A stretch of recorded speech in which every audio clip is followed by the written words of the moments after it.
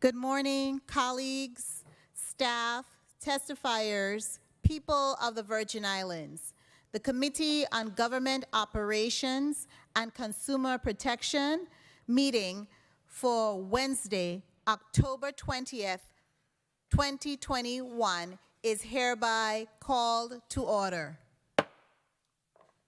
For the benefit of our viewing and listening audience, I want to first convey our apologies for the delayed start in the meeting.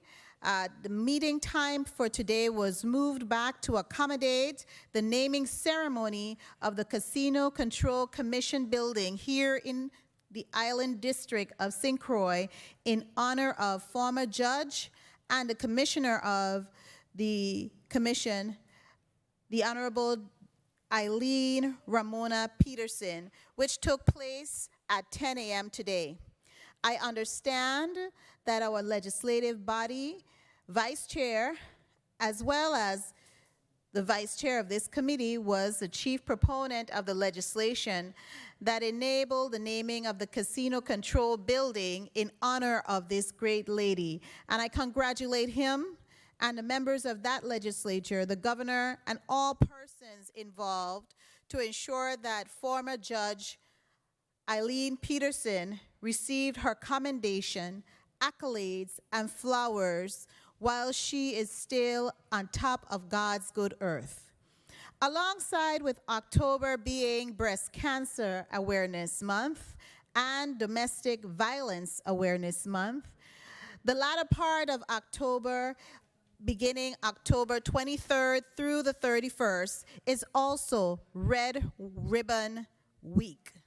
Red Ribbon Week is our nation's oldest and largest drug prevention awareness program. Wearing red continues to represent our pledge to live drug-free and honors the sacrifices of all those who have lost their lives during the fight against drugs. Madam Clerk, kindly proceed to roll call.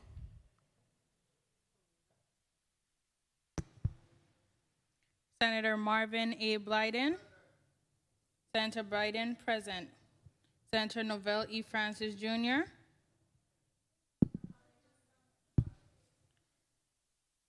Senator Novell E. Francis, Jr., absent. Senator Alma Francis Heiliger. Senator Francis Heiliger, present. Senator Javon E. James, Sr. Senator James, Sr., absent. Senator Franklin D. Johnson. Senator Johnson, absent. Senator Carla J. Joseph. Senator Carla J. Joseph, present. Senator Milton E. Potter. Present. Senator Potter, present. Madam Chair, you have 4 present, 3 absent. Thank you so much, Madam Clerk. Thank you so much, Senator Milton Potter, for joining us virtually. Madam Clerk, do we have any correspondences? No, we do not. Madam Clerk, kindly read into the record the first item and the agenda to be considered in Block 1 of today's agenda. The Committee on Government Operations and Consumer Protection has scheduled a meeting for 11:30 a.m. on Wednesday, October 20th, 2021, in the Fritz E. Lewitz Conference Room in St. Croix.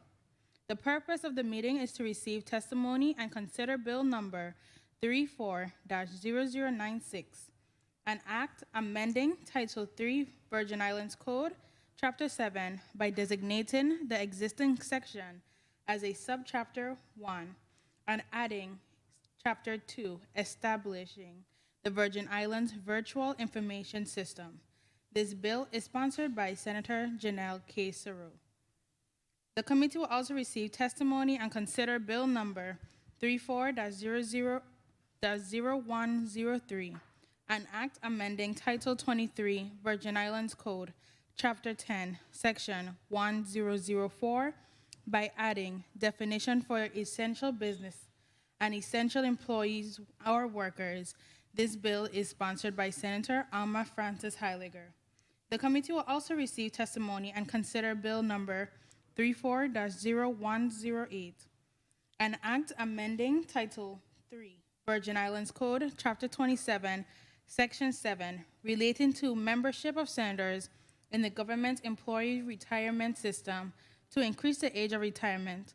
This bill is sponsored by Senator Alma Francis Heiliger. Finally, the committee will receive testimony on the operations of the Virgin Islands Lottery. Block 1. The committee will receive testimony concerning Bill number 34-0096, an act amending Title 3 Virgin Islands Code, Chapter 7, by designating the existing section as subchapter 1 and adding a Chapter 2, establishing the Virgin Islands Virtual Information System. This bill is sponsored by Senator Janelle Quesero. The invited testifiers are the Honorable Raquel Berry Benjamin, Commissioner of the Virgin Islands Department of Education, the Honorable Justa E. Encarnacion, Commissioner of the Virgin Islands Department of Health, the Honorable Kimberly Kazi Gomez, Commissioner of the Department of Human Services, Dr. Noreen Michael, Research Director of the Caribbean Exploratory Research Center of the University of the Virgin Islands, the Honorable Denise N. George Esquire, Attorney General of the Department of Justice, the Honorable Gary A. Malloy, Commissioner of the Virgin Islands Department of Labor, Mr. Rupert Ross, Director of the Bureau of Information Technology, and lastly, Mr. David Hall, SDJ, President of the University of the Virgin Islands.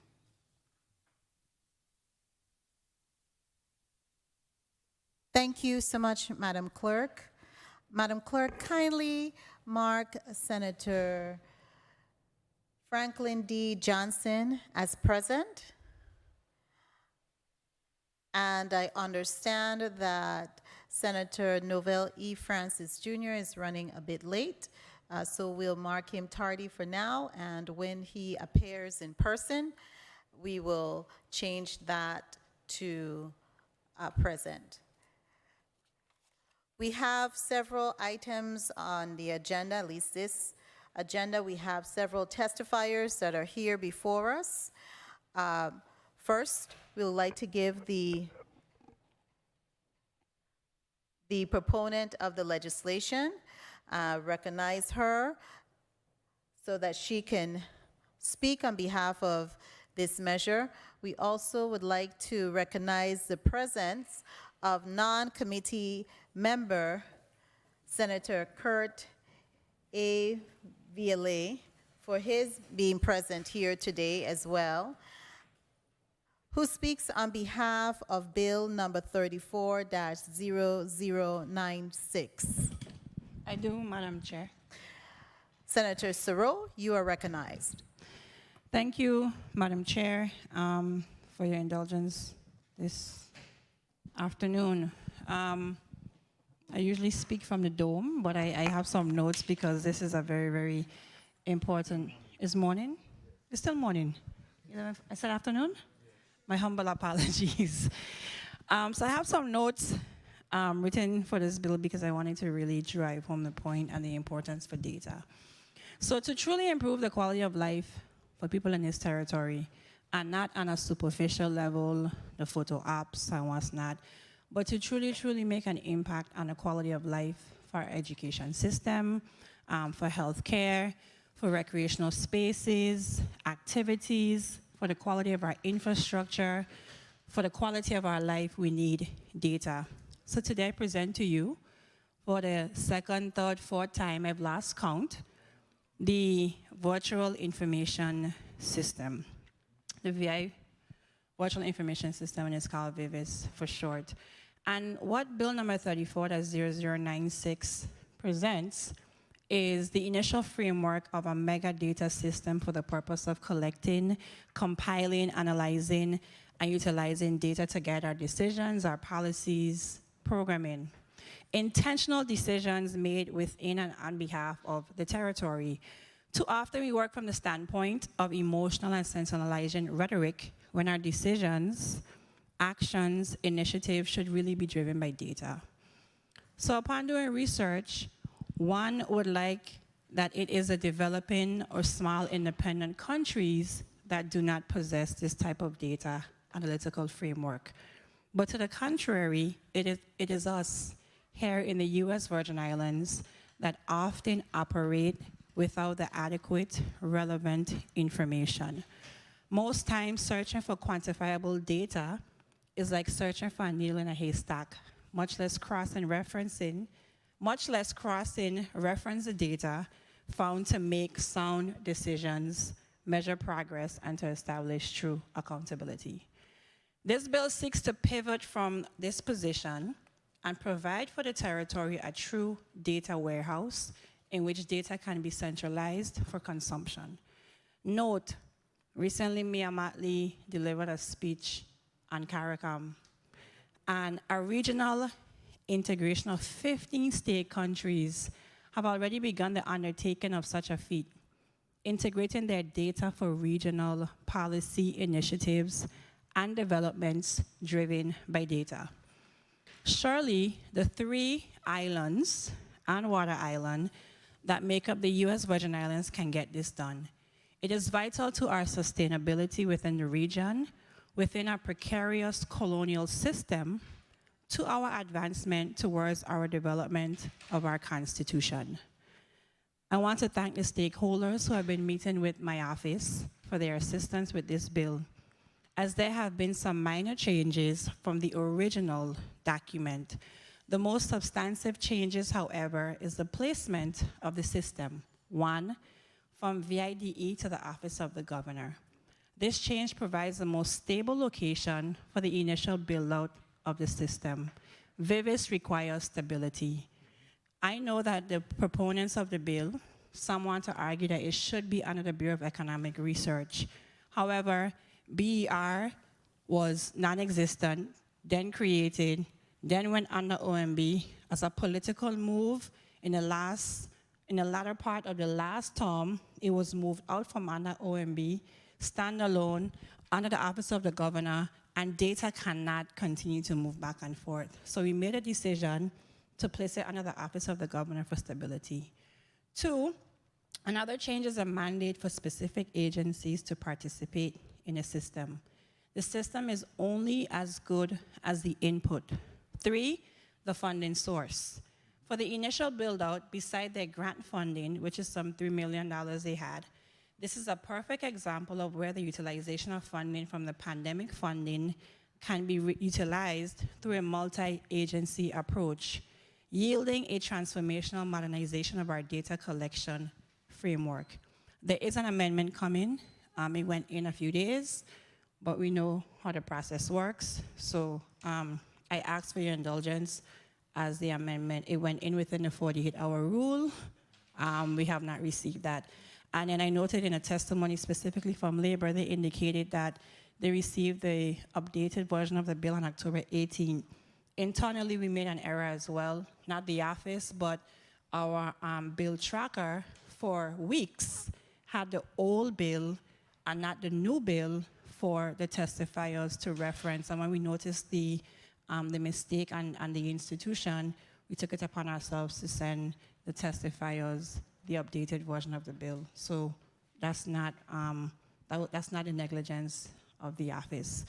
And just to conclude, upon initial implementation of the system, which would see the hiring of a director tasked with building out the system, an assessment and report of an operational cost will allow for the body to identify a dedicated funding source and appropriate a specific amount to the system. There is also the option for contribution by the participating agencies. Colleagues, I'm asking for your support today. This legislation took a lot of time, research. It has been brought forward 2 to 3 times before. And we need to understand that data drives policy, and data should drive governance. Madam Chair, thank you for the time. Thank you so much, Senator Saru. I just want to clarify one item relative to my team, my staff sending out the corrected version of the bill. We did send it out. We were chairing, I was at the time chairing the committee meeting on October 12th, and my staff diligently sent it out to all individuals and all respected parties to testify on this measure. So that was sent out on October 12th. I have all of the emails that were sent to include the email that was forwarded to the Commissioner of Labor, and that is, of course, dated October 12th. So I want to then move on to our testifiers. We have a number of testifiers here with us virtually. And I will begin by asking each one of the testifiers so that we can do a visual as well as an audio check to kindly state your name and your agency.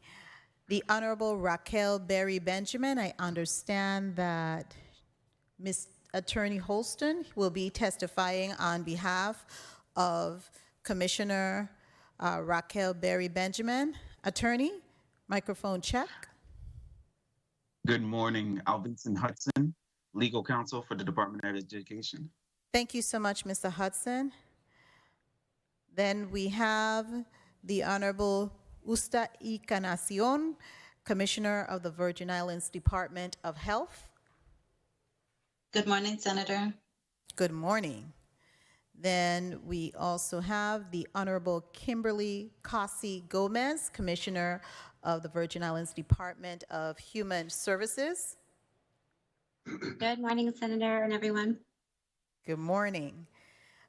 Dr. Noreen Michael, researcher at the Caribbean Exploratory Research Center at the University of the Virgin Islands, will not be joining us in person, but has submitted a written testimony which will be read into the record by our clerk. The same follows for the Honorable Denise N. George, Esquire Attorney General. She also has submitted a written testimony which will be submitted and read into the record by the clerk. The Honorable Gary A. Malloy, Commissioner, I understand the legal counsel is going to be speaking on his behalf. Ms. Hendrickson? Yes, good morning, Nisha Christian Hendrickson, Acting Commissioner for the BIQ. Thank you for that. Then we have Mr. Rupert Ross, the Director of the Bureau of Information Technology. Good morning, Rupert Ross, Bureau of Information Technology. Pleasant good morning to you. And last but definitely not least, Mr. David Hall, President of the University of the Virgin Islands. Good morning, Madam Chair, and to all of the other senators and testifiers. David Hall, President of the University of the Virgin Islands. Beautiful. Okay, the order of the testimony will be in this order. First, Mr. Hudson, we will have you, then Commissioner Encarnacion, then Commissioner Cossie Gomez. The testimonies for Dr. Michael and Denise George would follow. Then we will have Attorney Christian Hendrickson. You will be next, and then Mr. Rupert Ross, and finally, Dr. David Hall. Attorney Hudson, you may proceed with your testimony. Thank you, Madam Chair. Good day, Honorable Chairwoman Carla J. Joseph, Honorable Novell E. Francis, Jr., and Vice Chair, members of the Committee on Government Operations and Consumer Protection, other members of the 34th Legislature, and other testifiers, and the listening and viewing audiences.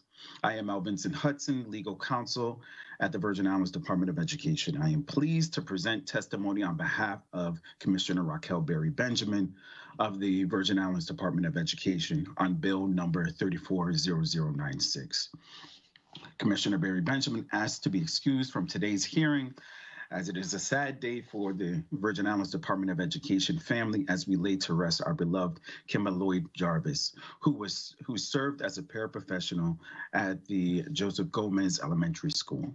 In the midst of sorrow, it is her duty and responsibility as commissioner to be on the front line supporting our VIDE family. Commissioner Berry Benjamin asked that we have a moment of silence for Mrs. Lloyd Jarvis, if we can do that now.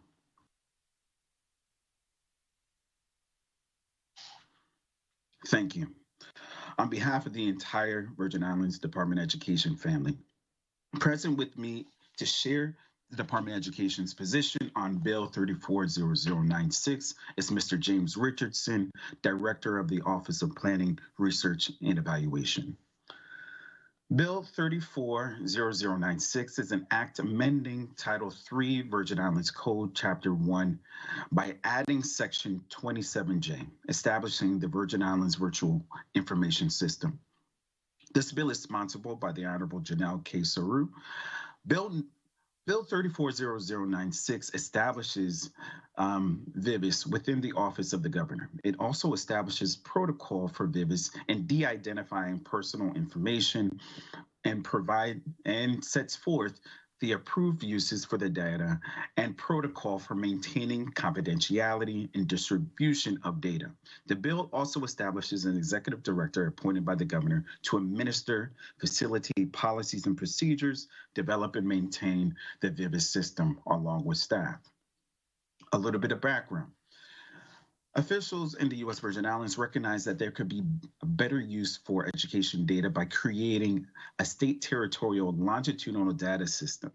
And they sought out territorial funds to design and implement such a system to include data from K-12 education through higher education to workforce.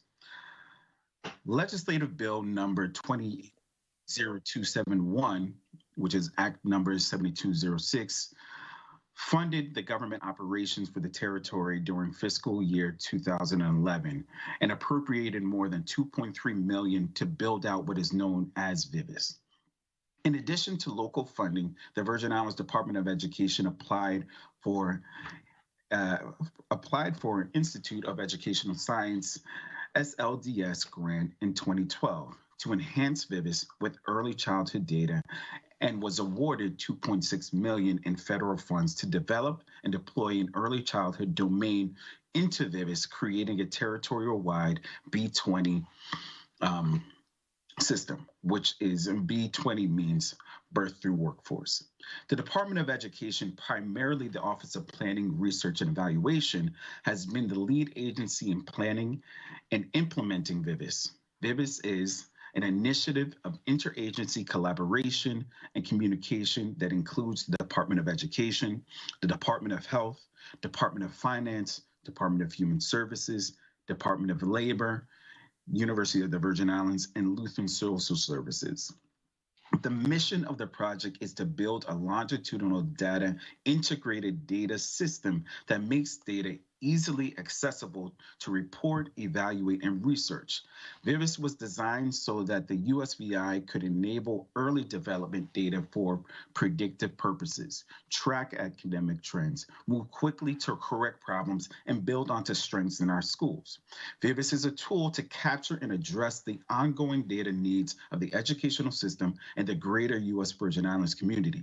It aims to improve student achievement and subsequently economic development by providing usable, timely, accurate data that are accessible online to all relevant stakeholders, build a culture of data where data is used by teachers, schools, districts, state administrators to inform instruction, policy, and function, and by agency leadership and staff to drive operations and help with resource allocation and policymaking decisions.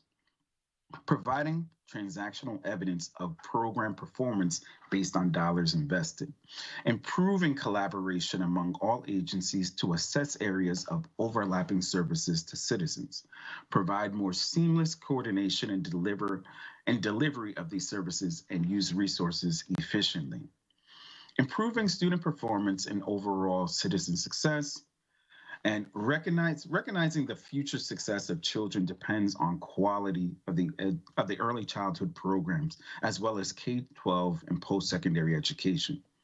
The territory saw the need to capture data from an array of early childhood providers, including the following: Lutheran Social Services, Department of Human Services, Department of Health, and the Department of Education.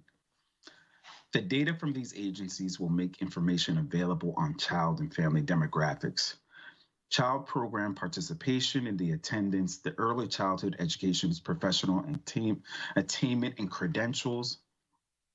By incorporating these data into VIVIS and assigning a unique birth to workplace identifier, this integration can now be used to provide additional actionable information to answer critical policy and research questions. With such a comprehensive data system, the USVI will be able to monitor its policy reforms and make specific changes to advance initiatives.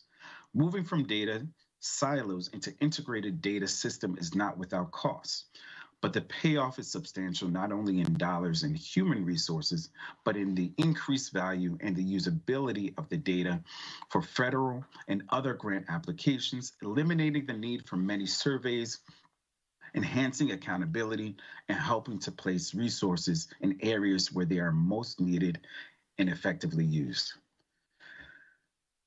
Now, here are a few major accomplishments that we've done so far.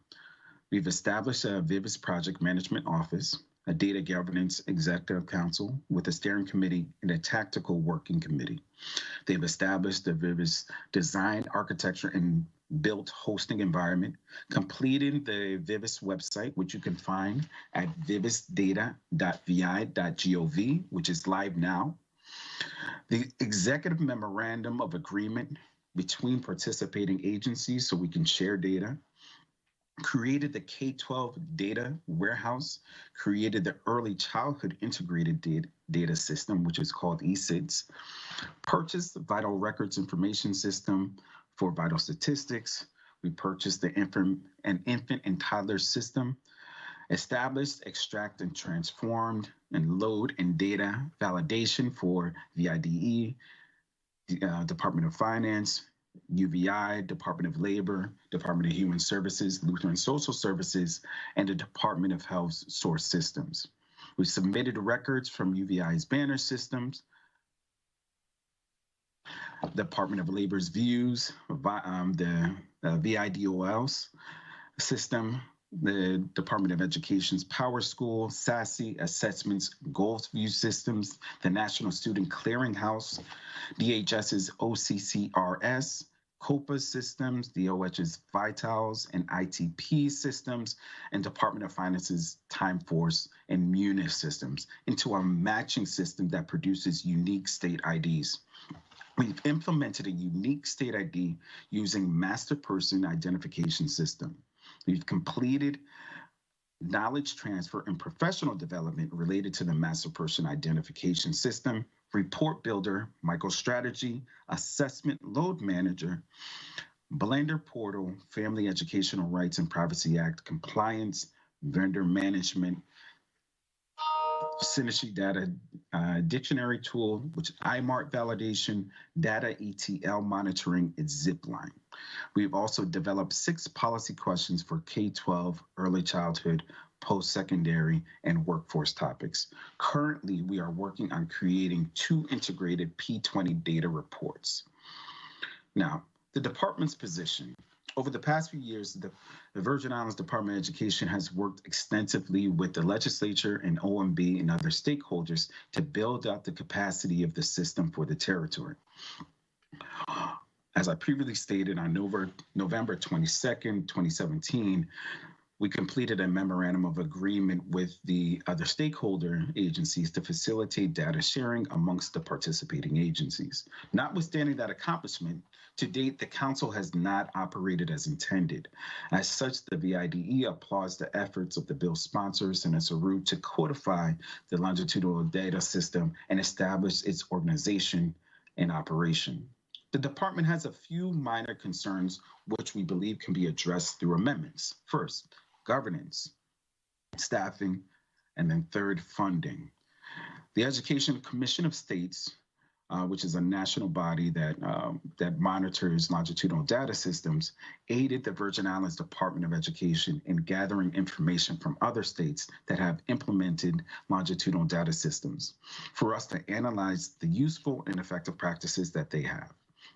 A survey of similar data systems across the nation demonstrated a need for a governing body that is led by senior leader policymakers that have the authority to influence the data system and their own agencies to further VIVIS's mission. We believe that there should be a governing body or an executive interagency council with members chosen by the governor and comprised of key stakeholders from the following agencies: Department of Education, Human Services, UVI, Department of Health, Department of Human Services, and Department of Labor and Finance, and the Bureau of Economic Research, Department of Justice, and other non-governmental agencies to participate in VIVIS. The governing body is needed to review policies and procedures, approve operational plans, resolve issues and risks escalated from lower levels of data management, address and design implementation issues related to VIVIS. The governance structure should also aid in the tactical level implementation of the policies and decisions from higher level data governance management. The current proposed zoning gives mention to the executive director who will be tasked with implementing the above tasks. With respect to staffing, the Department of Education recommends that the executive director is granted the authority to hire staff, which we've seen in previous iterations of the bill.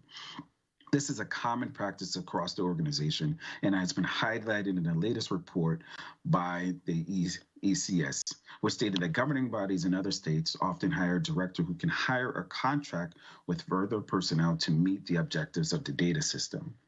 With respect to funding, historically, the Department of Education has shouldered the financial burden of this system, which has resulted in consistently seeking new funding streams or requesting partner agencies to contribute.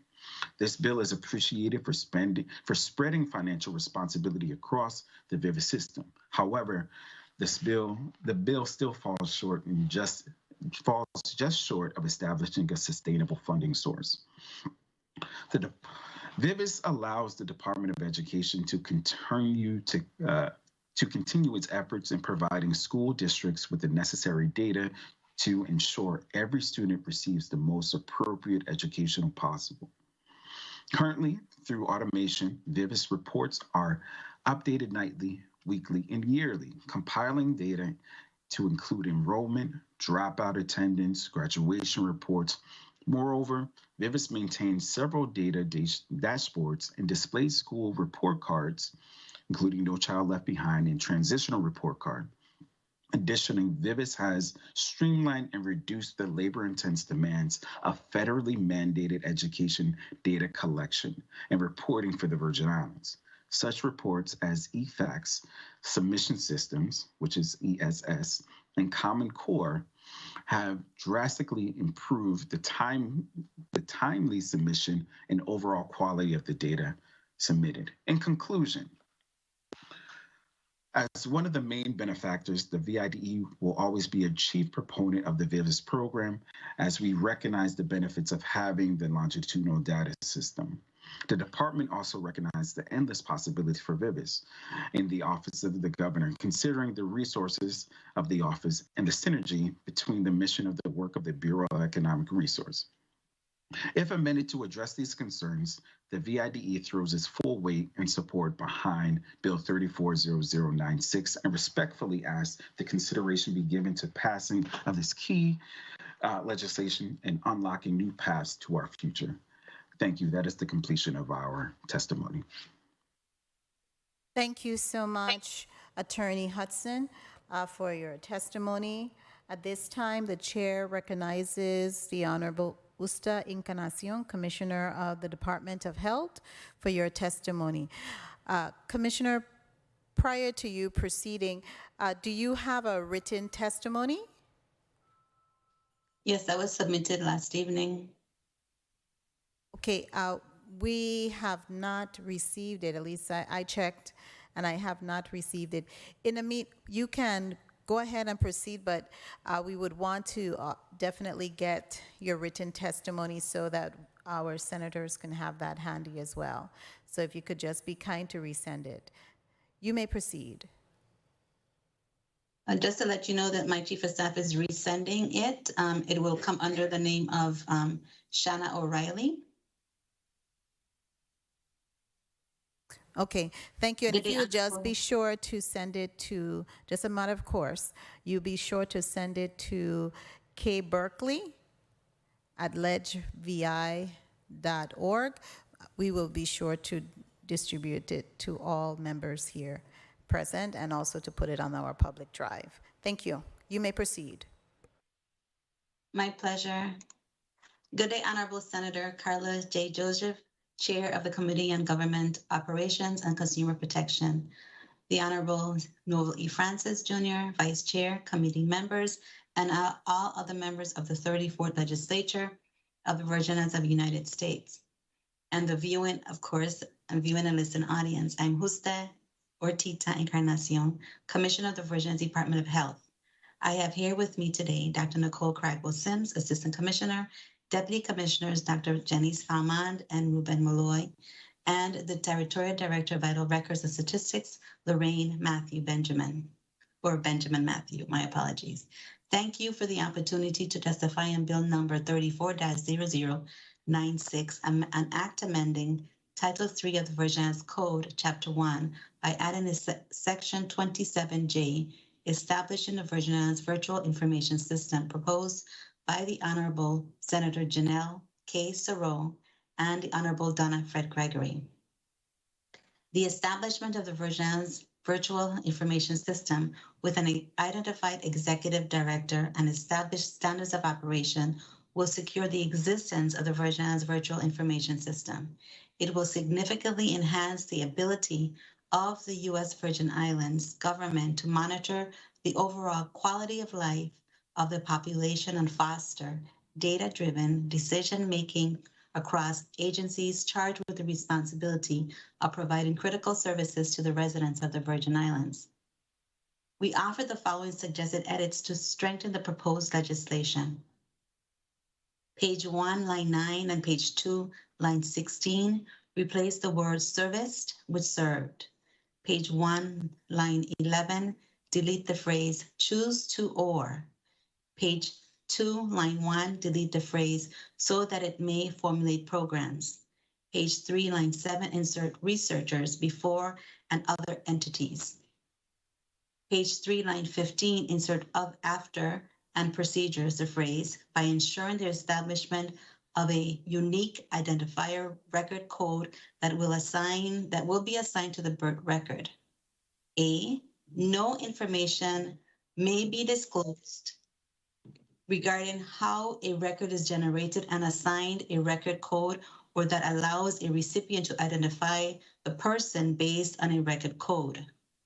A record code may not be used for any purpose other than to identify a specific record and may not be used to ascertain personally identifiable information about the person. And C, the record code may not be based upon the person's social security number or any other personal information.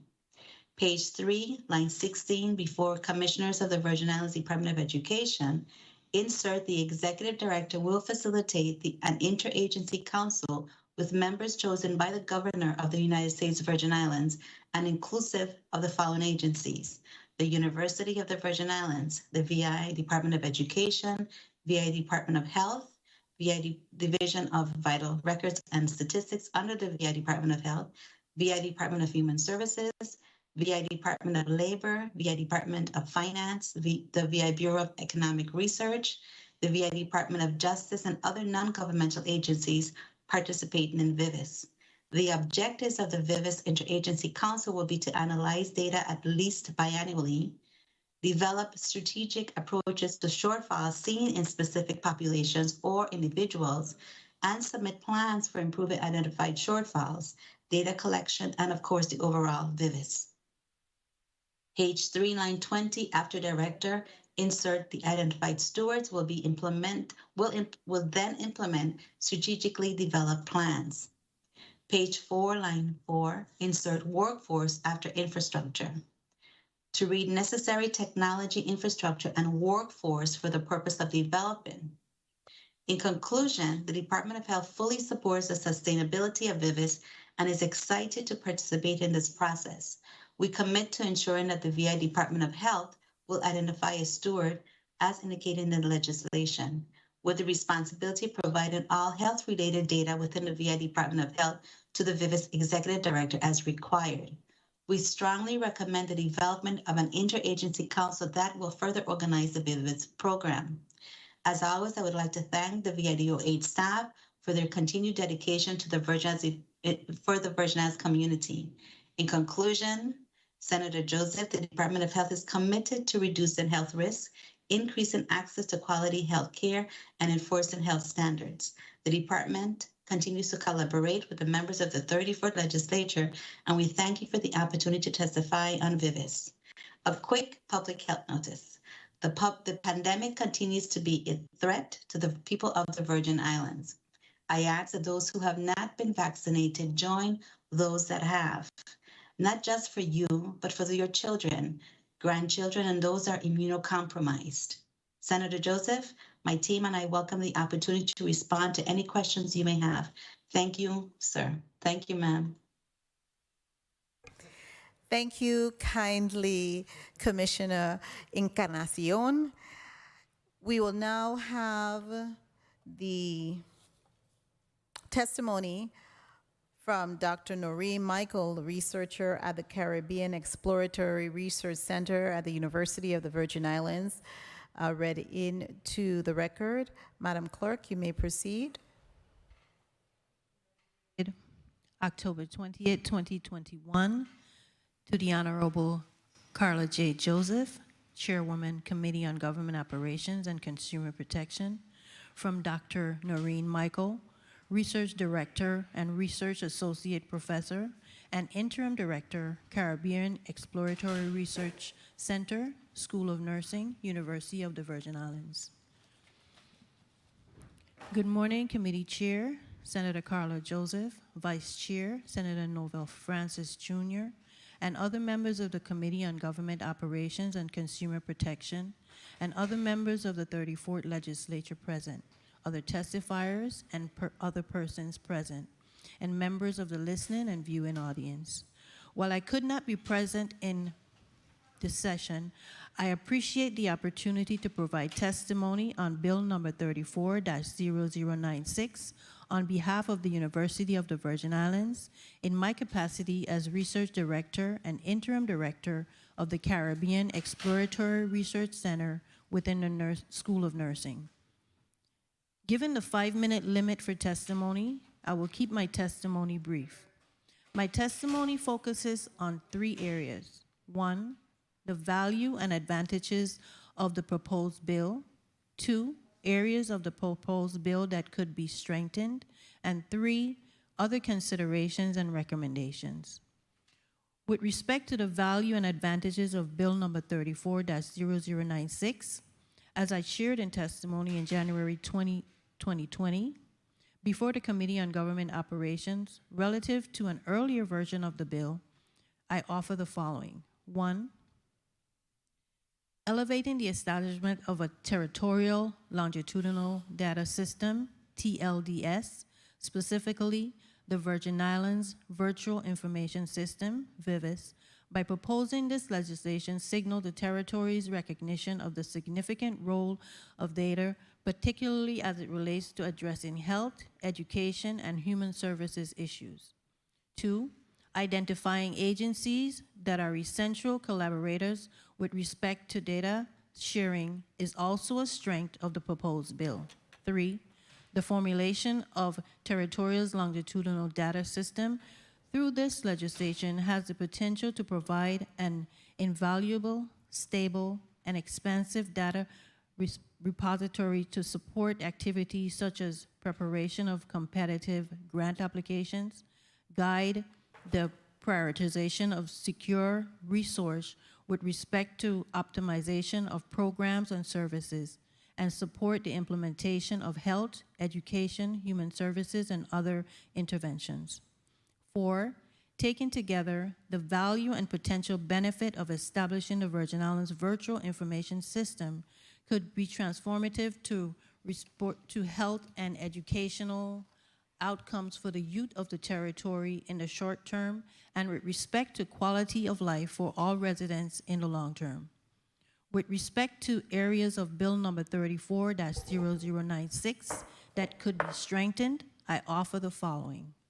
1, while in several areas of the proposed legislation, there are references made to allowing access to non-personally identifiable information, as well as references to importance of data confidentiality and security, there is no explicit requirement within the legislation of the establishment of data sharing agreements either with entities that are expected to provide data to be included in VIVIS, or entities or individuals, i.e. providers, policymakers, researchers, etc., who may request VIVIS data. This group can be strengthened by adding languages that requires data sharing agreements that address elements such as A, time period of each agreement, B, intended use of data, C, parameters of use of data, i.e. constraints and restrictions, D, data confidentiality or data security, methods of data sharing, and G, cost of data sharing or financial. These elements need not be the only elements considered. However, the inclusion of data sharing agreements as a key element of VIVIS under Bill number 34-0096 will strengthen the overall bill. The data sharing agreement could also be used to address the data sharing coordination issues raised in Section 27J, F, and G. 2, under Section 27J-E, the delineation of specific objectives seems to go beyond the policy level and overlap operations. While overreaching statements regarding the proposed bill number 34-0096, the intended outcomes are appropriate. It would be prudent for the sponsors of bill number 34-0096, as well as members of the Committee on Government Operations and Consumer Protection, to allow the executive director, with appropriate guidance from a governing body and input from key stakeholders, to determine the most appropriate objective for the system, which may need to be changed depending on the realities facing the territory and its residents, including explicit objectives in Bill number 34-0096, seem analgesis to include procedures as part of a policy statement. 3, under Section 27J-H, the delineation of specific data elements seems to go beyond the policy level and overlap operations. Again, while including overreaching statements regarding the anticipated outcomes of the passage of Bill number 34-0096 is appropriate, data elements can be included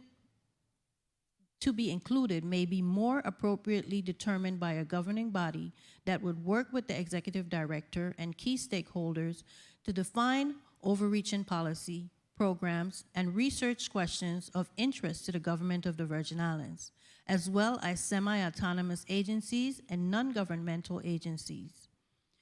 The identified questions would then delimit the data elements that would be included in VIVIS. Again, data elements may be added as key questions are added or modified.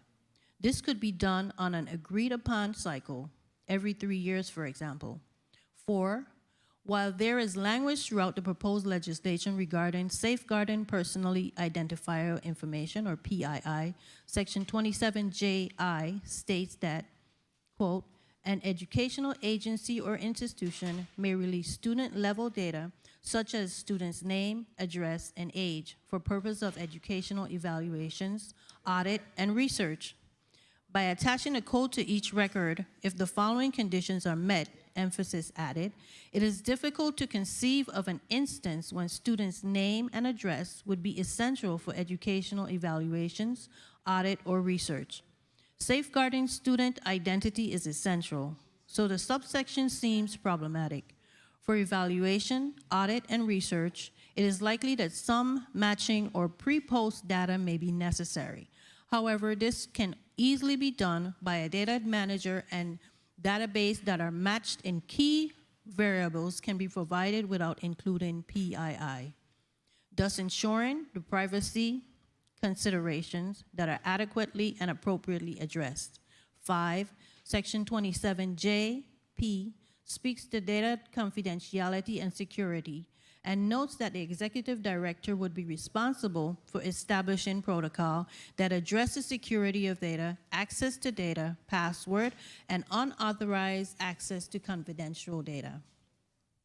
Given that VIVIS is anticipated to be linked to the overall GVI network, consideration should be given to language that speaks to board government system firewall and other network security elements that would broadly protect VIVIS and would be a joint responsibility of the BIT and VIVIS directors.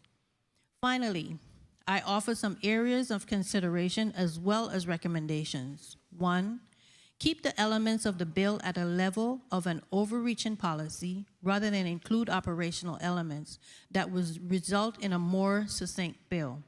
2, consider including a governance structure within which the executive director would function. Currently, other than being appointed by the governor, there is no indication as to how governance and direction will be established or addressed with respect to the establishment of the Virgin Islands Virtual Information System.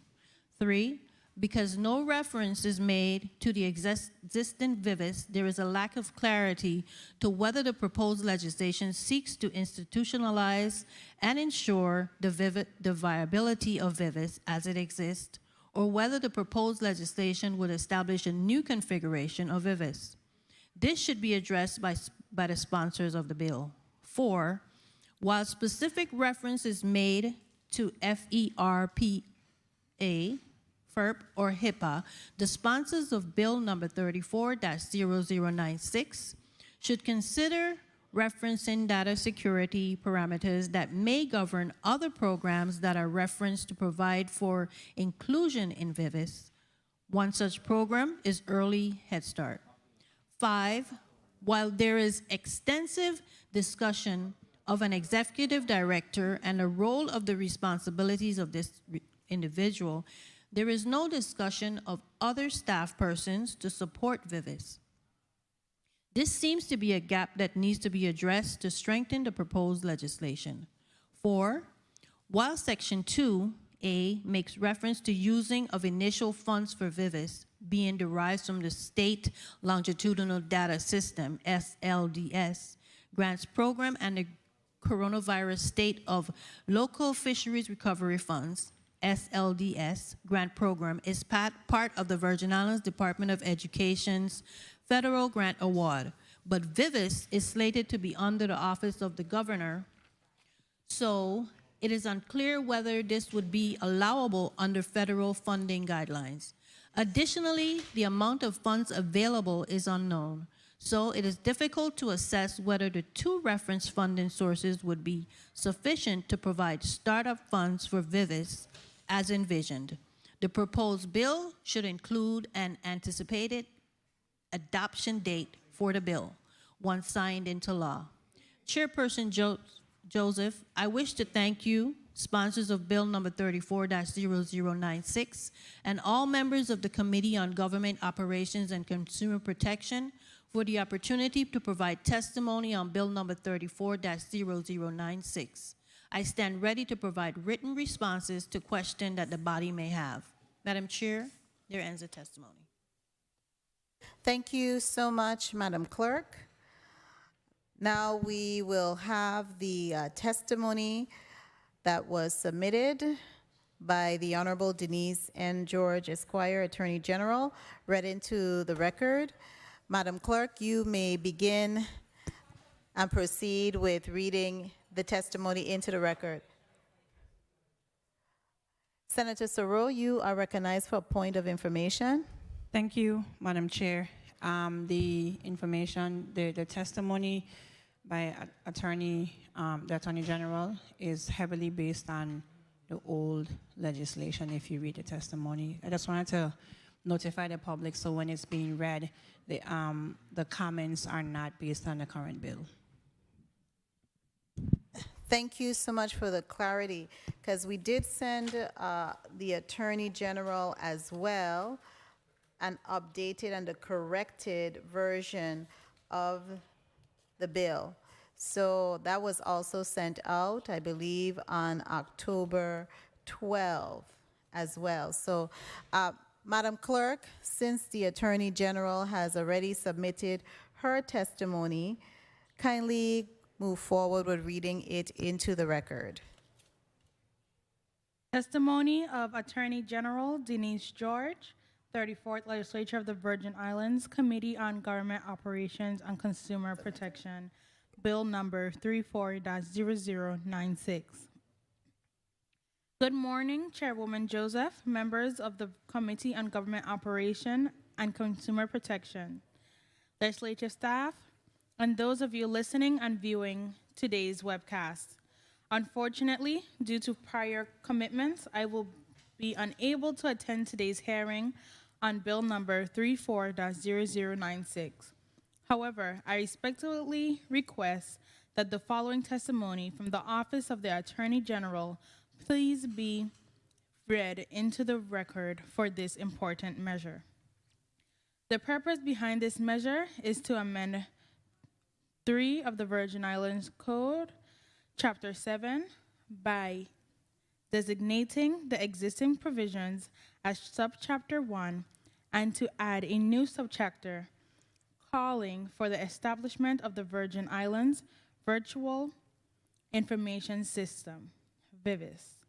In essence, the bill will codify VIVIS, which has already been partly implemented, as demonstrated by the existence of the website bearing the same name.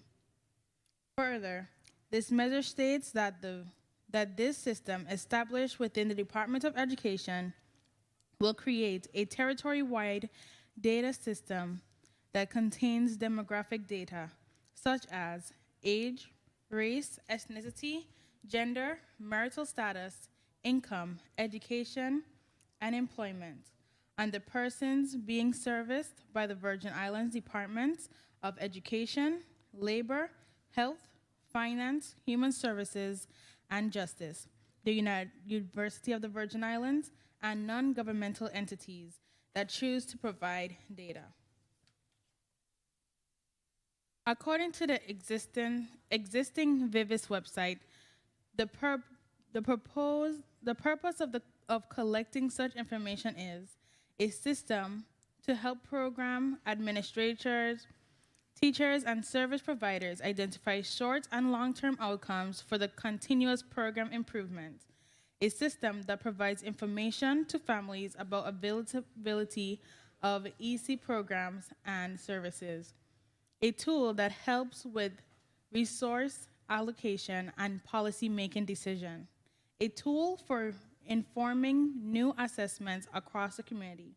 A system to provide program administrators, teachers, and service providers identify short and long-term outcomes for continuous program improvement. A system that provides information to families about availability of EC programs and services. A tool that helps with resource allocation and policy-making decision. A tool for informing needs assessments across the community. With the application of such systems, being used to provide, among other things, usable, timely, accurate data that are accessible online by all relevant stakeholders. Information on early childhood, local industries, wages, post-secondary preparation.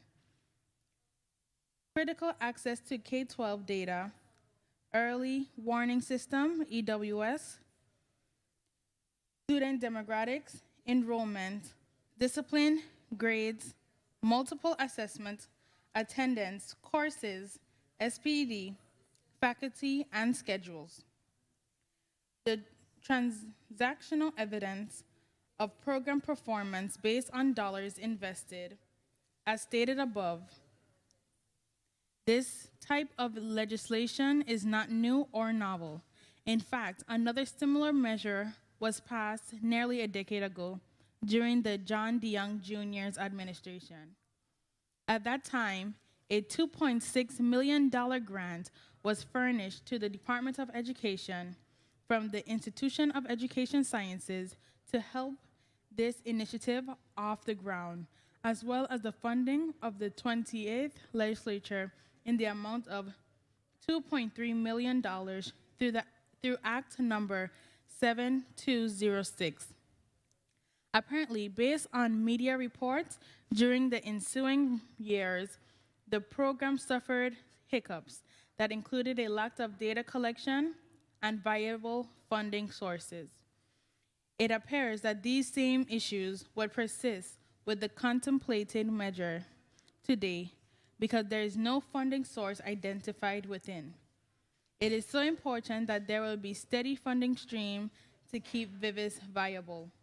This raises additional concerns as it to maintaining the integrity of the security of the system as it relates to criminal theft of such sensitive and personal information of our citizens. We cannot overlook the threat of ransomware or cyber attacks that would compromise such sensitive and confidential data. Cybersecurity can be very costly. The bill does not make clear the Executive Council shall coordinate the sharing of data, ensure the confidentiality of records, and ensure that the agencies or entities' data used consistent with the Family Education Privacy Act, FERPA, or the Health Insurance Probability and Accountability Act, HIPAA, and other applicable federal and local laws, rules, regulations, policies, and procedures. However, does the Bureau of Information and Technology have the resources, staffing, and funding to prevent such a data breach? Criminals have become more sophisticated and their methods are ever changing. In recent years, some of the most secured systems have been hacked and millions of people's information compromised. The data collected under today's proposed measure is essentially a cradle-to-grave gather of personal and confidential information of many of our residents. In the wrong hands, this information could be very damaging to individuals in our community. If we do not have the proper means and resources of constantly securing such information. With that, the Office of the Attorney General would like to thank the committee for the opportunity to praise our concerns and speak on Bill number 34-0096. Thank you so much, Madam Clerk, for reading that testimony into the record. Just want to note that there are portions of that testimony that is still applicable to the legislation before us. So I believe the Attorney General testimony is still vital in our consideration and deliberation on this critical piece of legislation. The next testifier I'd like to proceed into the record is, one moment, We have several senators who came subsequent to the reading of the calling of roll call. The chair recognizes the presence of Senator Javon E. James Sr., as well as the presence of Vice Chair Novell E. Francis Jr. The chair will now ask that the testimony and recognize the Honorable Kimberly Causey Gomez to proceed with reading your testimony into the record. Good afternoon, Honorable Senator Carla Joseph, Chair of the Government Operations and Consumer Protection Committee, Honorable Senator Novell E. Francis Jr., Vice Chair, committee members, and all other members of the 34th Legislature of the United States Virgin Islands, and the listening and viewing audience. Thank you for the invitation to testify. I'm Kimberly Causey Gomez, Commissioner of the Virgin Islands Department of Human Services. Today, I have with me Assistant Commissioner Mikal Reimer Brown to provide additional information and support as needed for Bill number 34-0096, an act amending Title III Virgin Islands Code, Chapter 1, by adding a Section 27J, establishing the Virgin Islands Virtual Information System, sponsored by Honorable Senators Chanel E. Casero and Donna Fratt Gregory. After careful review of Bill number 34-0096, the Virgin Islands Department of Human Services is in favor of establishing the Virgin Islands Virtual Information Systems, the territory's longitudinal data system, also known as VIVIS, within the Virgin Islands Office of the Governor. The Virgin Islands Department of Human Services Commissioner, Assistant Commissioners, and Administrators of the Head Start and the Office of Child Care and Regulatory Services were integrally involved in the initial step and design and the development of VIVIS in previous administrations, and were committed to playing an integral role in this administration. During the launch of the 2013 U.S. Department of Education grant in the United States Virgin Islands, led by the Virgin Islands Department of Education, DHS was invited to join the Early Childhood Integrated Data System, or ECIDS, committee. DHS is a territorial grantee for the Federal Head Start Grant and the Child Care Development Fund grant. Successful ECIDS initiatives include the following partners who contribute data and are linked to the larger VIVIS longitudinal data systems, include Head Start, Early Head Start, private child care providers, pre-K or 4-year-old children, as is operated by the Virgin Islands Department of Education, Early Intervention Part B, and Infants and Toddlers or Early Intervention Part C, and the Home Visiting Program. The integration of early childhood data with the K-12 data provides policymakers and education stakeholders access to the information necessary to improve not only student performance, but also to determine program and policy effectiveness. Consequently, as ECIDS was launched to become an important component of VIVIS, DHS recommends it continues to be highlighted and become an important part of the proposed legislation. In addition, we're committed to sharing the appropriate data and information from our eligibility programs, such as our Supplemental Nutrition Assistance Program, or SNAP, our Temporary Assistance to Needy Families, or TANF, and the Medicaid program. We appreciate the opportunity to participate in the meetings held prior to this committee hearing to discuss the changes to the original bill presented. The formal codification of VIVIS presented in Bill number 34-0096 will ensure that this critically important longitudinal data system will be used to improve the quality of life, education, health, and employment opportunities for these residents of the Virgin Islands with continuity and effectiveness amidst executive branch administrations and legislative branch transitions. The Virgin Islands Department of Human Services fully supports the sustainability of VIVIS and welcomes the opportunity to participate in this process. We commit to ensuring that the Department of Human Services will identify, like Department of Health, an active steward as indicated in the legislation, with the responsibility of providing all relevant data to the VIVIS Executive Director. Along with my colleagues, we also recommend the development of an interagency council or an alternative structure that will further organize and enhance the VIVIS system, as well as ensuring the confidentiality of data through a formal agreement. I would like to take this opportunity to personally thank our Virgin Islands Department of Human Services team of professionals who have been on the front lines providing direct services to our Virgin Islands people throughout the COVID pandemic. The continued support of Governor Albert Bryan Jr. and Lieutenant Governor Tregenza Roach as DHS continues to be committed to our motto of working together, make a difference. In conclusion, Chair Joseph, the Department of Human Services is committed to providing social services that will enhance the quality of life for individuals and families with diverse needs and empowering them towards self-sufficiency.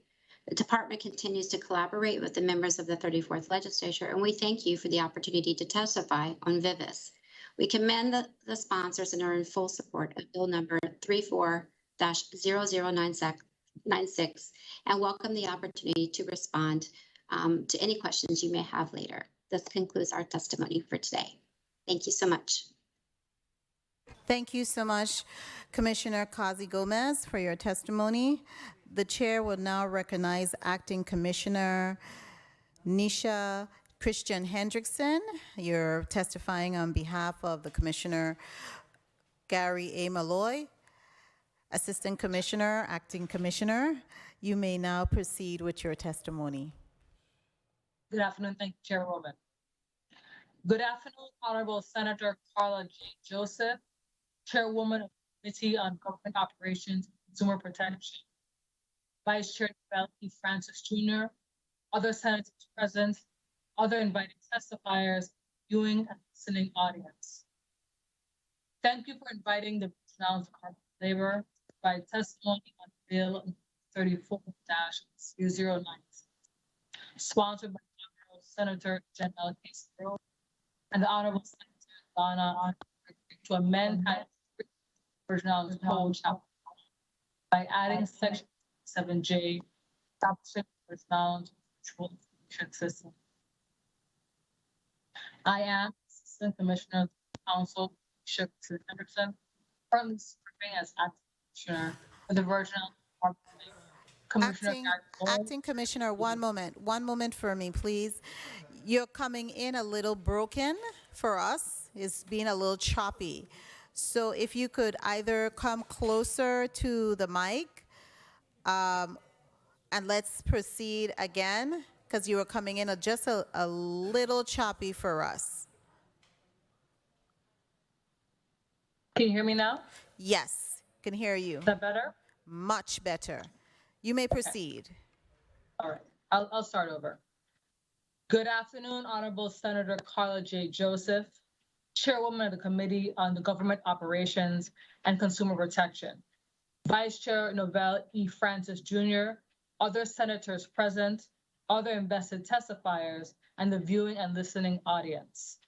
Thank you for inviting the Virgin Islands Department of Labor to provide testimony on Bill number 34-0096, sponsored by the Honorable Senator Janelle Castillo and Honorable Senator Donna Fred Gregory, to amend Title 3 Virgin Islands Code Chapter 1 by adding Section 27J, establishing the Virgin Islands Virtual Information System, VIVIS. I am Assistant Commissioner of Legal Counsel, Nisha Christian Hendrickson, currently serving as Acting Commissioner for the Virgin Islands Department of Labor. Commissioner Gary Malloy is unable to be here today. Here with me is Assistant Commissioner Jean Ford, Director of the Bureau of Labor Statistics and Acting Director of Unemployment Insurance, Gary Halyard, and the Director of Workforce Development Services, Melita Etienne. The Virgin Islands Department of Labor supports the establishment of a Territorial Longitudinal Data System, TLDS, also known as VIVIS.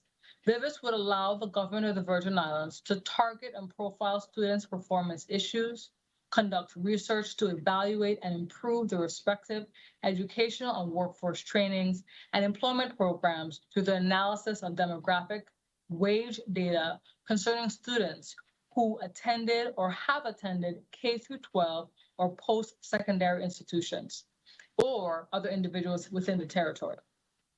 As this information will assist in addressing the issues from a scientific perspective with accurate supporting data, VIVIS will be most helpful in projecting the needs of our community as it relates to necessary training and availability of jobs.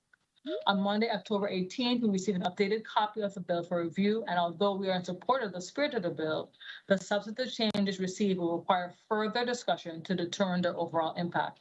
However, it is Vital's position that there are still key considerations affecting the attainment outlined goals and objectives, specifically in relation to data sources, data sharing, and funding needed to support the ongoing costs of administering the system. Key consideration number one, data sources. The goal of VIVIS is to improve the quality of life, education, health, and employment opportunities for the residents of the Virgin Islands. We accept that the Virgin Islands Department of Labor will continue to play an integral role as it pertains to the system's goals and supporting objectives. Since the inception of the current infrastructure, our agency has participated and continues to provide data on the workforce based on the original program design. Within the agency, there are several divisions that protect the welfare and well-being of workers. For example, the Virgin Islands Department of Labor's Division of Workforce Development administers employment and training programs as mandated under Title I and Title III of the Workforce Innovation Opportunity Act of 2014. As a primary funding source for Vital's Division of Workforce Development, WIOA brings together the core programs of federal investment in skill development, specifically employment and training services for adults, dislocated workers, youth, WIOA Title I. Wagner Pizer Employment Services administered formula grants to states, WIOA Title III, and adult education and family literacy programs, as well as state vocational rehabilitation services and programs that assist eligible individuals with disabilities in obtaining employment, WIOA Title II and IV. Under WIOA, state performance accountability core measures focus on workforce outcomes, including short-term and long-term employment rates, earnings, credentialing completion, skill gains, and effectiveness in serving employers. The Virgin Islands Department of Labor provides wage record data as extracted from our unemployment insurance system, Vidalis. Although this information is essential and useful in identifying employment trends and changes, it does not paint the full picture as to the root cause or distinct factors contributing to or affecting the quality of life, education, health, and employment opportunities for the residents of the Virgin Islands. For example, data such as risk indicators related to the workplace safety-based workers' compensation, first injury reports, claims, or other formal OSHA complaints for specific employers or industry sectors. Data regarding these risk factors will be readily available with the implementation of the Ventive system expected in spring of 2022. Training completion rates, measurable skill gains, credential attainment, employment outcomes as a result of occupational skills training, which is stored within our Division of Workforce Development Case Management System views. We continue to support data requests for information that advance the mission of this system. Key consideration number 2, data sharing across government agencies. The Virgin Islands Department of Labor respectfully requests that this committee consider the data sharing needs and requirements within and among other governmental agencies to facilitate a streamlined, comprehensive approach to meet not only our local needs, but also our federal programmatic needs as well. Vital would note that the Bureau of Economic Research, as a part of its mission, already collects information from many agencies for federal and local needs. The BER in the future may be the best entity for the VIVIS system. Further exploration into this option may produce efficient results. We fully support any future data sharing agreement that would serve to reduce the administrative burden encompassed by administering separate data sharing agreements between agencies and increase adoption and utilization of the current system. 4. Key consideration of number 3, funding of VIVIS. As it stands, the current bill indicates the maintenance of VIVIS as a responsibility of agencies and entities participating in VIVIS, and that the funding be secured through grants, user fees, and contributions from the agencies. It further states that the executive director may charge a reasonable fee for access to the information maintained in VIVIS and other associated services provided. The Virgin Islands Department of Labor recommends that the bill language in Bill 34-0096 be amended to read, the VIVIS is authorized to establish rates and collect fees for access to information compiled by the TLDS for use by non-Virgin Islands agencies, entities, and instrumentalities only. Many participating agencies by federal requirement are already required to share in the cost of data. In closing, the system, once fully realized, will allow our territory to move away from using anecdotal observations and move into the realm of statistical inference through a set of research models that can pinpoint successes or other areas needing immediate attention or in our social, educational, and economic development. I would like to thank our team, all my colleagues, the fellow agencies for their support and efforts. My team and I stand ready to answer any questions you might have. Thank you very much.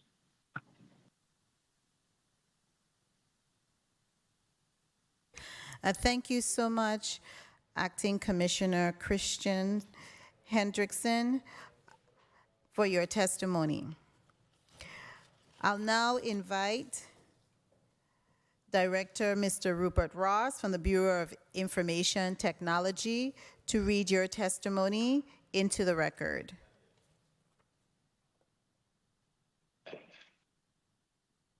Thank you, Chairwoman Joseph.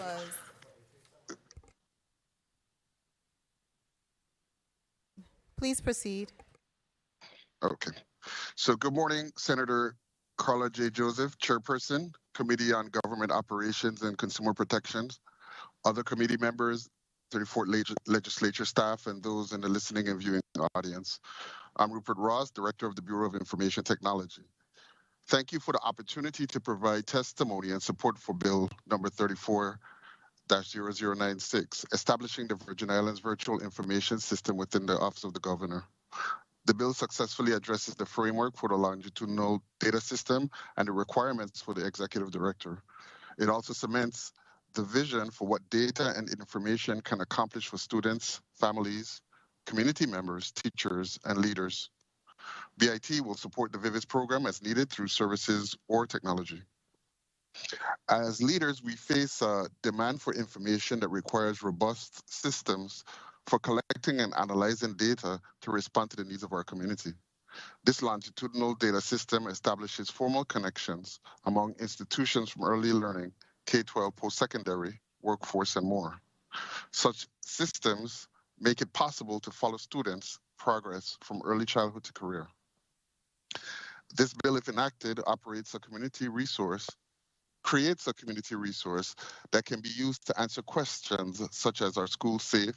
Do they support children's social and emotional learning? Which post-secondary credentials have the most value in the job market? Which early childhood education opportunities are giving students a strong start in school? And do students from low-income families have equitable access to educational opportunities? No major changes are recommended in the language of the bill.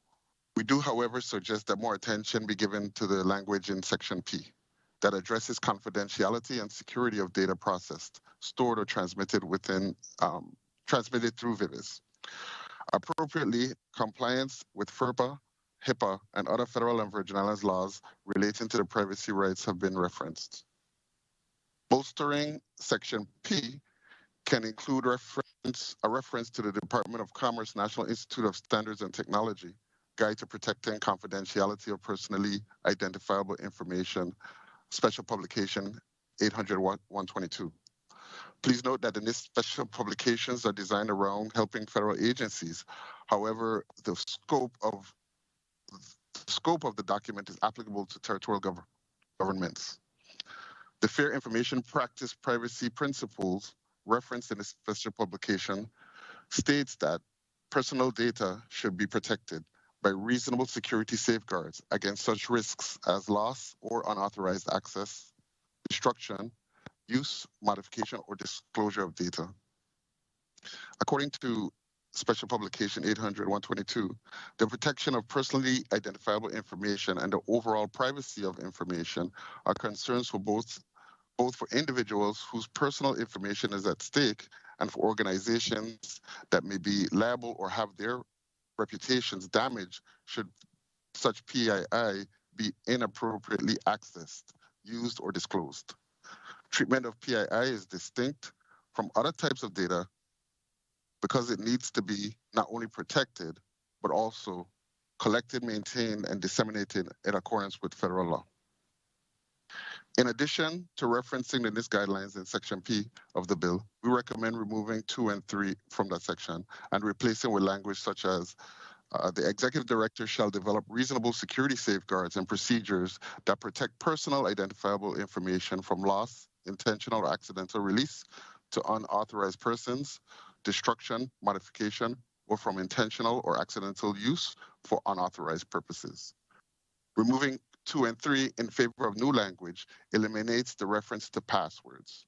Although passwords are an important part of the maintenance of integrity of data systems and securing access to that data, the quickly changing landscape of access management requires a broader point of view and encompasses more authentication protocols such as multi-factor authentication. These protocols are recommended through the NIST documentation and embodied in the broadened recommended language. BIT does not have any other recommendations on the remaining sections of the bill. In closing, BIT supports the effort of the bill sponsors to formalize the Virgin Islands Virtual Information System. The establishment of clear administration of the system and the rules of participating agencies are noteworthy in the language. The bill addresses issues of confidentiality and responsibility and accountability of the executive director to safeguard data in compliance with legal mandates. It also identifies specific targeted questions that can be answered by the data, which can demonstrate the value of the entire system. BIT recommends expanding the language as it relates to security that may improve the intent of the section. Thank you for the opportunity to provide testimony before this committee, and I look forward to answering any questions that you or the members of the committee may have. Thank you.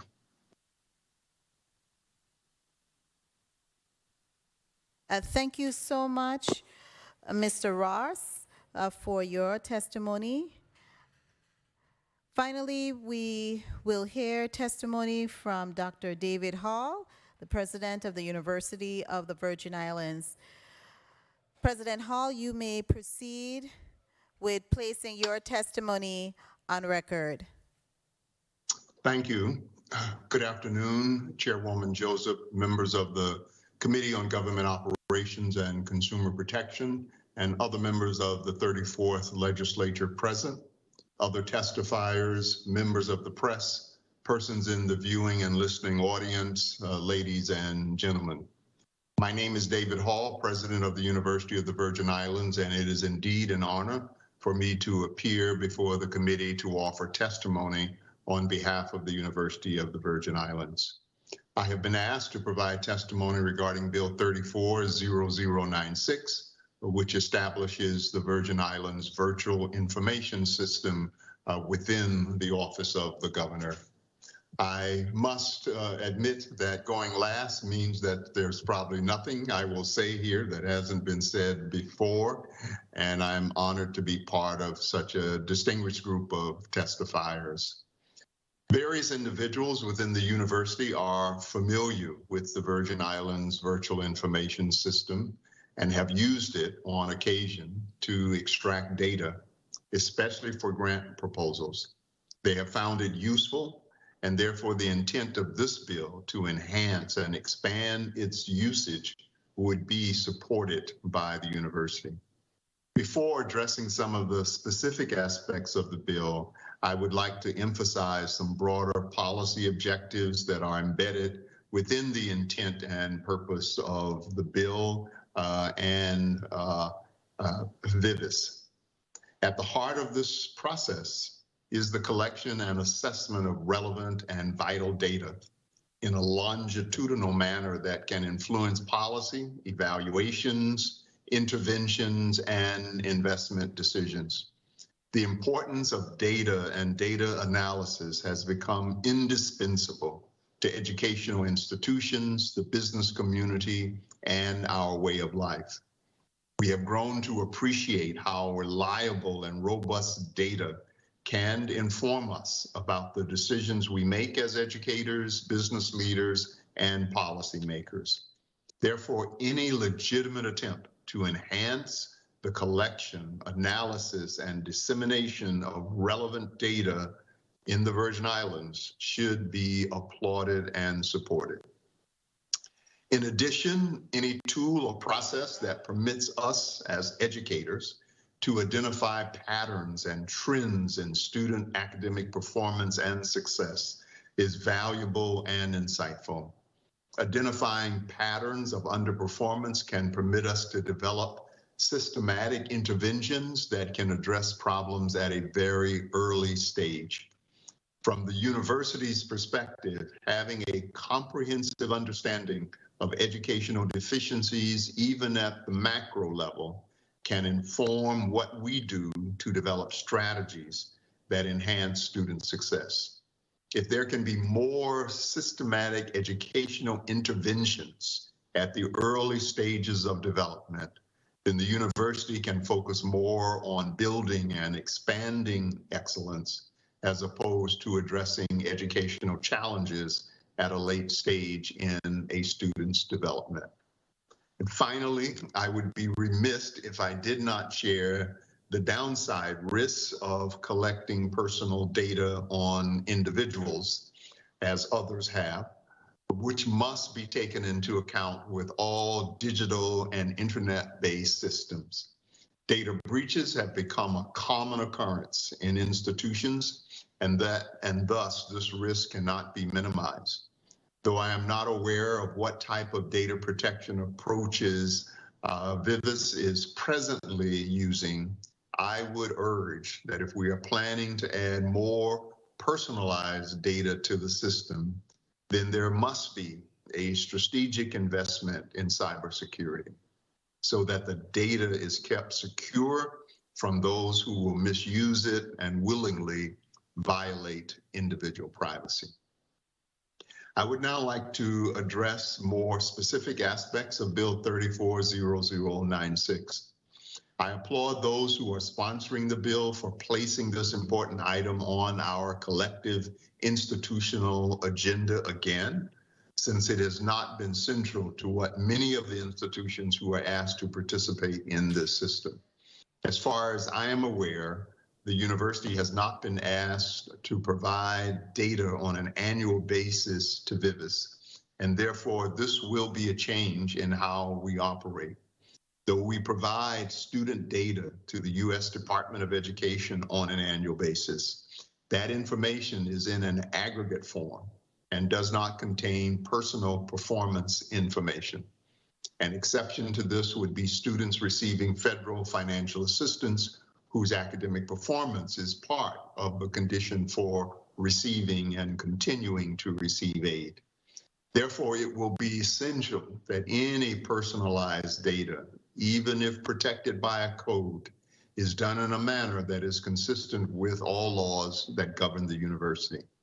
In addition, since we presently provide data that can be easily extracted from our banner system, it will certainly make our participation more efficient if there's an easy interface between our banner system and the system used to collect data for Vivis. The university appreciates that the bill recognized that any data provided must be consistent with FERPA and other privacy restrictions, since we are legally obligated to respect the personal records of our students. Yet, Section E3 mandates the development of an early warning system that identifies at-risk students, thereby allowing for early government intervention and improving high school and college graduation rates. It will be extremely difficult to develop effective early warning and intervention systems without specific data. The university, through its Buck Connect system, has an early warning component where faculty members can refer students to our Center for Student Success who are not performing at a certain level at the early stages of a course or who may not be attending classes. And though the system needs more buy-in from faculty and students, students. It only works because of the specific identification of specific students.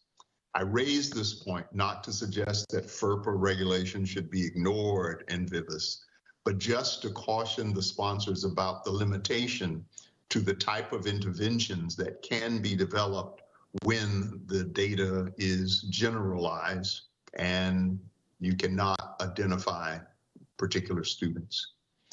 There are many other sections of the bill that I know other testifiers have responded to, and others may still respond to. So I will end my brief remarks at this point with the following reminder. The Virgin Islands is in a unique situation because of our size and insularity to make it very possible for us to develop a comprehensive set of data that can track trends from birth through the workplace. Having one university in the territory also provides for more possibilities of coordination and a seamless educational pipeline. More robust collection and analysis of data may permit us to develop strategies, interventions, and enact policies that can improve the quality of education and improve life for all. If a more enhanced and robust VIVIS can contribute to this goal, then the university certainly supports this effort. Thank you for your time and for permitting me to share these brief remarks. Thank you so much, President Hall, for your testimony, and thank you all testifiers. Colleagues, we will proceed with a 5-minute round of questioning. We will first begin with Senator Marvin A. Blyden. Senator Blyden, you are recognized for your line of questioning. Thank you so much, Madam Chair. Good afternoon to my colleagues, the listening, viewing audience, staff, central staff. Good afternoon, testifiers, and thank you so much for your testimonies. I must say, this is one of the first time when it comes to testimonies and testifiers.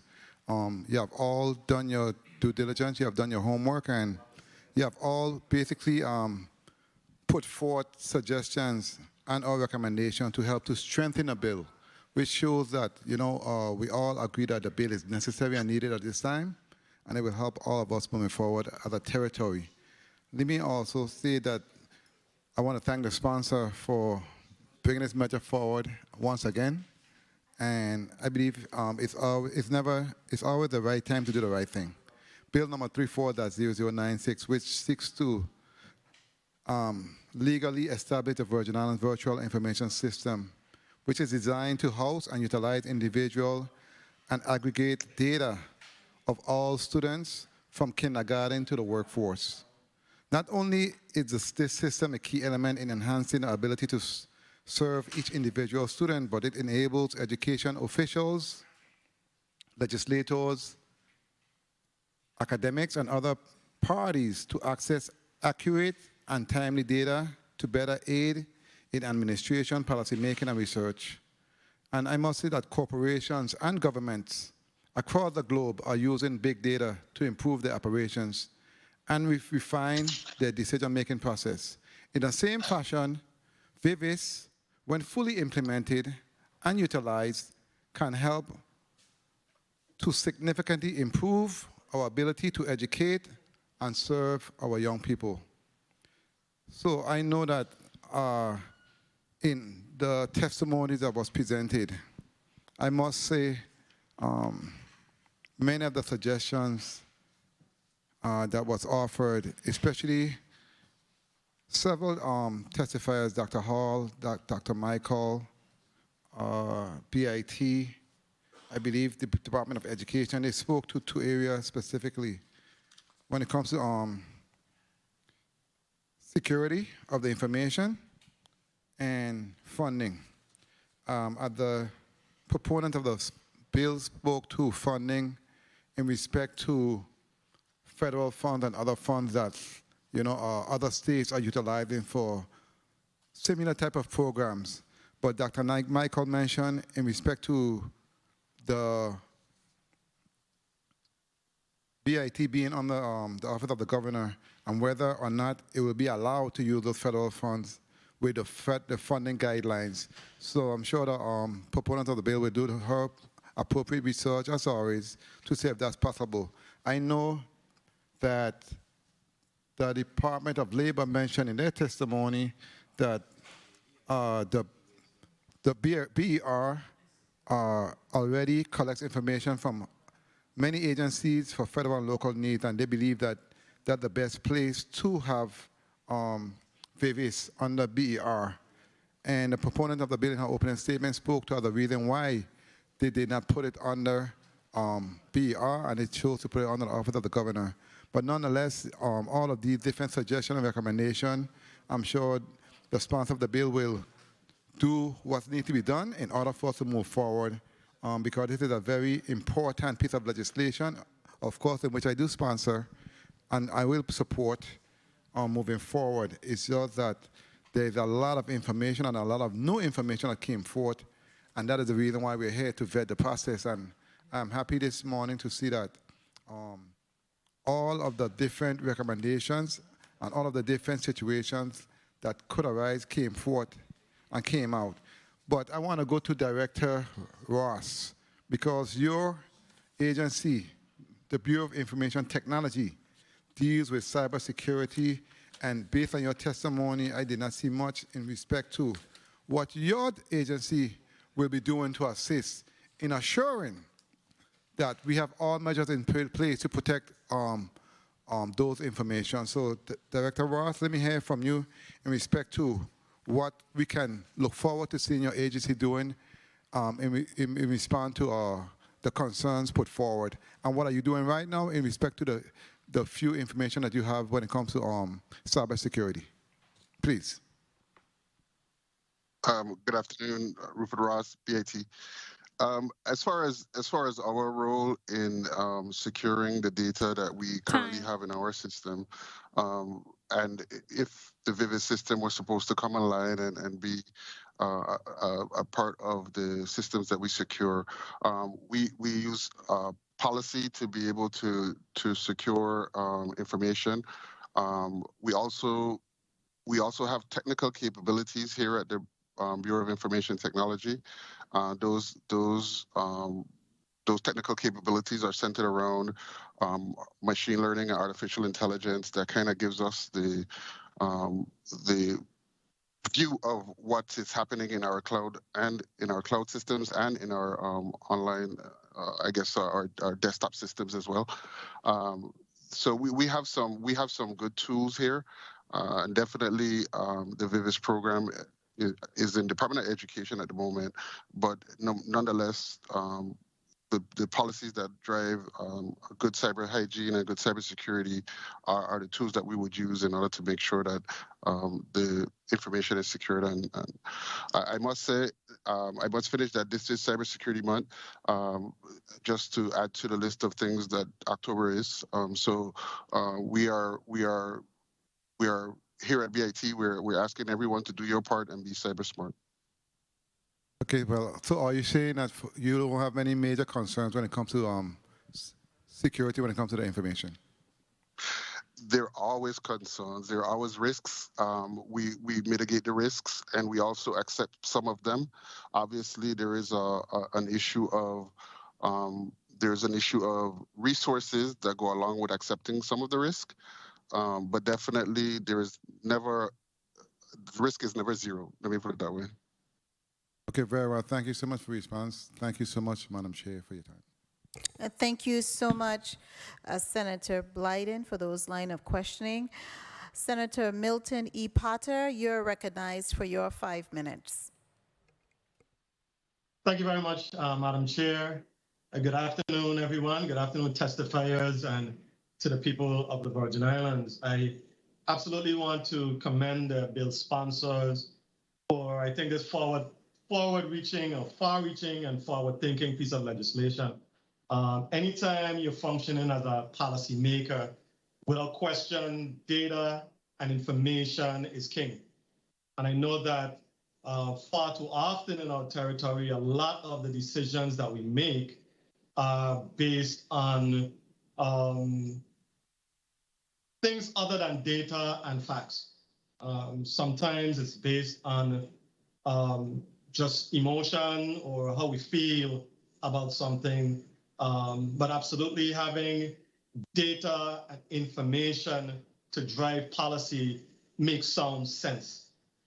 Just to piggyback off of what my colleague just mentioned in addressing the question to Director Ross regarding cybersecurity, I know that is something that has been of significant concern, not just for the people of the Virgin Islands, but universally. Anytime you're talking about data and information, cybersecurity really is something that comes into play. And I'm hearing Director Ross, are you saying that based on your manpower, your capacity, that you are comfortable with your ability to take on the awesome responsibility as the head of the Bureau of Information Technology? You are comfortable with the tools that you have in your toolbox right now on information and the manpower to ensure that the data that we will be accessing, confidential and personal data, will be secure? Good afternoon again, Rupert Ross. Thank you for the question. I would say that to answer your question, we definitely are in a cycle of continuous improvement. We don't really rest on where we are as it relates to cybersecurity. Definitely, we have some great tools. The resources that we need are finite, and so we have to decide whether or not there are things that we can do with the resources that we have versus the risk that we're trying to avert, or the appetite for the risk that we have. So I would say I'm confident that we have great tools. I'm confident we could have better tools. I'm not going to shy away from saying that we can have better tools. But definitely, just to bring it back to your question, yes, we do have great tools. We probably would need more resources. Risk management is a game of what appetite do we have in order to be able to whether or not we want to be airtight, we have to have a lot of resources, or we could decide that some things are not required to be as airtight as necessary.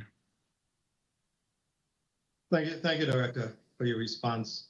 Attorney Hudson, you made a suggestion for the development of a governing board to be an entity that has some oversight over VIVIS. And I just wanted you to elaborate a little bit about that. And in your scenario, would the executive director report to this appointed governing board? How would that look? Thank you again, Senator Albinson Hudson, Legal Counsel, Department of Education. What we did in our commentary when we met with the national body that kind of that surveys the longitudinal data systems across the country, we noticed that most of those systems have some type of governing structure, whether it is Commissioner of Education or the State Superintendent of Education, University President, or Department of Labor Chief.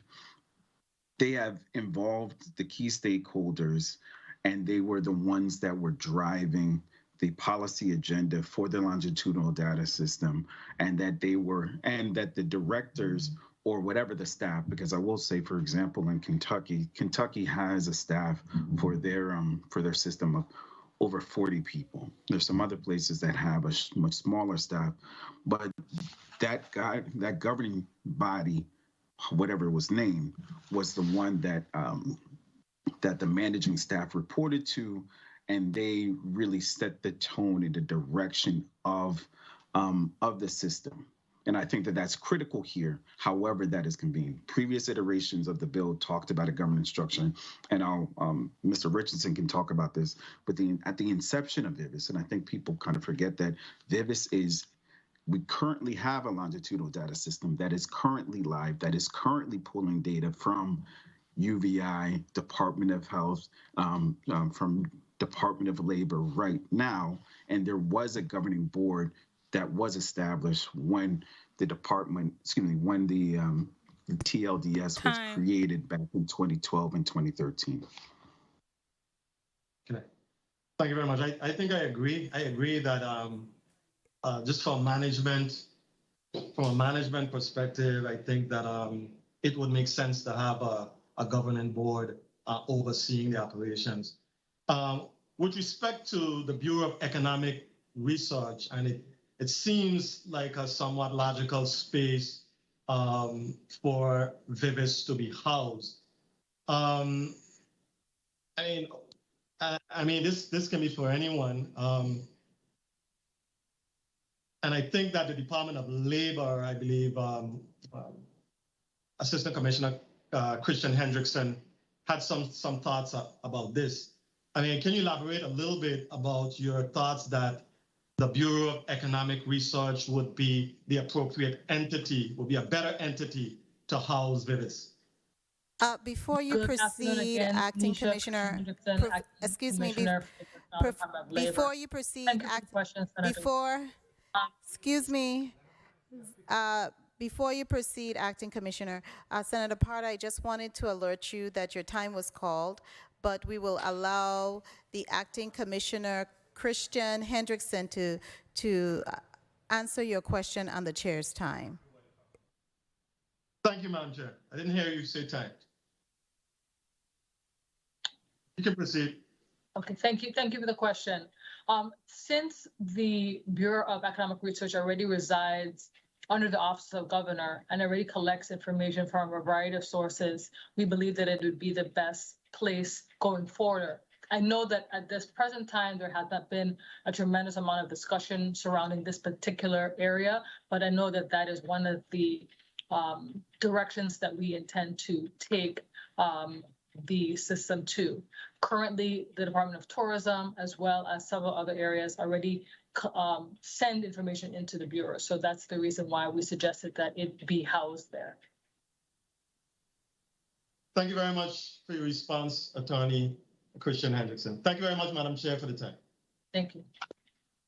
Thank you so much, Senator Potter. Senator Alma Francis Heiliger, you're recognized for your 5 minutes. Good afternoon to my colleagues. Good afternoon to the people of the to the territory. Good afternoon to the testifiers. The concept of this bill I am in support of.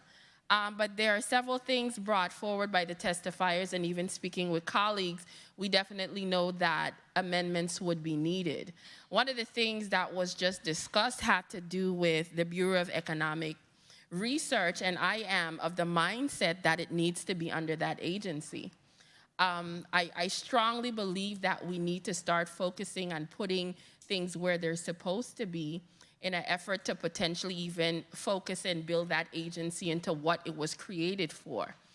I want to ask a couple of questions in regards to how data is currently being collected. I know across the board other agencies collect information, but if we're going to be creating a centralized location for this information, how do some of the other agencies collect data, as well as the security aspect of collecting that data across the board? Anyone could start answering. Sure. Good afternoon. Thank you for the question, Senator. And I'm going to jump in here because I do want to give our technical and local expert an opportunity to really explain. I think that what is being missed here is that there are there are information systems at all of the agencies, and then is created a mechanism that pulls that data into the longitudinal data system.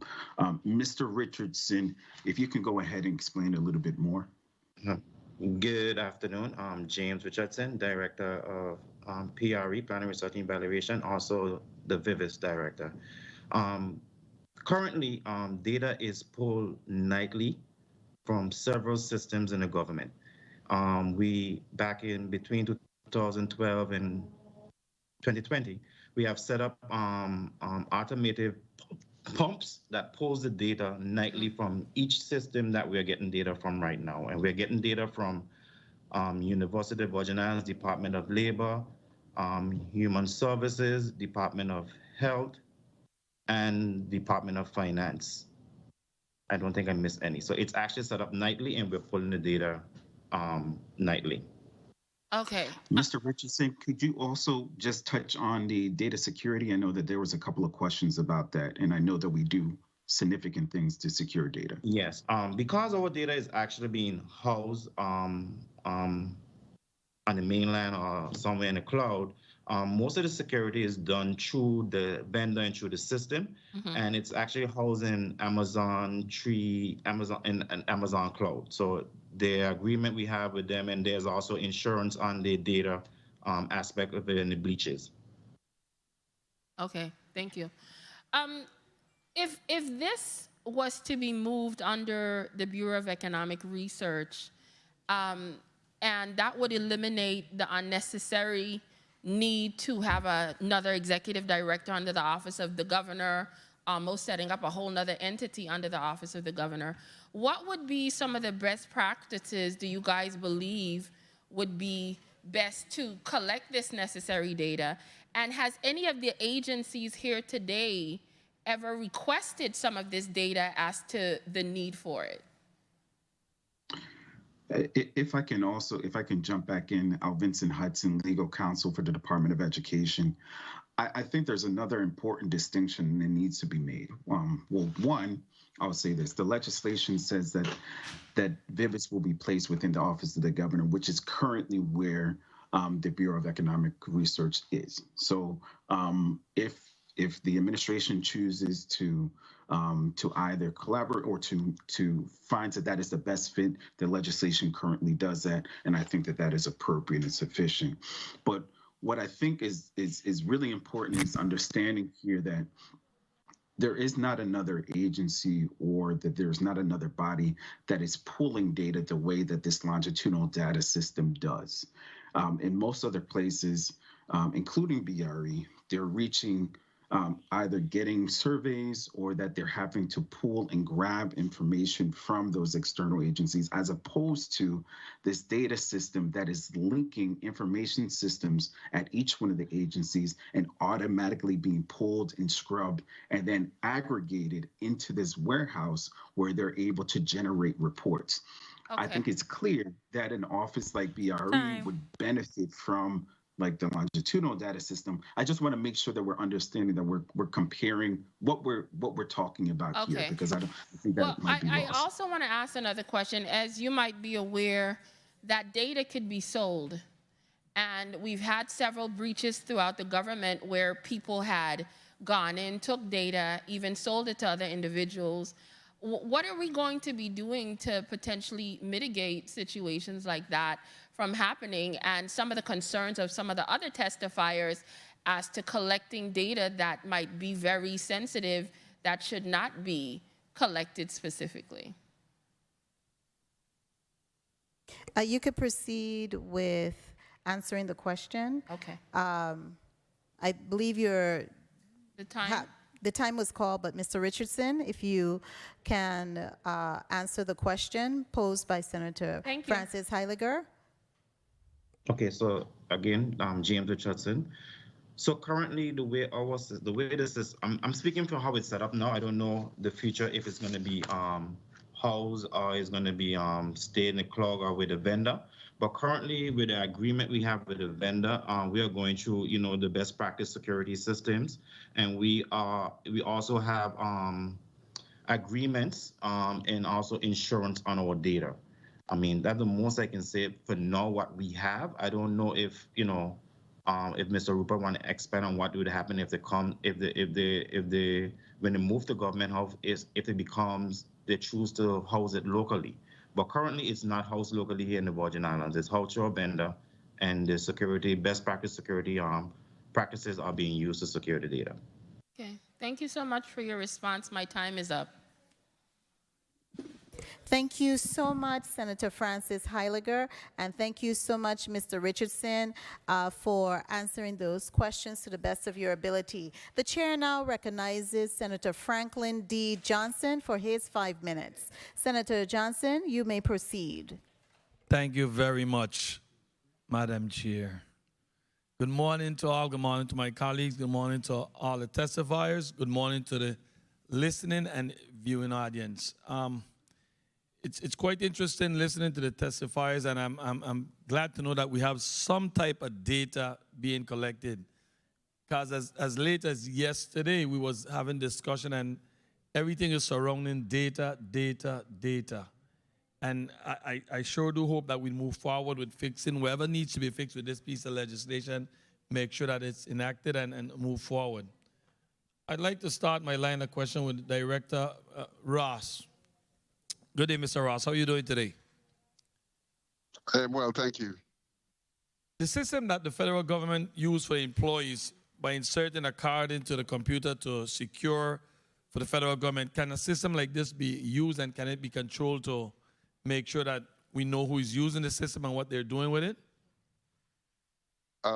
Yes, that can be done here as well.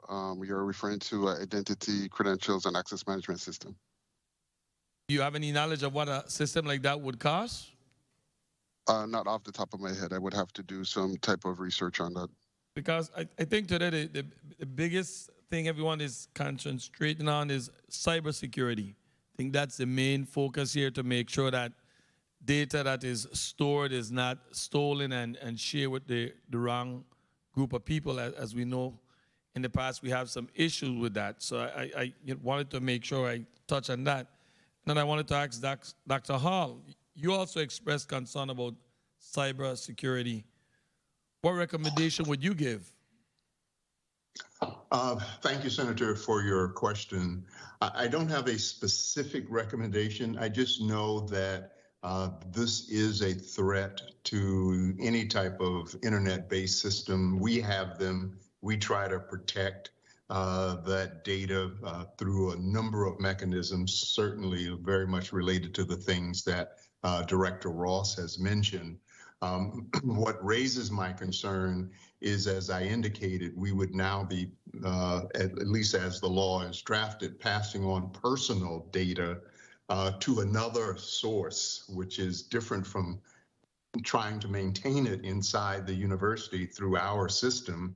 And because we have an obligation to protect this data, we would want to make sure that as it exists in this other system, that there are extreme precautions that is there to protect the data. I agree with Mr. Ross. No system is going to be without any risks at all, but I would urge us, if we move in this direction even more so, that we have to make sure there is funding for protecting this data in the most sophisticated manner that is possible.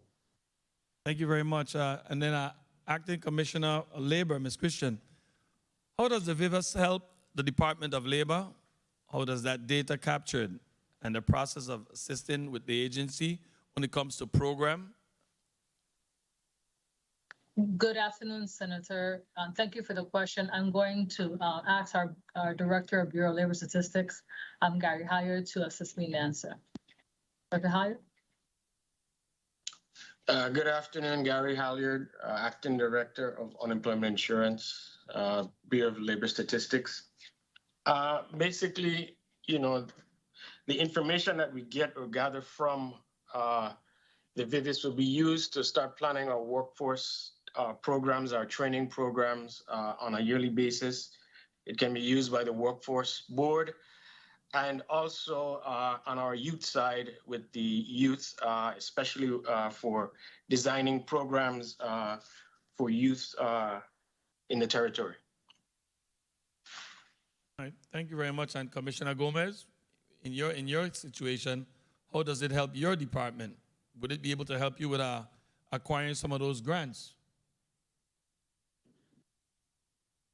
Thanks for the question. Most definitely, the more data, the stronger it is. I just want to make sure that it's an unduplicated count whenever we are collecting the data, because we all serve some of the same clientele. And so for us at DHS, it does make a stronger collaborative effort. So it allows us to be able to say what the entirety of the Virgin Islands is and then compare the data accordingly to age groups.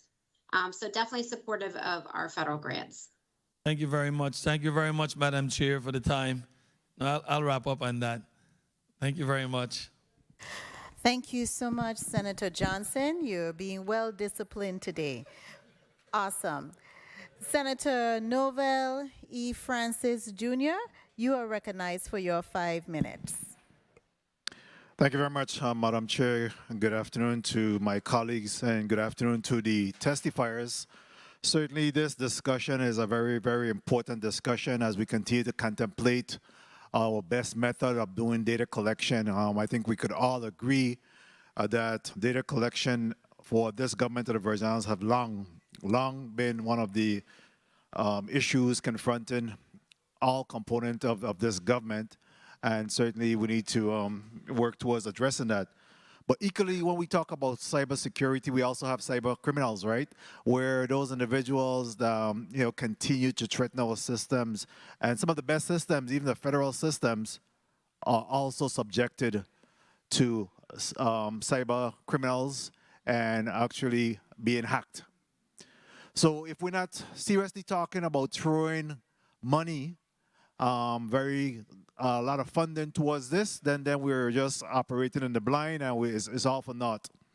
Cybersecurity is a very, very expensive venture, and if we're just doing it half the way, then we're gonna always be in a deficit. I wanted to ask. First of all, in respect to the collection of the data, and I heard from Mr. Richardson the fact that the data is being collected every single day. Who drives the issue and determine what data need to be collected? Mr. Richardson? Yes, good afternoon again. I'm James Richardson. Back in 2012, between 12 and 14, when the committee met, it was a committee of several commissioners, and the decision was made then on what data would be given from each system. So it was like the commissioners from each department, each agency. And they come up with exactly what information needs to be collected and how that information would then be analyzed? What happens once the information is collected? I'm sorry, it was actually the commissioners along with the stewards, because most of the stewards are the people that deal directly with the data at the different agencies. Okay, and I know that there have been some discussion in terms of VIVIS, and where do we truly believe VIVIS should reside?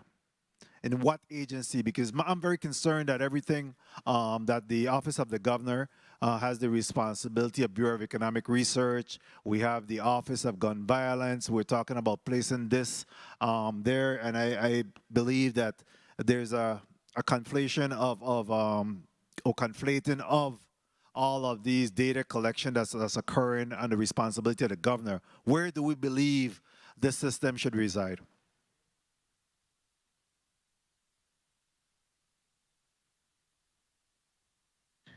Currently, in my small opinion, I believe it should be reside in Government House for the fact that it will be more centralized. So Government House where? I mean, when you say Government House, where in Government House? Under the Office of the Governor? I mean, where in Government House do we believe that the policy position need to be taken in regards to where VIVIS will reside? Well, I guess it would be the Bureau of Economic Research, for the fact being that it claims it should be the office where data is captured for all agencies. In most states, there's an Office of Statistics that is located under the Governor Office, and I believe, to my understanding, is similar to what the Bureau of Economic Research is doing. Okay, do we agree with that? Department of Education and BIT? Rupert Ross, yes, I agree with that. Very well. Department of Education? I'm James Richardson. I'm Department of Education also. No, I was asking the attorney, Al Vincent Hudson. Good afternoon. Yes, the department thinks that there's clearly synergy between VIVIS as a longitudinal data system and the intent and the mission of the Bureau of Economic Research. So we think that there's potentially a very nice fit that it can grow into. So how is the current information that's collected, how is that funded and at what cost? Mr. Richardson, are you aware of how is the collection of that data in the longitudinal system? How is that?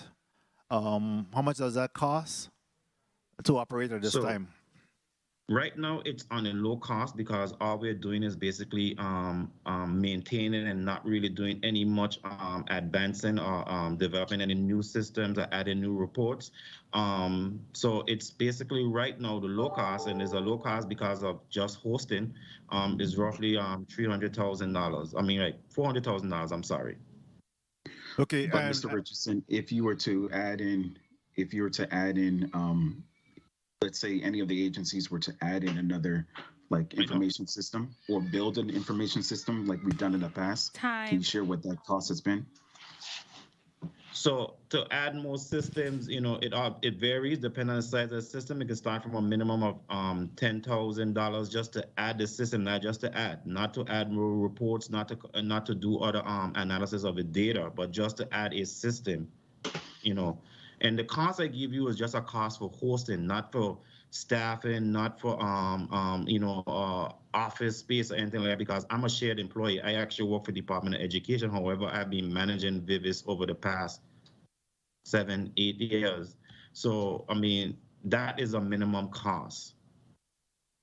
Very well. Thank you for your responses. Thank you, Madam Chair, for the time. I think that we need to continue to contemplate the information governance policy and framework so that we could really determine where we go from here. Thank you. Thank you so much, Senator Francis. Senator Javon E. James Sr., you're recognized for your 5 minutes.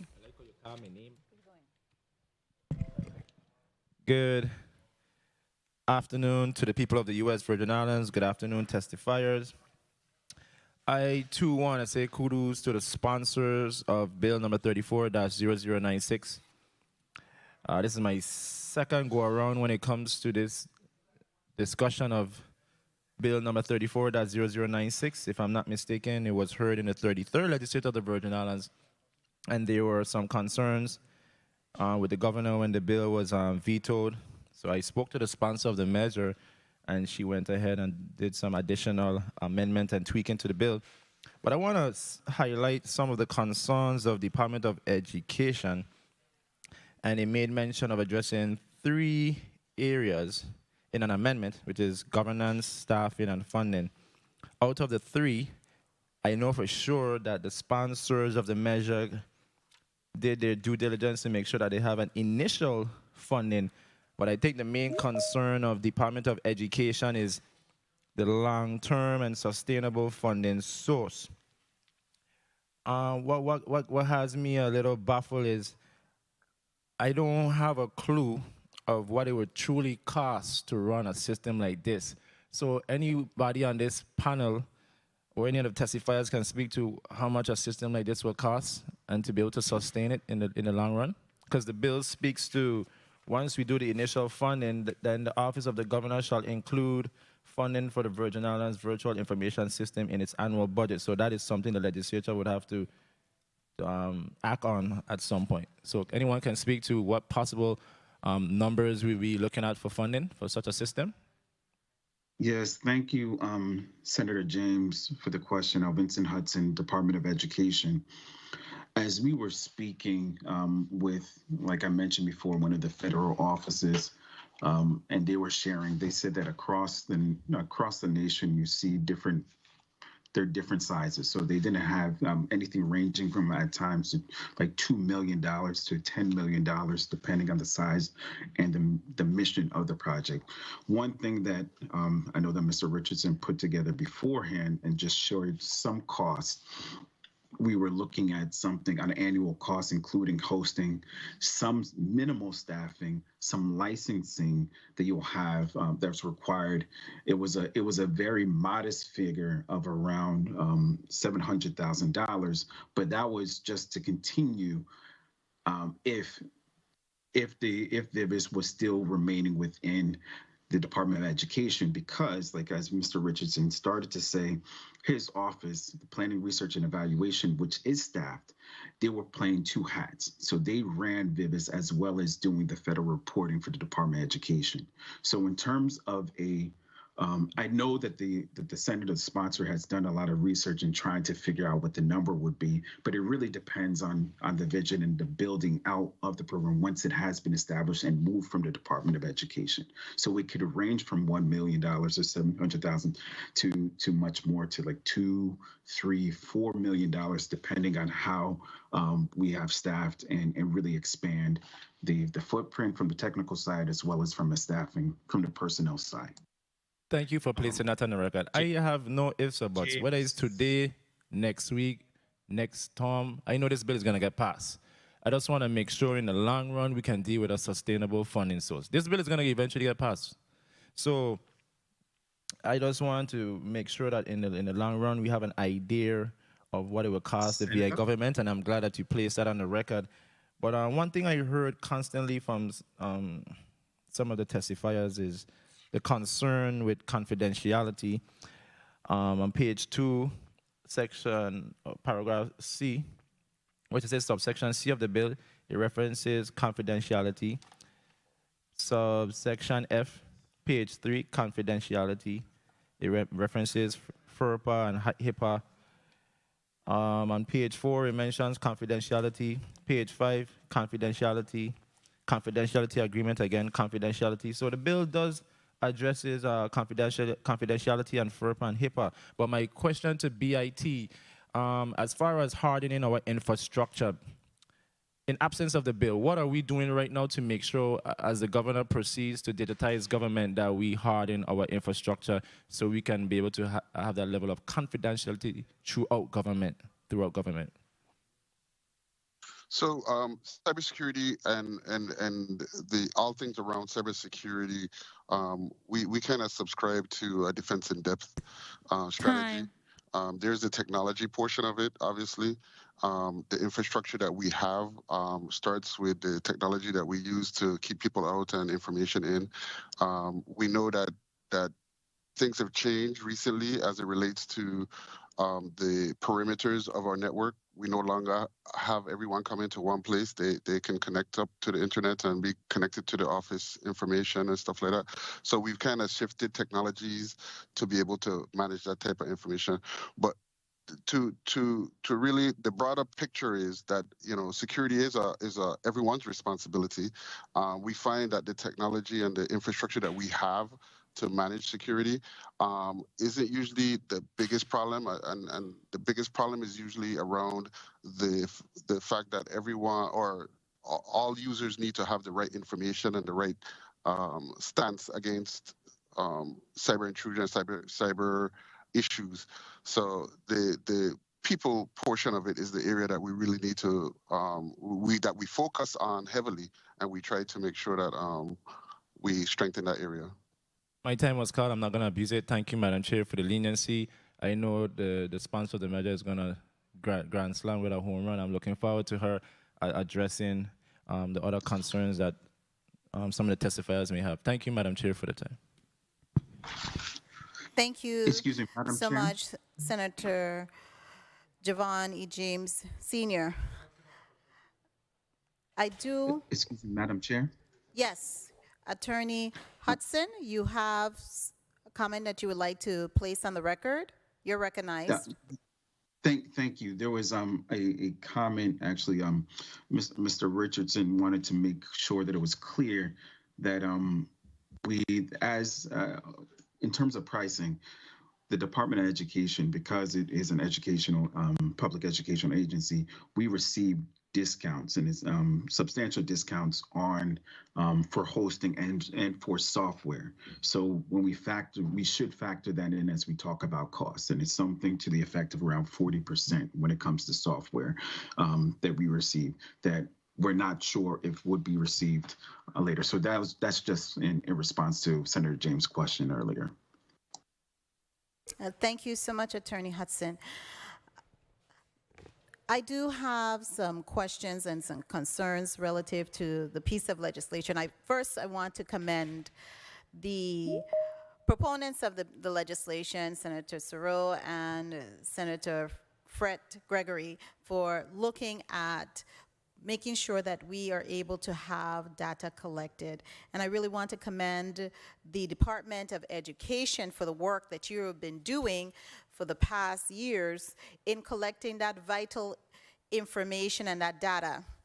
I believe one of the testimonies recognized the importance of data collection relative to being that, I would say, passenger in a vehicle that the driver is the funding and the passenger is the data, so that they are feeding into one another so that we could get funding. I know for competitive grants, it's always critical for us to show the need. And how do we do that? Show a need? We show it by the collection of data. We show it by, and also the performance of the grants or the performance of any type of program. We show that by the numbers. The numbers drives the funding. A lot of people think the funding comes just like that. No, you have to really quantify it. And the number is how you quantify the funding and getting funding, and also being able to report on outcomes from the funding that you receive. So this is a very critical piece of legislation, and that's why I really wanted to commend the two sponsors of it. My concerns lay, and similar to what my colleagues have outlined in their questioning, as well as some of the items that were brought to the attention to us from the testifiers, revolve around three areas. One, sustainability. Two, security. And three, really governance of this entity, if we form an entity, and having an executive director in place. So I want to ask the questions to Mr. Hudson from the Department of Education. You have been using this system for over, 5 years? And you have not put in place an executive director to manage this system. How do you see it? Maybe you can defer the question to Mr. Richardson. How do you see it being structured as far as governance? Because I do recall that there was some question relative to the governance of it. Should we, in fact, look at putting this under another entity besides Department of Education? Thank you, Senator. I will defer the balance of the question to Mr. Richardson, but I do want to make it clear, Mr. Richardson is the director of VIVIS. But go ahead, Mr. Richardson. Good afternoon again. I'm James Richardson, Director of Planning, Research, and Evaluation. So currently, in my opinion, the structure should remain basic. The Executive Council way, the same way, where it's made up of a body of commissioners, or even as stewards from different agencies. The reason for that is the agencies know the data, and with them sharing the data, helping the director understand the data, then it can work seamlessly. Okay, so Mr. Richardson, you already have in place an advisory council? Executive Council. An executive council. So this executive, the bill speaks to the executive, to a portion of that to deal with governance, because I know that was some of the concerns. But if this is already existence, I don't see the logic of reinventing a wheel. Page 3, G, it says the Commissioner of the Virgin Islands, Department of Education, Labor, Health, Finance, Human Services, and the Attorney Generals of the Virgin Islands, the President of the University of the Virgin Islands, a non-government entity participating in VIVIS shall appoint stewards responsible for providing data from within their organization to the executive director. So this, in fact, has already taken place as far as the governance. So Well, there was comments, and it seems a bit conflicting to me. That's what I'm trying to get it sorted out.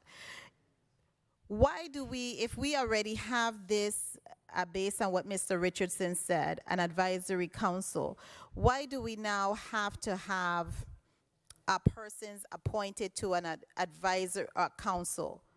I'm trying to understand relative to governance. Sure. Senator Alvinson Hudson, Department of Education. To be clear, a advisory or executive governance council was created at the inception of the system. Unfortunately, that council has not met in several years. In addition to a council, what was established was a steering committee, which had people that were guiding the direction of it, but then also there was a tactical workforce that really had people that were technical, that were digging into, the information that many of us are not aware of, with the exception of Mr. Richardson, who is the expert. So now, in our conversation with the, and we do thank the senator for reaching out and involving us as they just talking as they've been drafting. When we read it, it wasn't our understanding that the stewards, which we have talked about, which is important, the people that are closest to the data and everything, but it wasn't necessarily our understanding at that time that those stewards were going to kind of form this governing body that would be an advisory, in an advisory capacity. Okay. We expressed. Okay, So we expressed our concern, and we understand that there should be an amendment that would address the concerns that we have regarding governance. Okay, thank you so much, Attorney Hutchinson. I'll be very brief now. Mr. Ross, relative to cybersecurity and the collection of the data and the confidentiality of the data collected, how do people get access to this data? I think that question would probably be better posed to Well, answer Mr. the Richardson question or his team. relative to the protocols that you have in place for cybersecurity and any costs associated with that. As far as the current system is concerned, I'm not sure I understand the question. Yes, you have a current system that you oversight. This will be part of your system, I'm presuming. So what costs are you looking at? Is this going to implement this legislation? Is this going to be an additional cost, or can this cost be absorbed under the entire umbrella of your funding sources? So as far as the system that is currently there, I would imagine that Department of Education would have some type of cost associated with operating it. They would have the vendor that they would pay, or whatever the case may be. The question as to how it would be designed in the future is unclear to me at this moment. Even if the system was moved to the Office of the Governor, probably we would maintain the way it's designed now and continue to work in that continue to work in that sphere. As far as a cost that would go associated with that for BIT, we would continue with the funding that we have to provide cybersecurity for the entire government, and we would just envelop that cost as it relates to an additional system. Thank you so much, Director Ross. Colleagues, our time is almost exhausted on this bill. I will ask the proponent of the measure to speak on it. Recognized. Senator Janelle Quesaro, you are recognized. Thank you. Thank you, Madam Chair. I'm a bit confused. Please don't excuse my passion today for anything else. It's just passion at this point, right? Disclaimer. I'm a bit, I understand the concerns, and there are a lot of valid concerns that came from the testifiers. But I'm a bit confused as to some of the concerns. Throughout the legislation, for example, on this whole confidentiality protection discussion, we have on page 3 of the bill, F, that the ED shall coordinate the sharing of data, ensure the confidentiality of records, and ensure that an agency's entities' data is used consistent with FERPA and HIPAA and other applicable federal and local laws, rules, regulations, and procedures. We go to J on page 4, and we say the Office of the Governor shall, not may, ensure the regulations, operating procedures, and policies regarding the management and operation of VIVIS are promulgated in accordance with applicable local and federal laws. We go a little further throughout the bill again, and M, the executive director shall ensure that VIVIS is maintained such that it coordinates the matching and de-identification of student-level data in order to protect the confidentiality and privacy of the individual person. We continue again, and the executive director and the staff at the participating agencies and entities involved in receiving, handling, and transmitting and processing data shall execute a confidentiality agreement agreeing to maintain the confidentiality of all data that contains personally identifiable information. P, the executive director shall maintain the confidentiality of all data shared through VIVIS. Again, 2, it requires the use of secured passwords to access computer databases. I don't know how much more confidentiality and security. Page 6 says, ensures the compliance of FERPA, HIPAA, and other federal and Virgin Islands laws relating to the privacy rights of records insofar as such laws are applicable to the agencies and entities.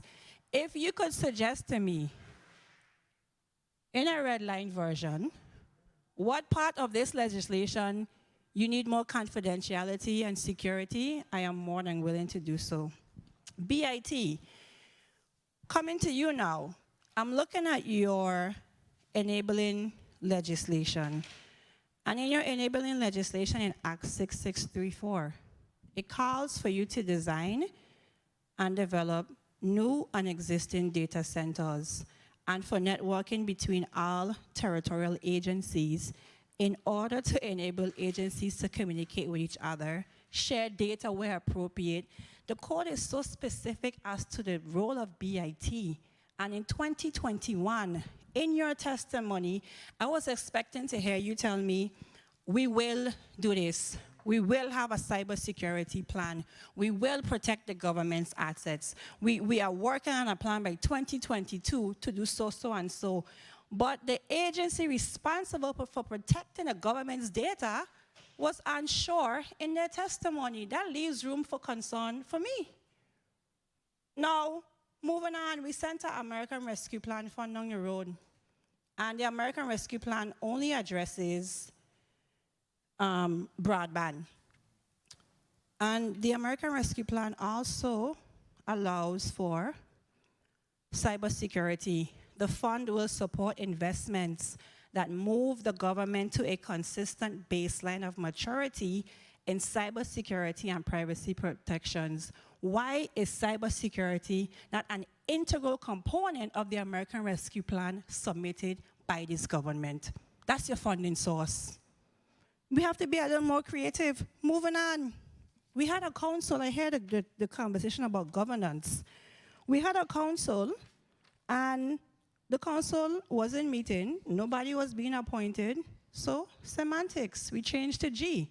And we say commissioners of the Virgin Islands Departments of Education, Labor, Health, Finance, Human Services, and the Attorney General, President of VVI, and non-governmental entities participating in VIVIS shall appoint stewards responsible for providing data within their organization to the executive director. So instead of giving the governor more work to find a council, we were ensuring that this is done. Now, next point. I have a few points here happening. The last point of this all, everybody's asking about governance and rules and policies and procedures. The staffing and the ability for the director to hire is in the amendment. The governance structure is open, with your indulgence, Madam Chair, as I conclude. The governance structure is open to deliberation because we're providing a framework for VIVIS to establish their governance structure. But this can only work if agencies really participate in it. You can't look to the legislature to determine where your role should be. Agencies know what they have to contribute to VIVIS. And as you go to the state of Florida, they have grant funding for their data system. So does Illinois. There's $4.3 billion available, but nobody is looking to say we are going to apply for the grant. The question is, where is the funding coming from? We have grant monies to support the data system, but agencies definitely have to participate. For VIVIS to really work, Madam Chair and colleagues, it needs an integrated effort of the relevant agencies to contribute to the system. Thank you, Madam Chair. Thank you so much. Point of information, Senator Alma Francis Heiliger, you're recognized. Thank you.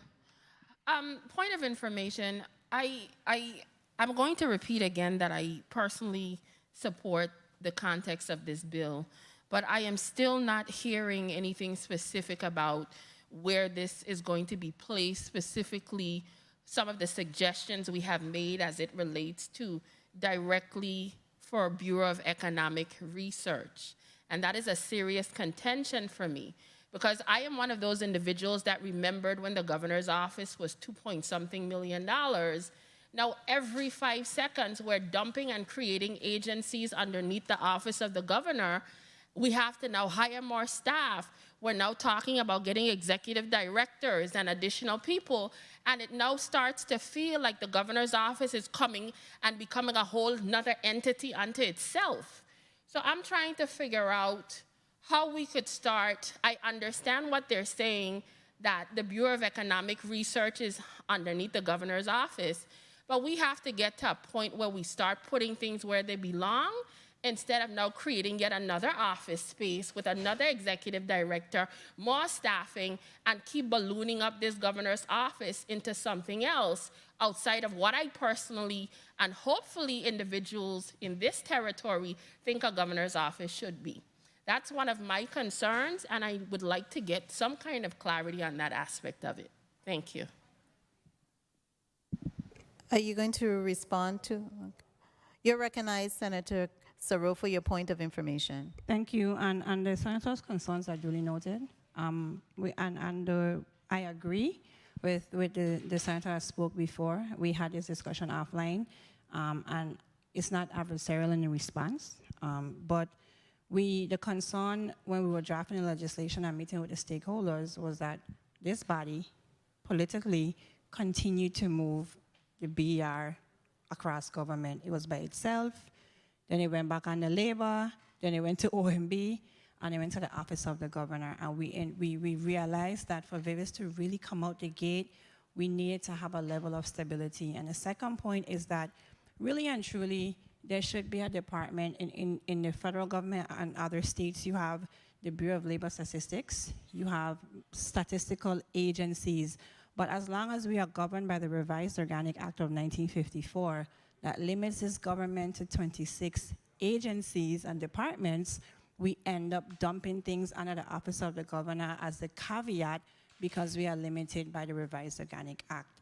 That's why we end up putting things under the office of the governor for statutory reasons. I hope that clarifies. But moving forward, we could further discuss the location of the VIVIS, and the Senator's concerns are duly noted. I do also have a question relative to the sustainability. I know that some of the issues relative is sustaining this VIVIS for the long term because of the vital role they play in the collection of data. So how are we looking at sustaining it, and at what budget level? I know in the legislation it speaks to them, I think it's either in the legislation or in the amendment, it speaks to the executive submitting a budget to us, the legislative branch. So that's one of my troubling concerns. So colleagues, I hear an amendment. Senator Blyden, you're recognized. Thank you, Madam Chair. Madam Chair, I move amendment number 34-367 to Bill number 34-0096, offered by Senator Janelle Kesaru. Bill number 34-0096 is amended as follows. A, Section 1 as follows. 1, internal Section 27JC, page 2, by adding a sentence at the end of the subsection that reads as follows. The Executive Director may hire the personnel necessary to assist the Executive Director in meeting the Executive Director's responsibilities of administrating the VIVIS. 2, internal Section 27G, page 3, line 19, by striking stewards and inserting personnel referred to as stewards, who are, and by adding a sentence at the end of the subsection that reads as follows. As may be needed by the Executive Director, stewards shall assist the Executive Director by providing input regarding best practices of the VIVIS. 3, internal Section 27JI, page 4, is amended by adding a sentence at the end of the subsection that reads as follows. To the extent permissible under a grant, the Executive Director may award as subgrants any grants or any funding obtained by the VIVIS to agencies and the departments that are participants in a VIVIS. B, in Section 2 by redesignating subsection B as subsection C, and by inserting a new subsection B that reads as follows. B, the Executive Director shall submit the VIVIS initial budget to the Legislature of the Virgin Islands. The budget must include all anticipated expenses of the VIVIS, including systems, infrastructure, personnel supplies, utilities, transportation, and any other miscellaneous expenses that the VIVIS may have. I so move. The amendment has been properly moved by Senator Blyden, seconded by Senator Javon E. James Sr. and Senator Novell E. Francis Jr. Any objections? Hearing none, the motion carries. Motion. Motion, Senator Blyden, you're recognized for your motion. Madam Chair, I move Bill number 34-0096 as amended, an act amending Title III Virgin Islands Code, Chapter 1, by adding a Section 27J, establishing the Virgin Islands Virtual Information System. I so move. Just a Senator Blyden, you move it to where? Let me restate. Kindly restate Thank your you. motion. Thank you. I move to withdraw my motion. Your motion is withdrawn. The seconds are also recognized as withdrawn. Kindly restate the motion. Motion. You're recognized for your motion, Senator Blyden. Thank you, Madam Chair. I move Bill number 34-0096 as amended, an act amending Title III Virgin Islands Code, Chapter 1, by adding a Section 27J, establishing a Virgin Islands Virtual Information System, be voted on favorably in this committee, forwarded to the Committee of Rules and Judiciary for further consideration. I shall move. The bill has been properly moved by Senator Blyden. It's been seconded by Senators Francis, James, and Johnson. Roll call. Senator Marvin A. Blyden. Senator Blyden, yay. Senator Novell E. Francis Jr. Senator Francis Jr., yay. Senator Alma Francis Heiliger. Senator Francis Heiliger, yay. Senator Javon E. James Sr. Senator James Sr., yay. Senator Franklin D. Johnson.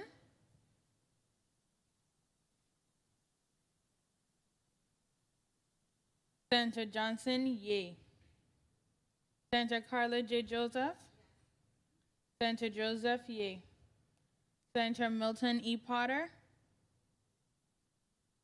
Yes. Senator Potter, yay. Madam Chair, you have 7 yeas. Thank you, Madam Clerk. Bill number 34-0096, an act amending Title III Virgin Islands Code, Chapter 1, by adding a Section 27J, establishing the Virgin Islands Virtual Information System as amended, has been favorably voted upon by this committee and will be forwarded to the Committee on Rules and Judiciary for further consideration and action. Madam Clerk, thank you so much. Testifiers, thank you for your testimony today. I will allow you to put on record a 30-second wrap-up. We will start with Attorney Hudson, if you're still there. Attorney Hudson, can you kindly proceed with your 30 seconds wrap-up? Thank you, Madam Chair. The Department of Education is thankful for the opportunity to come before this body and share the good work that our Office of Planning, Research, and Evaluation has done in establishing VIVIS, and looks forward to continue to work and collaborate with the other agencies here in the territory to aggregate data for the betterment of our territory and allow others to use data to move forward policies and regulations. Thank you. Thank you, Attorney Hudson. Commissioner Encarnacion, you may proceed with your 30 seconds wrap up.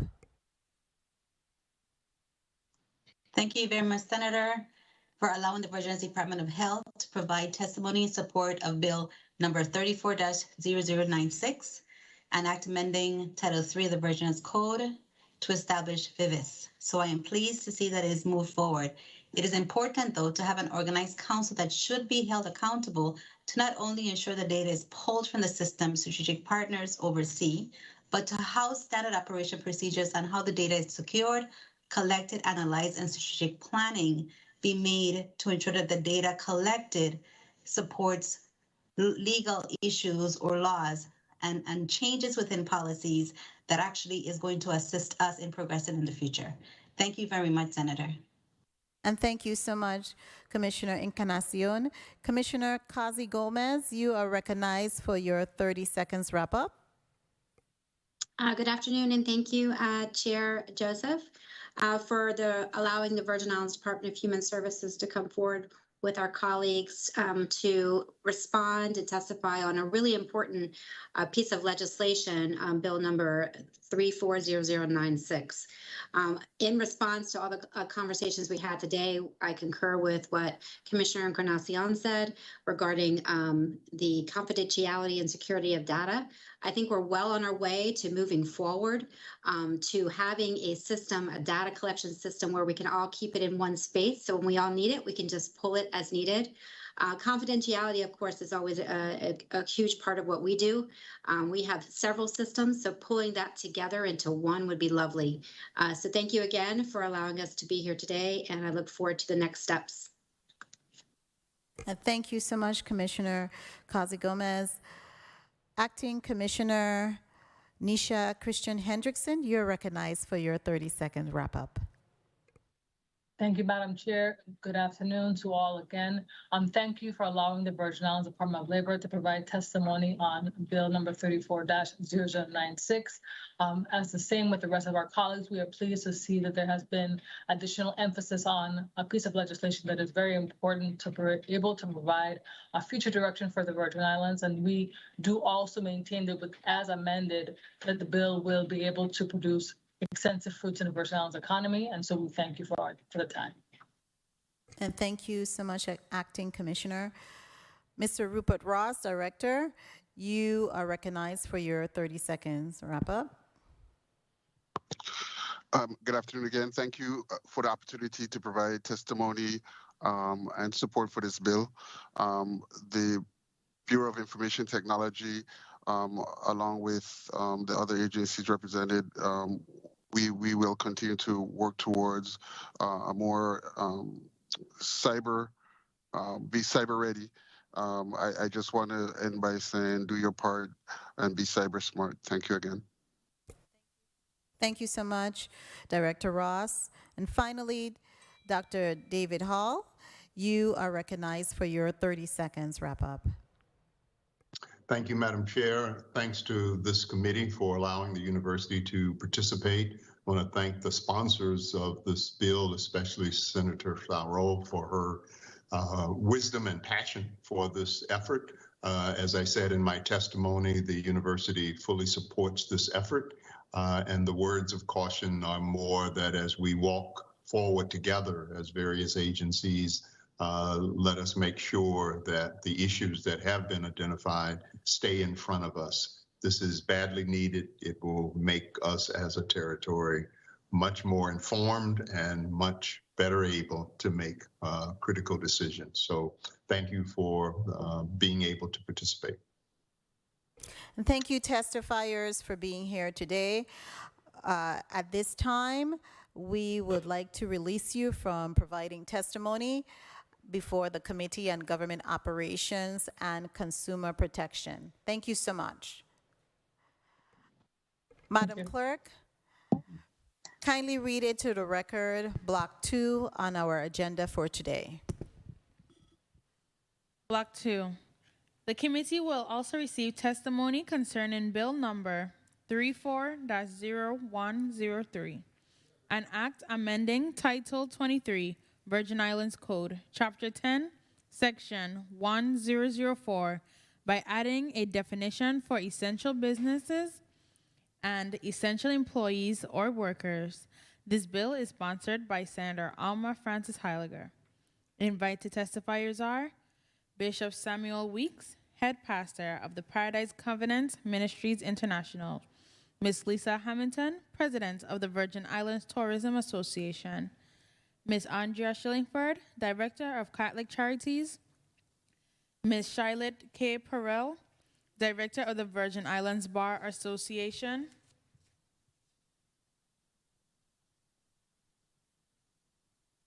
Mr. Daryl Jushin, Director of Vitima, Ms. Junia John, CEO of Lutheran Social Services, Mrs. Irma Chase Durima, Executive Director of the Virgin Islands Methodist Training and Outreach Center, Mr. Shane Gaspard, President of St. Thomas St. John Chambers of Commerce. Thank you so much, Madam Clerk. We will take a 2 minutes recess and then we will be back on the record.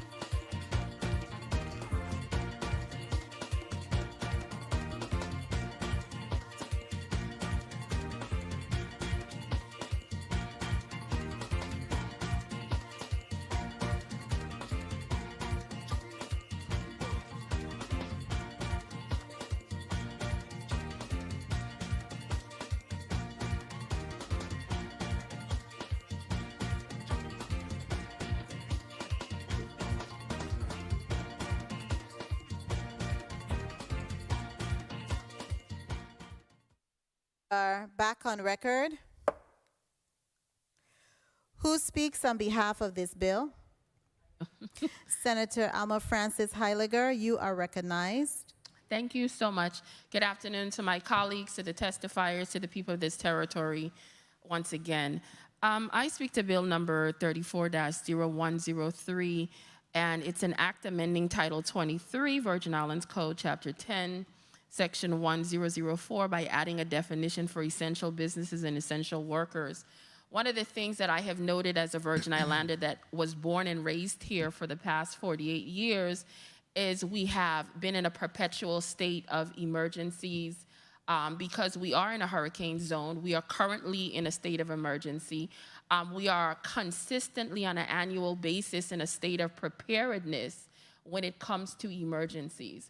So one of the things that we wanted to do was codify in the code was who is essential when it comes to emergencies. There are states that have done this, but also via executive order, the governor would also at times step in and identify who these individuals are. One of the things by doing this, by codifying it in the code, we directly put in a mindset of preparedness for those individuals to know that I don't have to wait to be told or for executive order to come out to say, well, guess what? We have to be prepared to get ready to be essential. So the goal here is to have it set in stone, and if based on the type of emergency we have, I could foresee whether the governor interjects and does an executive order to say, well, outside of what is codified in the code, we need to add an additional 3 categories or whatever. But that is the whole premise of this bill, so that preparedness would be part of our way of life and the way that we function and think. So I am open to the testimony of individuals in sharing their thoughts in hope of getting this bill passed, and with your testimony, whatever necessarily amendments that we need to do in order to make sure that this bill comes to fruition on behalf of protecting the people of this territory. Thank you. And thank you so much, Senator Francis Heiliger. Before I begin to recognize the testifiers who are gathered here today, I want to note for the record that we did indeed send out invitations to various testifiers. However, we did not receive any written correspondence indicating that they would be present or that they would be absent or receive their testimony. We received testimony from, written testimony from Catholic Charities. Also, we received a written testimony from the Virgin Islands Hotel and Tourism Association, and that testimony will be read into the record. We received testimony from the Virgin Islands Bar, a written testimony from the Virgin Islands Bar Association, but that was for a different piece of legislation, so I will ask my colleagues to disregard that testimony that was circulated. And we, of course, have Director Daryl Jashin before us. We also had invited Lutheran Social Services. We did not receive any testimony from them, and as well as the Chamber of Commerce. We invited them, and they were unavailable to present any testimony, since this piece of legislation also impacts the private sector industry mostly, as well as the Virgin Islands Methodist Training and Outreach Center. So we will proceed now with the testimony, beginning with Catholic Charities, and then we will move on to the testimony from the VI Hotel and Tourism Association, their written testimony, which will be read into the record. And lastly, we'll round up the testimony with Director Jashin from the Virgin Islands Emergency Association Agency, VITEMA, the Virgin Islands Emergency Management Agency, VITEMA. Catholic Charities, you are recognized for your testimony. You can proceed.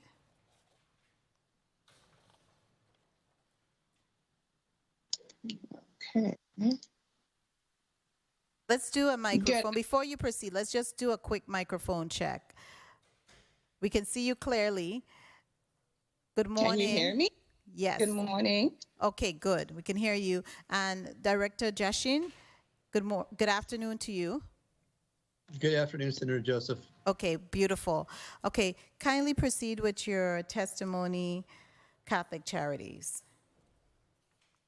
Okay, thank you, Senator.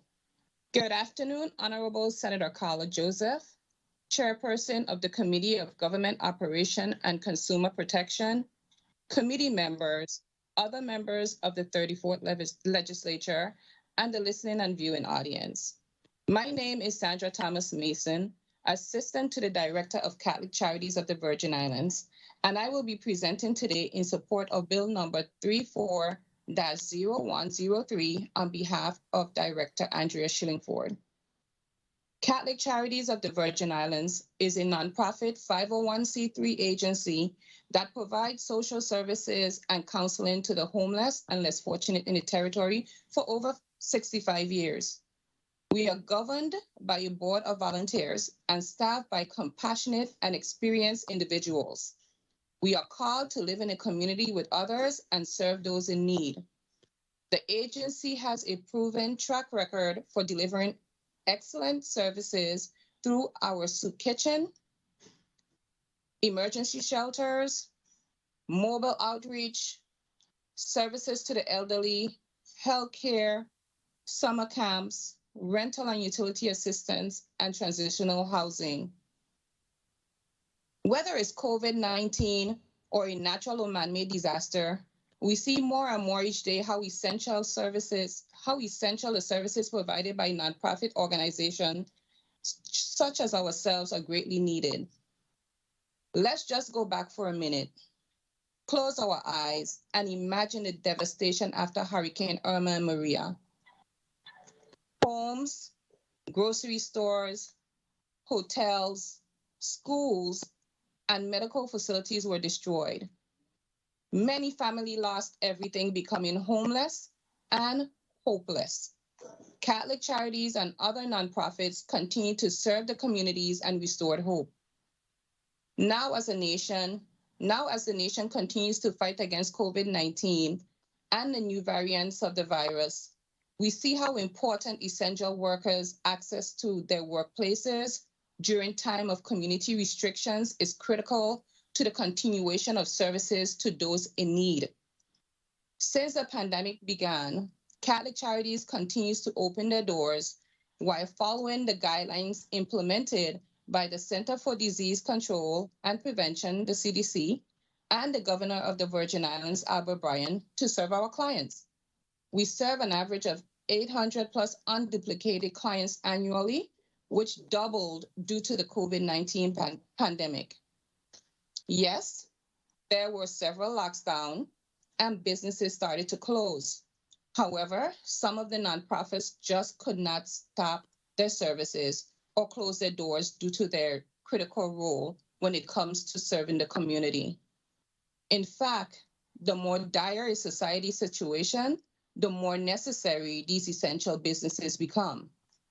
In conclusion, nonprofits have never been more essential, never. Catholic Charities continues to focus on providing critical direct services to the homeless, elderly, and families in need, while exposing ourselves to COVID-19 at the same level as medical field workers. As outlined in the guidance on essential critical infrastructure workforce, page 23, Catholic Charities of the Virgin Islands falls within the scope of residential shelters facilities, housing and real estate and related services.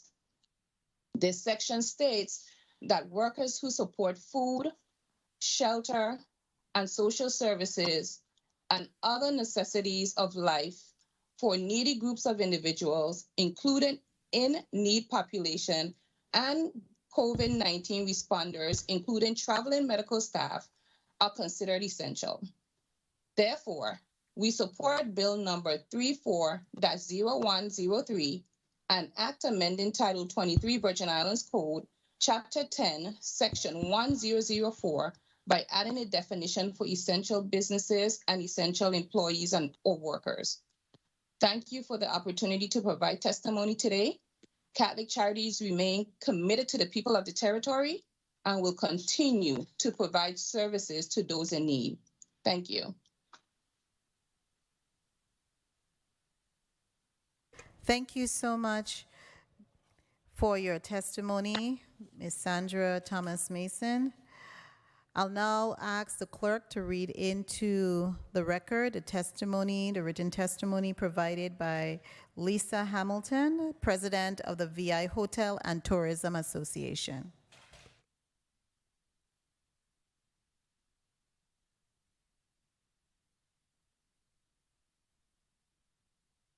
Oh, one moment.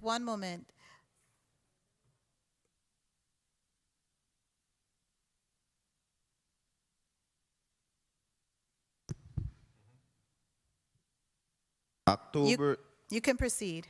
October 20th, 2021. Statement on Committee on Government Operation and Consumer Protection. The Honorable Carla Joseph, Chair Committee on Government Operation and Consumer Protection, 34th Legislature of the Virgin Islands, Capitol Building, St. Thomas, U.S. Virgin Islands. Good day, Chairman Joseph, committee member and fellow testifier. My name is Lisa Hamilton. I am president of the USVI Hotel and Tourist Association. We would like to thank the chairman and committee on government operation and consumer protection for inviting us to participate in a discussion of Bill 34-0103. An act amending Title 23 of the Virgin Islands Code to include a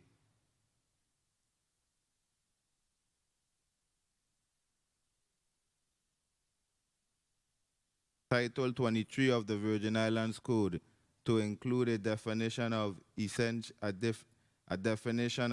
essential business and essential employees or workers. We are submitting the following position letter in lieu of testimony. The USVI Hotel and Tourist Association member comprise hotel attraction and activities and many allied business and support those more directly engaged in tourism. The purpose of bill identifies some of our members as the type of business that would be deemed essential.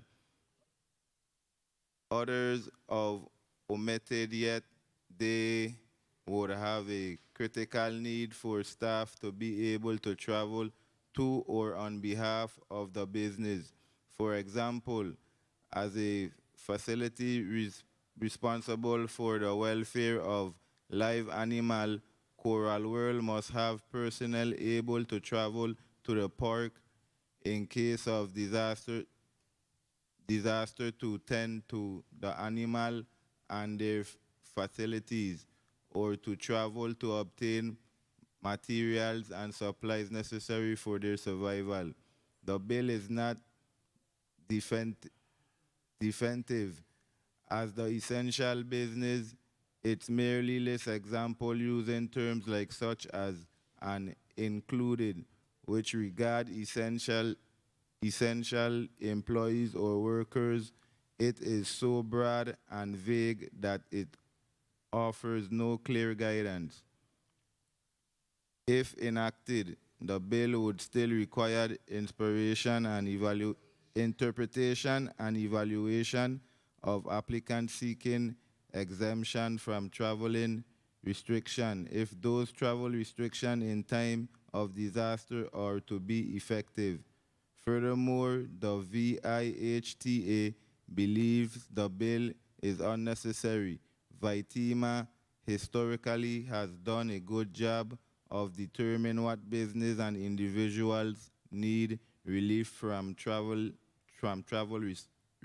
restrictions. We believe this attempt to substitute Legislative judgment for agency expertise is unwise and as noted, unnecessary. Thank you for giving your opportunity to thank you for giving us the opportunity to provide feedback. Thank you so much, Mr. Clerk, for reading that testimony into the record. Director Darrell Jashin, you are now recognized to read your written testimony into the record.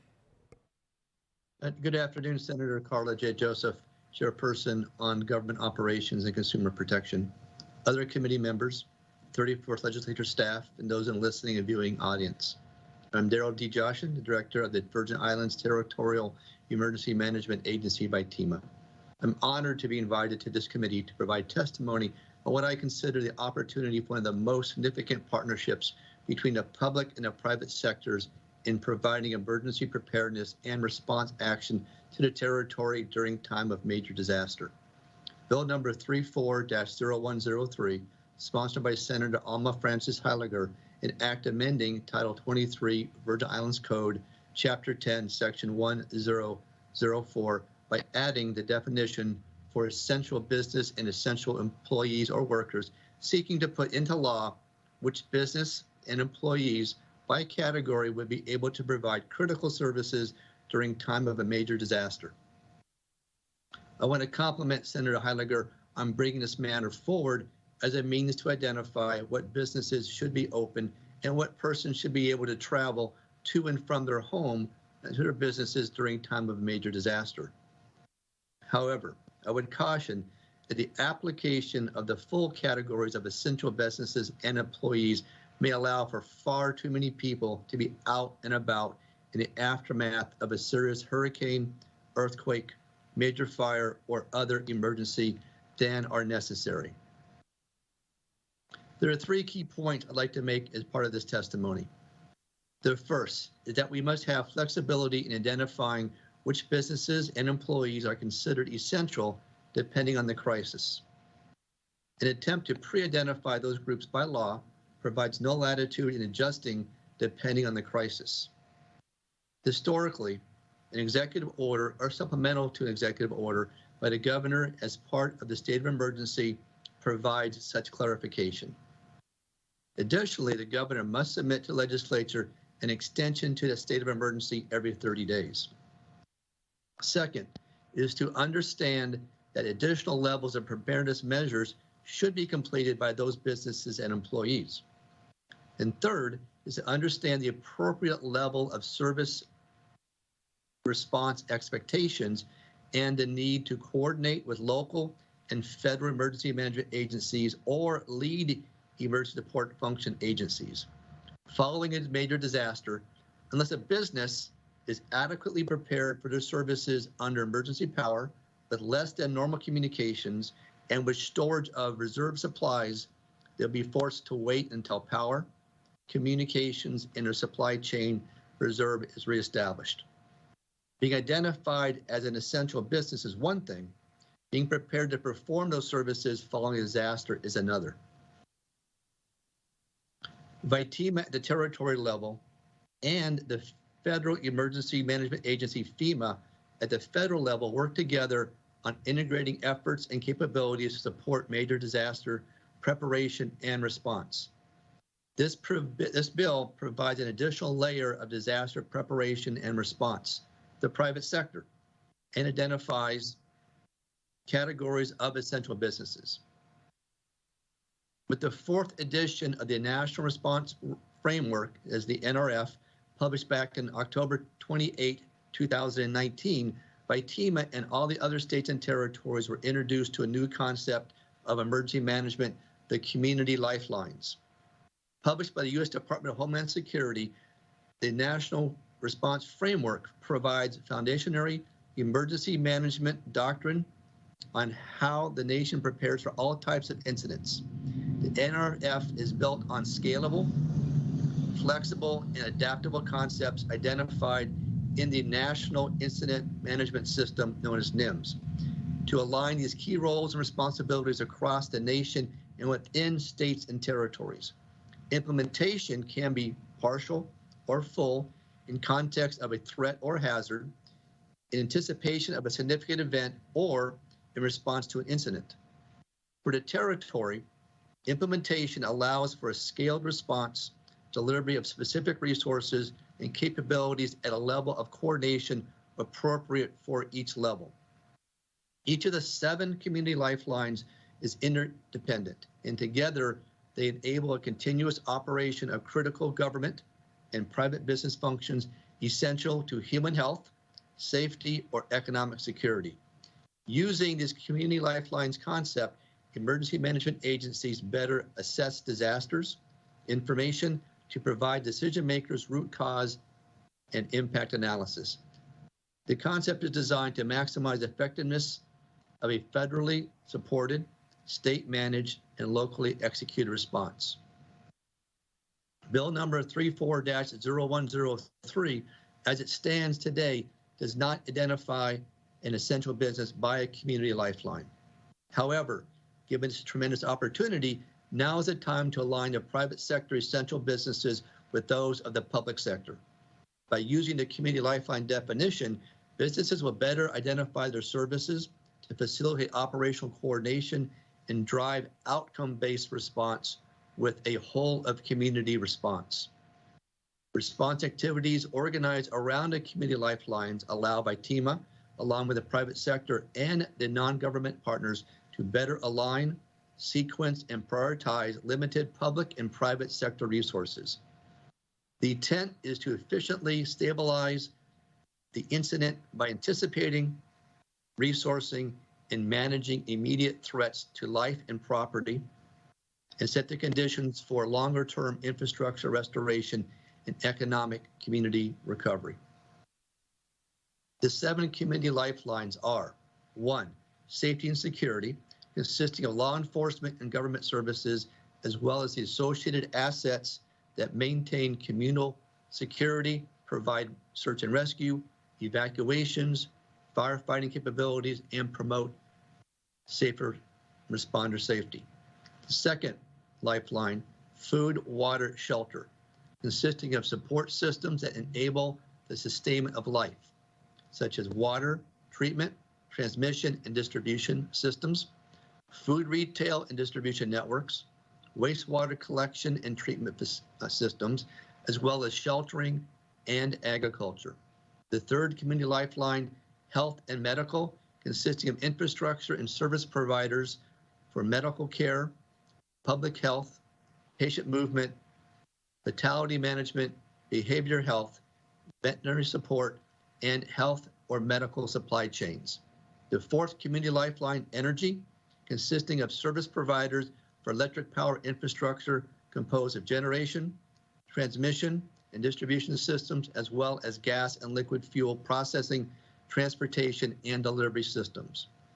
The 5th community lifeline is communications, consisting of infrastructure owners and operators of broadband internet, cellular networks, landline telephony, cable services to include undersea cable, satellite communication services, and broadcast radio networks and television. Also includes accessibility of financial services. The 6th community lifeline is transportation, consists of multiple modes of transportation that often serve complementary functions and create redundancy. The 7th and last lifeline is hazardous material, consisting of systems that mitigate threats to public health, welfare, and the environment. This includes assessment of facilities that use, generate, or store hazardous substances, as well as specialized convenience assets and efforts to identify, contain, and remove incident debris, pollution, contaminants, oil, or other hazards substances. For the purpose of this bill, a business which is not aligned with one of those 7 lifelines should not be considered an essential business. TEMA's Curfew Pass identifies in its plan its purpose to promote and facilitate the timely issuance of curfew passes to essential response and recovery personnel, government officials, designated individuals, business owners, non-government organizations, and the media. to speed the recovery of the territory and its economy, and to provide uniform identification following disasters or civil unrest to law enforcement personnel who control access to those impacted areas. This bill, with adjustment to the community lifeline, supports FITEMA's ability to easily identify those businesses eligible to apply for a curfew pass. When this bill passes, enforcement by the Virgin Islands police officers, the health enforcement officers, licensing and consumer affairs officers, human services enforcement officers, parks and natural resources officers, National Guard soldiers, and in some cases, federal officers, requires significant preparation and coordination. During the first 72 hours following a major disaster, the focus is on life-saving efforts of search and rescue and damage assessment by the Department of Public Works, Port Authority, Water and Power Authority, fire services, police, and the National Guard to identify unsafe areas and provide priority of response efforts. Essential businesses or essential personnel should refrain from traveling during this time, even if they do possess a curfew pass, as it is unsafe. Hours of curfew are reduced as soon as possible once safer conditions exist. Because of the limitations and concerns referenced above, it is respectfully urged that Title 23, Virgin Islands Code, Section 10004B, be renumbered to Section 1004 Charlie, and that Section 1004 Bravo or B set forth similar exception language to current Section 1004B for declarations of state of emergency by the governor in pursuant to Title 23, the Virgin Islands Code, Chapter 10, Subchapter 1. In so doing, the scale of application and need for permitting essential personnel and essential businesses to operate can be determined according to the scale of the emergency by the governor and the emergency management team. In closing, FITEMA supports this bill in concept of finding essential business and essential employees and workers, but respectfully requests community lifelines serve as a means to identify an essential business. Thank you again, Senator Joseph, for the opportunity to come before this committee on government operations and consumer protection to provide pertinent testimony on bill number 34-0103. I look forward to further discussion on this bill and to answer questions provided by members of this committee. And thank you so much, Director Jashin, for your testimony. I see that we have another person who has joined us. Sorry, Ms. Vida. Okay. Okay, so colleagues, I'm going to allot a 5-minute round of questioning on this measure. We will begin with Senator Blyden. You're recognized for your 5 minutes. Thank you, Madam Chair, and good afternoon to the testifiers, and thank you so much for your testimonies. This bill number 34-0103, seeks to define essential businesses and employees. I must ask Director Jashin, good afternoon. Let me ask you, because you spoke at the end of your testimony saying that you support the concept. Do you support the bill or you support the concept of the bill? Good afternoon, Senator. Yes, I support the bill. Okay, very well. And I appreciate your testimony because you basically laid out as to what needs to be done, what is done, and how it's done. So I really appreciate that. But let me ask you in respect to the difference. You mentioned 7 different areas.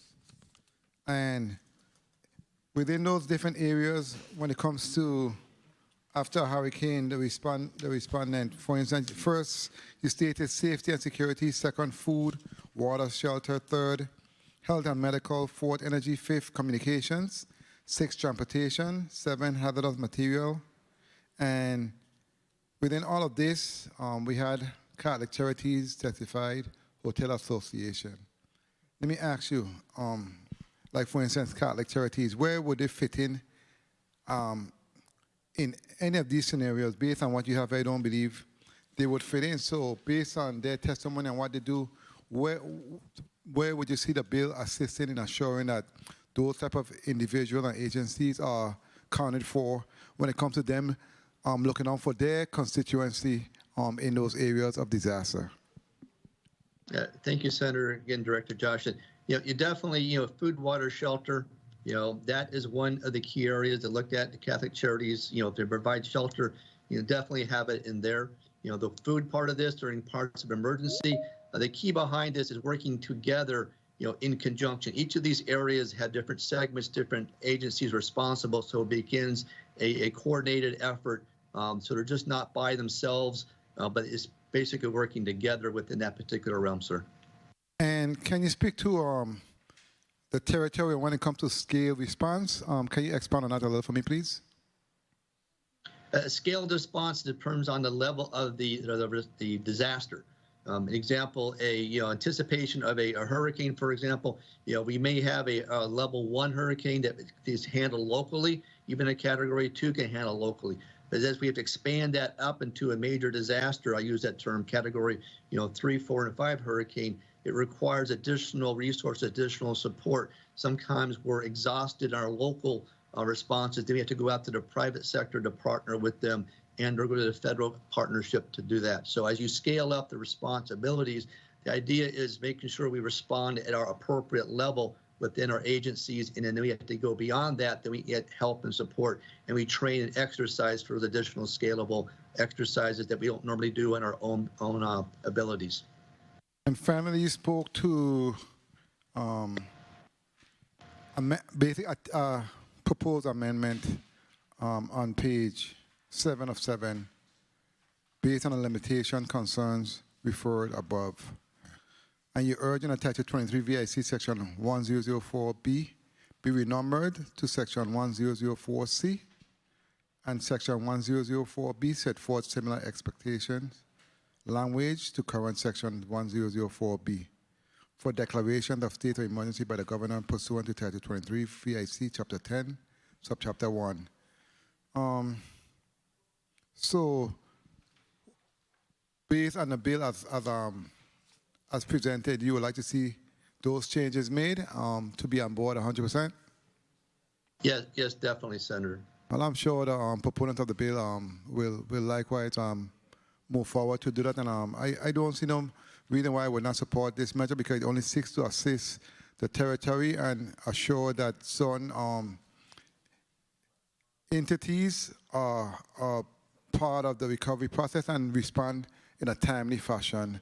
So, Madam Chair, thank you so much for the time, and thank you so much for your responses. Thank you. Thank you, Senator Blyden. Senator Milton E. Potter, you're recognized for your 5 minutes. Thank you very much, Madam Chair. Good afternoon, Director Joshin, as well as Ms. Thomas, Catholic Charities. Good afternoon, colleagues, and to the people of the Virgin Islands. Dr. Joshin, I was looking through the testimony of the Virgin Islands Hotel and Tourism Association. I know you had an opportunity to hear it. According to the Tourism Association, VITEMA has historically done a good job of determining what businesses and individuals need relief from travel restrictions.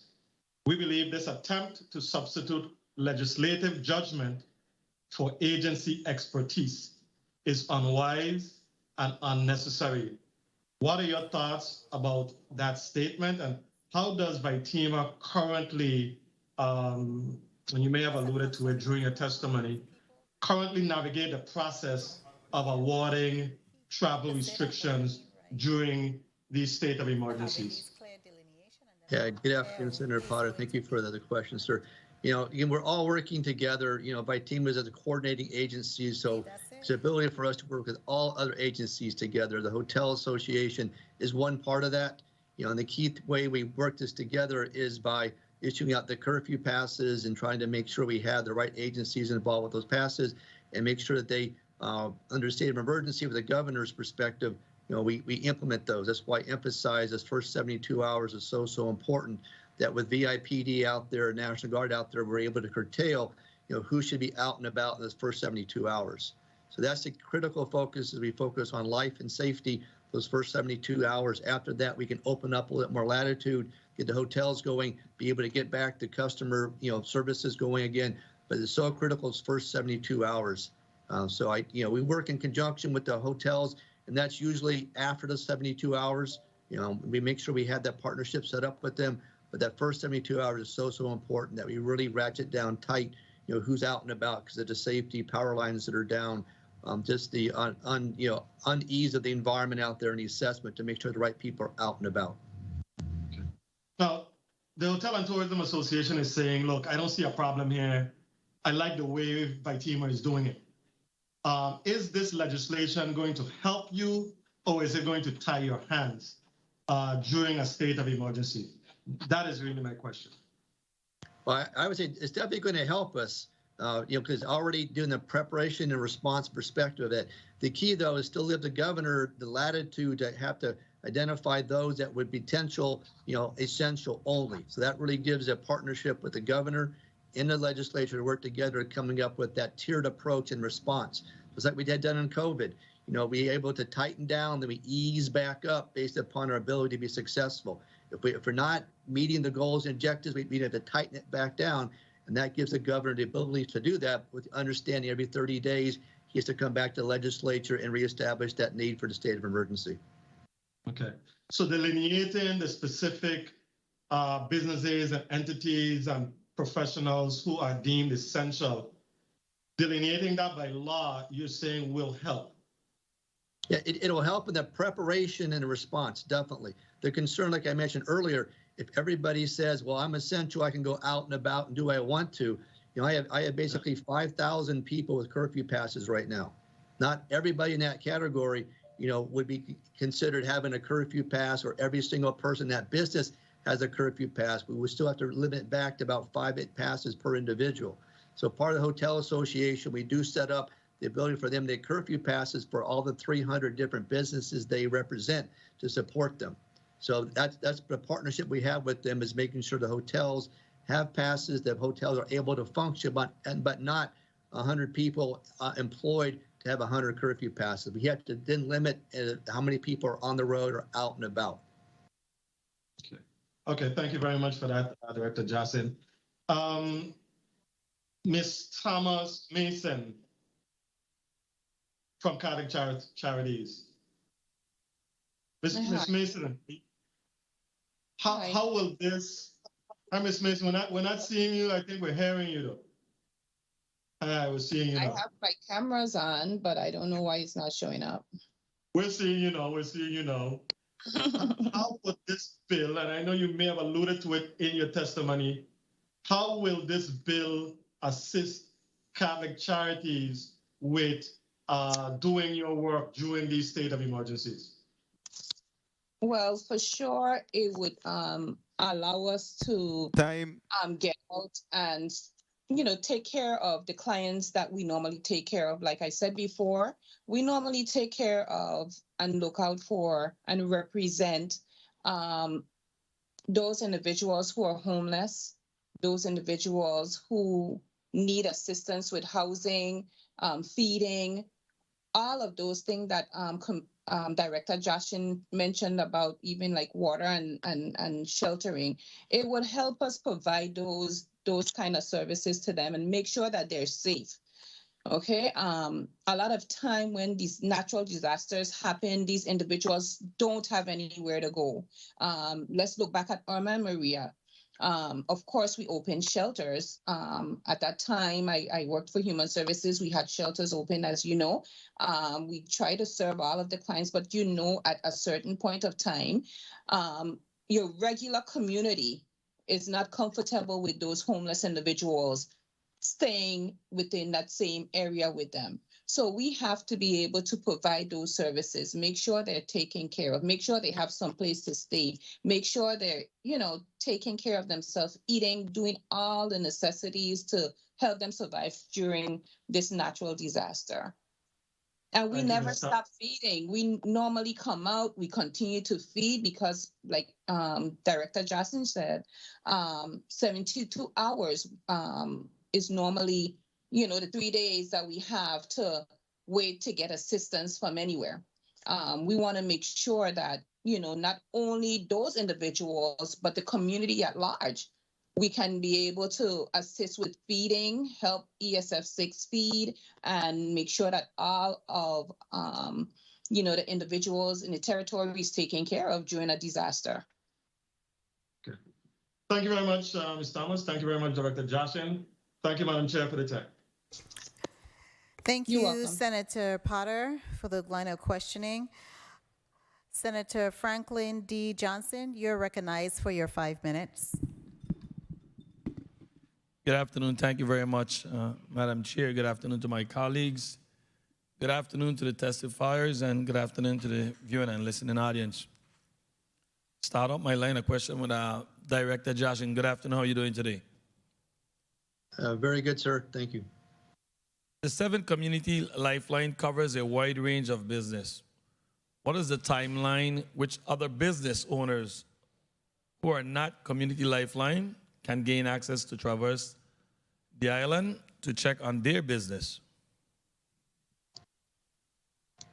Well, Senator Potter, that's going to be up to the governor. Governor, if you talk about curfews, Governor Bryan does not like curfews, first of all. Second of all, he wants to minimize the curfew period of time. And again, the emphasis on that is safety.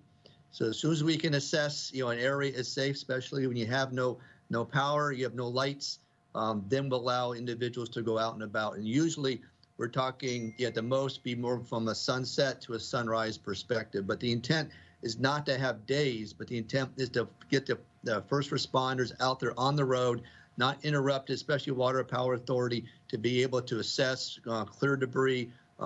That activity have to happen the first 72 hours. Also looking at health and welfare of individuals that may need assistance, so we don't have individuals out and about that should not be about. So that's the easy answer, sir. It's up to the governor, but as soon as we can lift the curfew, as soon as we can let them out and about, they should be out doing their business. At this present moment, how does VITEMA determine if a business or a person is essential or not needed of a pass? How do you determine? Well, right now, there's the curfew pass plan. We don't really turn anybody away. That's the honest answer. But we will limit how many, curfew passes you do receive as a business. So that, the bottom line is there's a process to go through. It's a business license. You have to go forward. We don't give curfew passes to individuals. It's up to the business owner to be responsible for identifying who he wants to give that pass to. But we do want to limit it to those individuals who should be out and about for their business purposes. Did you say you limit the amount of passes each business can get? Yes, sir, we do. What kind of number do you give, and what is it based on? Your number. What is your number based on? For hotels and specifically, it's based upon the number of rooms that they have. So, based upon, 0 to 50 rooms, that may be only 5 passes. And that, again, that's to help maintain, the rooms, to maintain security, go for. Other than that, we look at the positions they're asking for individuals to be put in place for that. And if it's a business like Catholic Charities, that's definitely going to be out and about and needed. Then we'll look at more latitude to give them enough passes. But if it's a normal business and they want to have, 30 people at their business and every single person wants a curfew pass, again, we're talking a period of time of darkness. We're talking about being off the roads. So that's where the latitude we come to make that decision as an organization for what needs to do. And we do have conversations back with the owners. We don't necessarily make a unilateral decision. We'll have a conversation with them and say, well, look, you want 30 people that passes. You have a business that has 30 individuals. Can we at least limit it down? Like I mentioned earlier, right now there's 5,000 people with curfew passes right now. And that 5,000 is territory-wide, or? That's territory-wide. And again, a curfew pass covers 2 years. So that's pretty much, 2,500 from last year, another 2,500 for this year. This year we had a total of 502 businesses territory-wide apply for passes. And then average of that would be about 5 passes per business. Now, again, Depending on the type of business, you may earn it and get more of them, but certain types, we really want to go back and really understand. And once I explain or my staff explains the purpose behind the curfew pass, they sort of understand it. It's not to keep you off the road permanently. It's just to let you, minimize how many people are out and about, why we're trying to restore, why we're trying to get the assessments done to make it safe out there. Again, Governor Bryan does not want to keep a curfew any longer than he has to, but we need time, especially those first 72 hours, to go out and about and make the assessments and make sure it's safe to be out. And again, if you're here for Irma Maria, when it got dark, it got very, very dark. And really, you did not want to be out and about. I talked to business owners. I say, you're actually taking on that liability to put someone on the roads when we, as the government, are saying it's not safe. So we ask you for some patience. We also have some understanding, but we do have a discussion, with each of those businesses if they want to, as far as validation of the number of passes they want. My reason for asking that question, and I'll wrap up on this, Madam Chair. I'll wrap up on this. Yes, you may proceed. The reason for asking that question, I can recall a couple of the bakeries, which have been one of the hottest thing when hurricane come. Everybody wanted to get bread from the bakery. And the bakery, a couple of them was complaining that they wasn't getting sufficient pass to get sufficient employees out there to make sure that they could have the bread prepared. And with the coffee, you have to get in and get out. You can't stay whole day and it can't be a whole day affair. So they were complaining that they didn't receive sufficient passes and it was, creating extreme difficulties for them to do what they need to do and make sure that the business could open at a timely manner and be able to close in a timely manner in regards to the curfew. Thank you very much. I would say so. Go ahead. I think part of that, I think if that business can talk about contracts, they are serving, they're providing services to businesses that are our first responders. If they're providing meals to the fire, meals to the police, meals, that's a strong argument. But again, Vitima tells you, be prepared to be self-sufficient on your own for a minimum of 5 days. So again, the prioritization for life and safety is paramount in those first 72 hours. But please be prepared to be on your own. So we talk about having a kit, having a plan, stay vigilant for up to 5 days. Thank you so much, Senator Johnson, for your line of questioning. Senator Novell E. Francis Jr., you're recognized for your 5 minutes. Thank you very much, Madam Chair, and good afternoon to everyone. And I commend the bill sponsor for bringing this particular measure before us so that we could have this discussion in respect to essential businesses as well as essential employees. I'm feeling a little bit lukewarm about this particular piece of legislation because coming from a law enforcement background, I understand the dynamics of certainly instituting some measure of safety and security and again preserving life during a natural or emergency situation. A lot of times, I don't know, I felt that the executive order that declares a state of emergency was for the purpose of, again, minimizing the amount of businesses, minimizing the amount of people and personnel that was allowed on the streets. There is time when even it becomes dangerous for law enforcement officers, for the National Guard, and other first responders to actually retreat and go to safe grounds because, again, the disaster may be imminent and we don't know the risk that may be involved in this. So I'm a little bit challenged because when you start to allow for essential businesses or additional individuals to be out on our roadway, that's going to become and present some challenges and difficulties in being able to ensure that these people actually seek safe grounds in a timely fashion.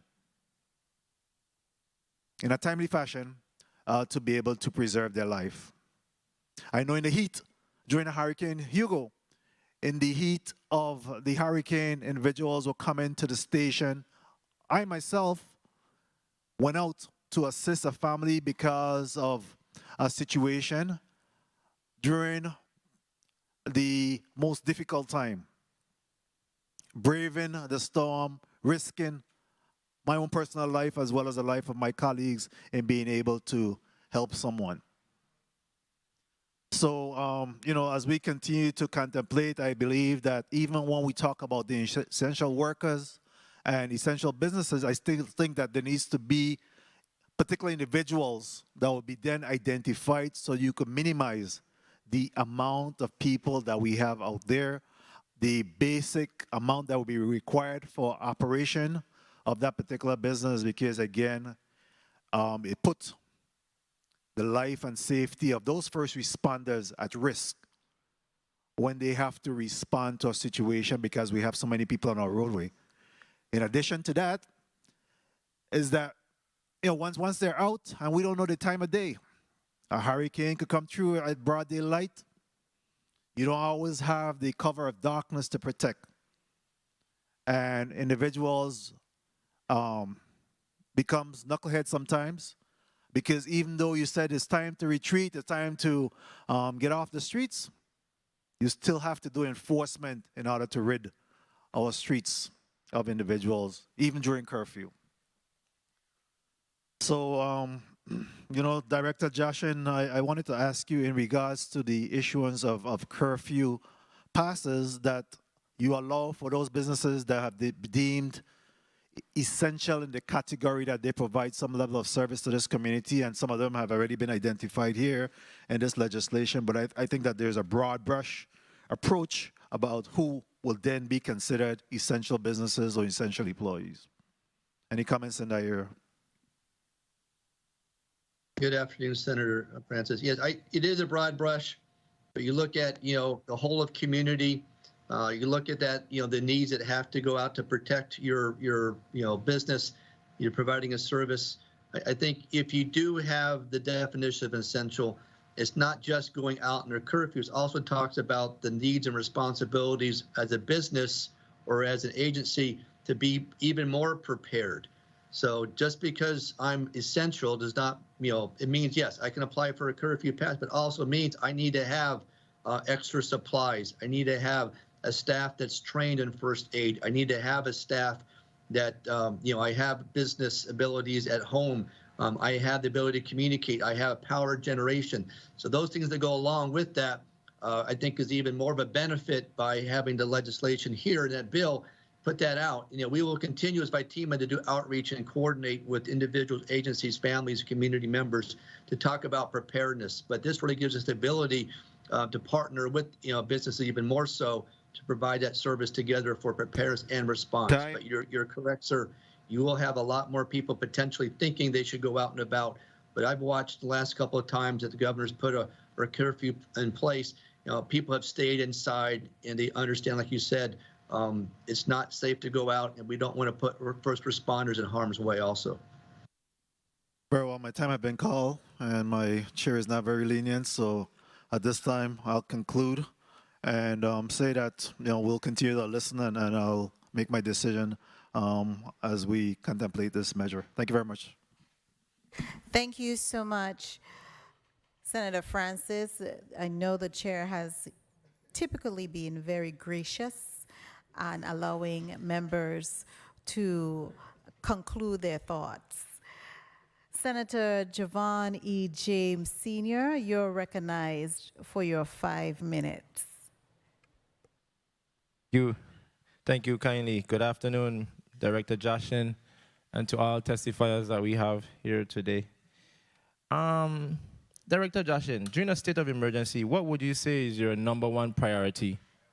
During a state of emergency or disaster, what is your #1 priority?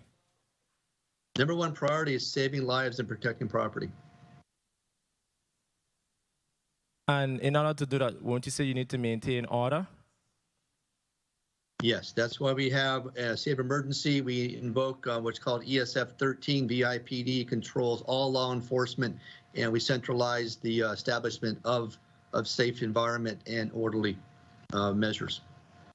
And I'm just playing devil's advocate here. So, sponsor of the bill, we still love you. But if this bill was to become law, would you still be able to maintain order? Yes, definitely. That's why the executive order part of this is also just as important. Even though you have it in law, it goes back to what does essential mean? Essential means that you can apply for a curfew pass, and even with the curfew pass in place, we're going to basically come out and say the first 72 hours, please do not be out on the road. Please do not that. And VIPD is going to enforce that. And that's the important part of this. So my question, can the executive order of the Governor trump this legislation, if need be? To my understanding, the executive order will go out in the first 30 days. That supports the needs of the territory. To my understanding, and again, you help me out. I'm not the legislative executive, so this is news to me also. But to my understanding, the governor will have the state of emergency, which would trump in some cases, even like we put out in COVID-19. These are the conditions in which warrant these particular measures to go in place. Understood. What we're trying to achieve here today is to define what is an essential business or essential employee. But as far as just it being a definition, does it need more clarification as far as what happens after? Because you already have the definition, but as far as enforceability, in order to be able to enact, does it need a further enactment clauses for this to have some enforceability instead of just of a definition? You're introducing all sorts of consequences to once you're identified as essential. I look at it this, the partnership, the alignment of these agencies or businesses with our territorial agencies, our emergency support function agencies, which are 15 of them. It really helps us establish a collective measure and partnerships. We know we have Catholic Charities doing sheltering. We partner with them in order to work with Human Services to make sure we maximize availability in a homeless, like we've talked about already. That's the benefit behind this. The so what is going to be, it's again, the governor, we don't want to have, curfew out all the time. Common sense is going to be in place in most cases. Businesses understand that. And we have an orderly process by which we then re-engage our business activities, reestablish our orderliness within the community. But because of the safety risks, because of the threat, we're really going to have to tighten down. In some cases, if it's a risk, we don't want to put anybody out. Again, first responders, once that wind gets up, in a hurricane scenario, above, 50 miles an hour or so, or 40 miles an hour, first responders are not going to come out no matter, who's out in the road. So really it goes back to you as a business taking on that responsibility to say, I'm going to let you go on the road, but, I have a responsibility also. And, VIPD, if the executive order says that it's only going to be first responders, that means first responders. And it's very clear what a first responder is versus having an essential, business pass. So lastly, if there's an act of mass terrorism here in the U.S. Virgin Islands, and I'm knocking on wood because we're not hoping for those kind of things here, how would a bill like this apply is what I'm trying to find out, because this goes for all state of emergencies and disasters moving forward, not just for hurricanes. So we have to think long term and think about the broad picture. When we have an act of mass terrorism, we want to make sure that individuals are placed put, and we have the real critical essential employees and businesses out there. I don't even think as a business or certain employees want to be out there. You want the subject matter experts to be the one on the scenes. Unfortunately, and I said fortunately, I should say, fortunately, we never had a situation where we had a bomb in the territory, and I pray that we never do have that. But I just want to play devil's advocate to put that in the picture. So thank you, Madam Chair, for the time. Madam Chair, may I answer that, or you may to hold off? Yes, Director Jashin, you may answer, and then I'll recognize Senator Frances Heiliger for her point of information. You may proceed, All right. Director Jashin. Thank you. So on the smallest scale, we exercise an active shooter here on St. Croix and St. Thomas districts. VIPD will go out and set up barricades. We'll put alert notices out to say, stay out of this sector, this zone. So in terrorism, that really puts in, law enforcement and your safety becomes paramount. So, having a curfew pass, having an essential badge, your safety, your lively, that's what's important in that particular event for acts of terrorism. Point of information when you're done. Senator Frances Heiliger, you're recognized for your point of information. I just wanted to add for informational purposes that this piece of legislation is to lay the groundwork.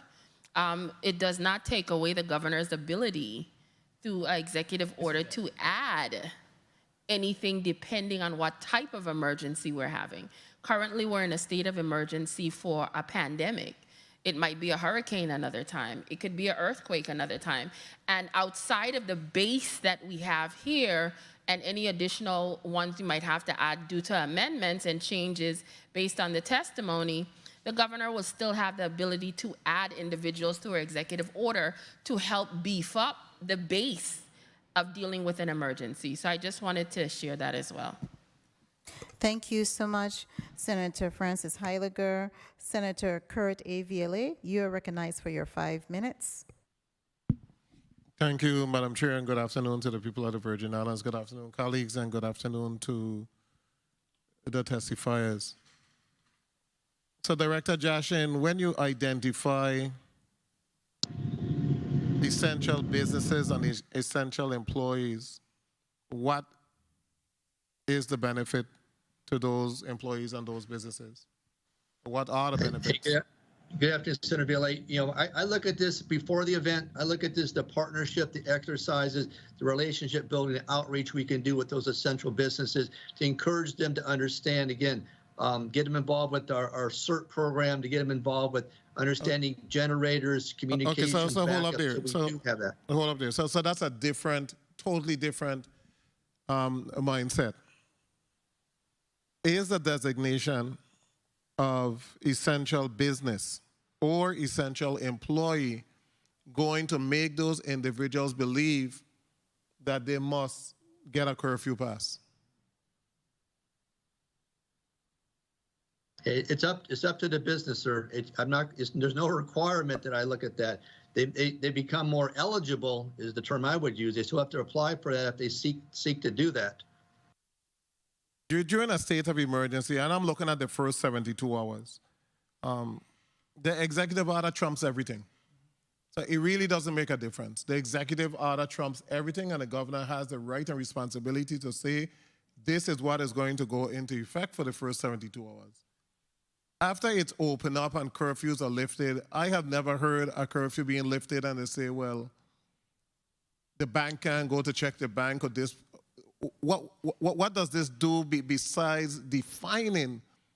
What does it do? I'm trying to see what it does, and then I'm looking at the definitions or the entities that fall under essential business, legal and accounting services, places of worship. How broad do we want these categories to be? And then the key word in the legislation, it says such as. It doesn't give a distinct definition. It says such as. So if you look at III, places that provide shelters such as. You go to 4, core life service providers such as. So what does such as mean, and how overbroad can that particular category, you could be including just about everything here, or no? Isn't there a need to clearly define exactly what entity would be considered essential? And then, the essential is like that first 72 hours, what is open up, everybody go and check the business. So I'm trying to find out, like, okay, what is the benefit? If the benefit is to have develop relationships, you could do that without a bill that says such as. Director? Well, Senator, I think we're working together to come up with the best latitude to do this. There's executive part to this, the legislative part to this. The intent is that, we're able to keep individuals, safe and at home. There's some common sense involved with this also. You don't want individuals to go out, and most individuals understand that until we have a safe condition to go in place. Correct. So on a state of emergency, the governor has the right to determine who's going to receive a curfew pass and who is going to be on the street. So after that period, and we're able to determine that it's now safe to traverse, then it opens back up, or what if it's limited hours or extended hours, and everybody is able to traverse. I just want us to be cognizant that we don't have individuals now who are going to say, I'm an essential business, I'm an essential employee, I want a curfew pass. And then we just have a back and forth in terms of having a large number of individuals who believe that because this was codified, although it doesn't say that they must get a curfew pass, that they're going to believe that they need one. Because the word essential means like it's needed. This is essential for the Virgin Islands to be able to continue to operate. So essential for what? That is my only question. Essential during the 72 hours? No, they can't traverse. Time. So I would just like some clarification, and the such as to be clarified. Such as is broad. Such as shouldn't be utilized in the language. Thank you so much, Madam Chair. Thank you so much, Senator Ville. Senator Javon E. James Sr., you're recognized for your point of inquiry. Thank you, Madam Chair, for the time. Director Joshin, if you can just place on the record what qualifies an individual for a curfew pass. What are the qualifications? Well, first of all, Senator, thank you for the question. It's not an individual; it's a business, which applies for a curfew pass. My team has been very, very lenient, if you will. I don't think we've turned any businesses away, assuming they have a business license. Then you start with inside that business. That's a discussion about, we ask the business owner to identify who is essential within their businesses. If they say everybody's essential, then we have a conversation, understand why does everybody have to be essential, and understanding, can you really reduce it down to only 3 or 4 people as opposed to 30 or 40 people? Again, in the case of hotels, you have a little bit more because of having to maintain the life savings or the support needs at the hotel. We've established a tiered support to a number of passes for that. Madam Chair, my last follow-up question, and I will end right there.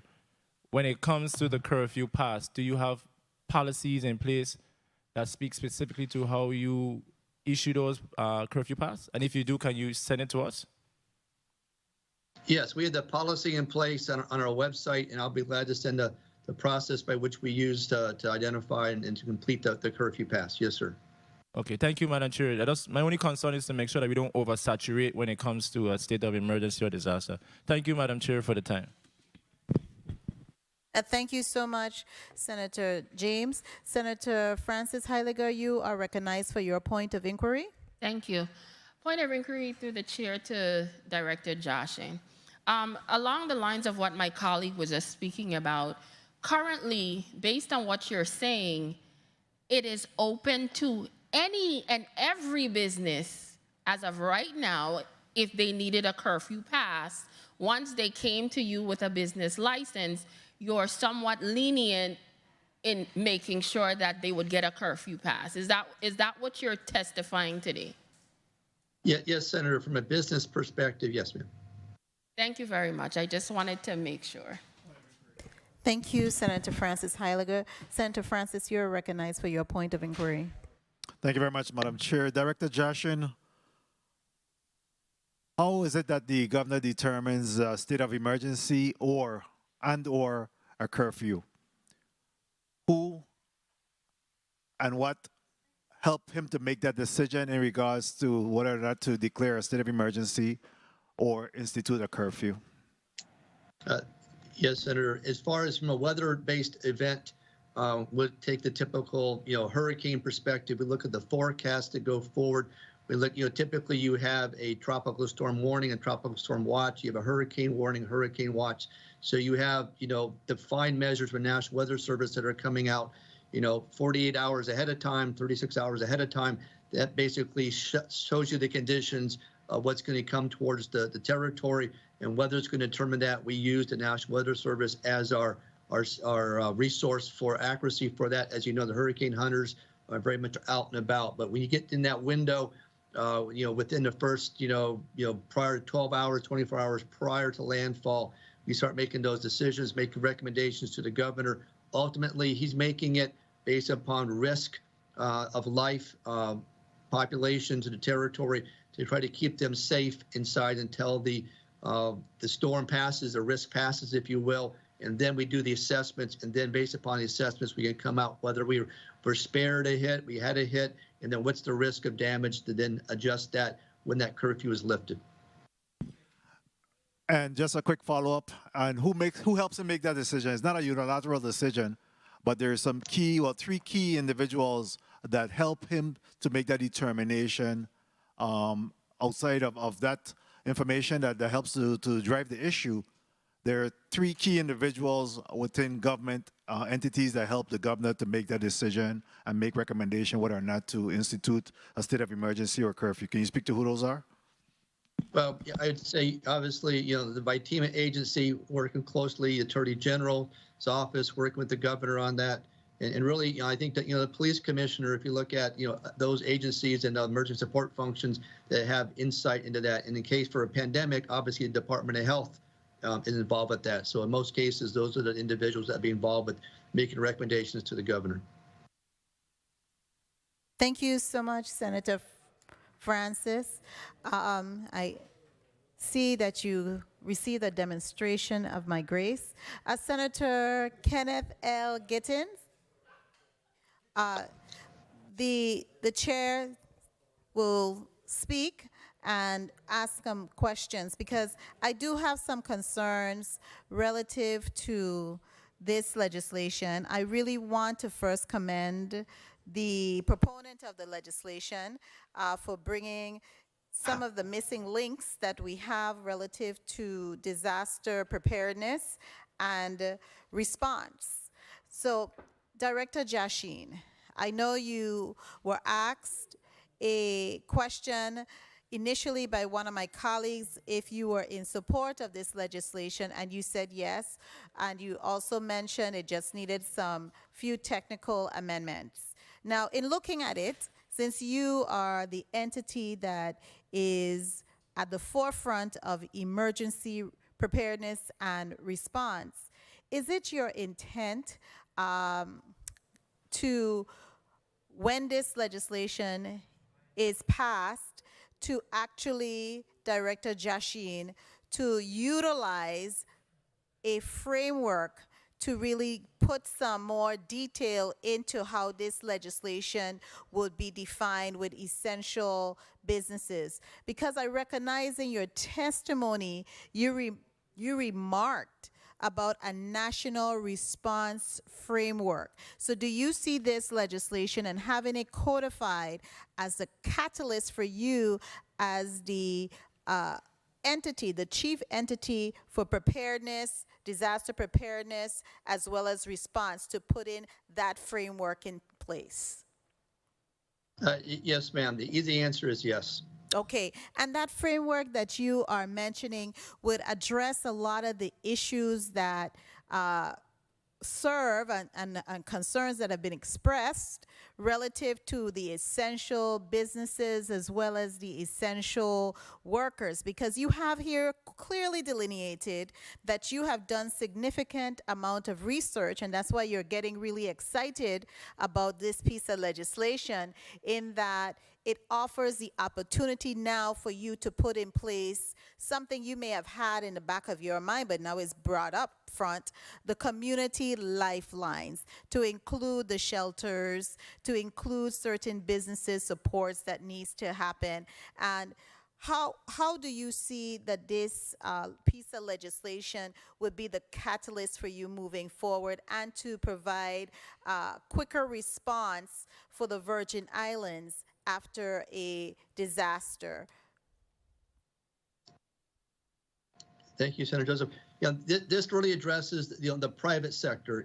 For years we talked to response to the territories, about the government agencies working this and the non-government agencies working together. But the private sector has really been sort of off on their own.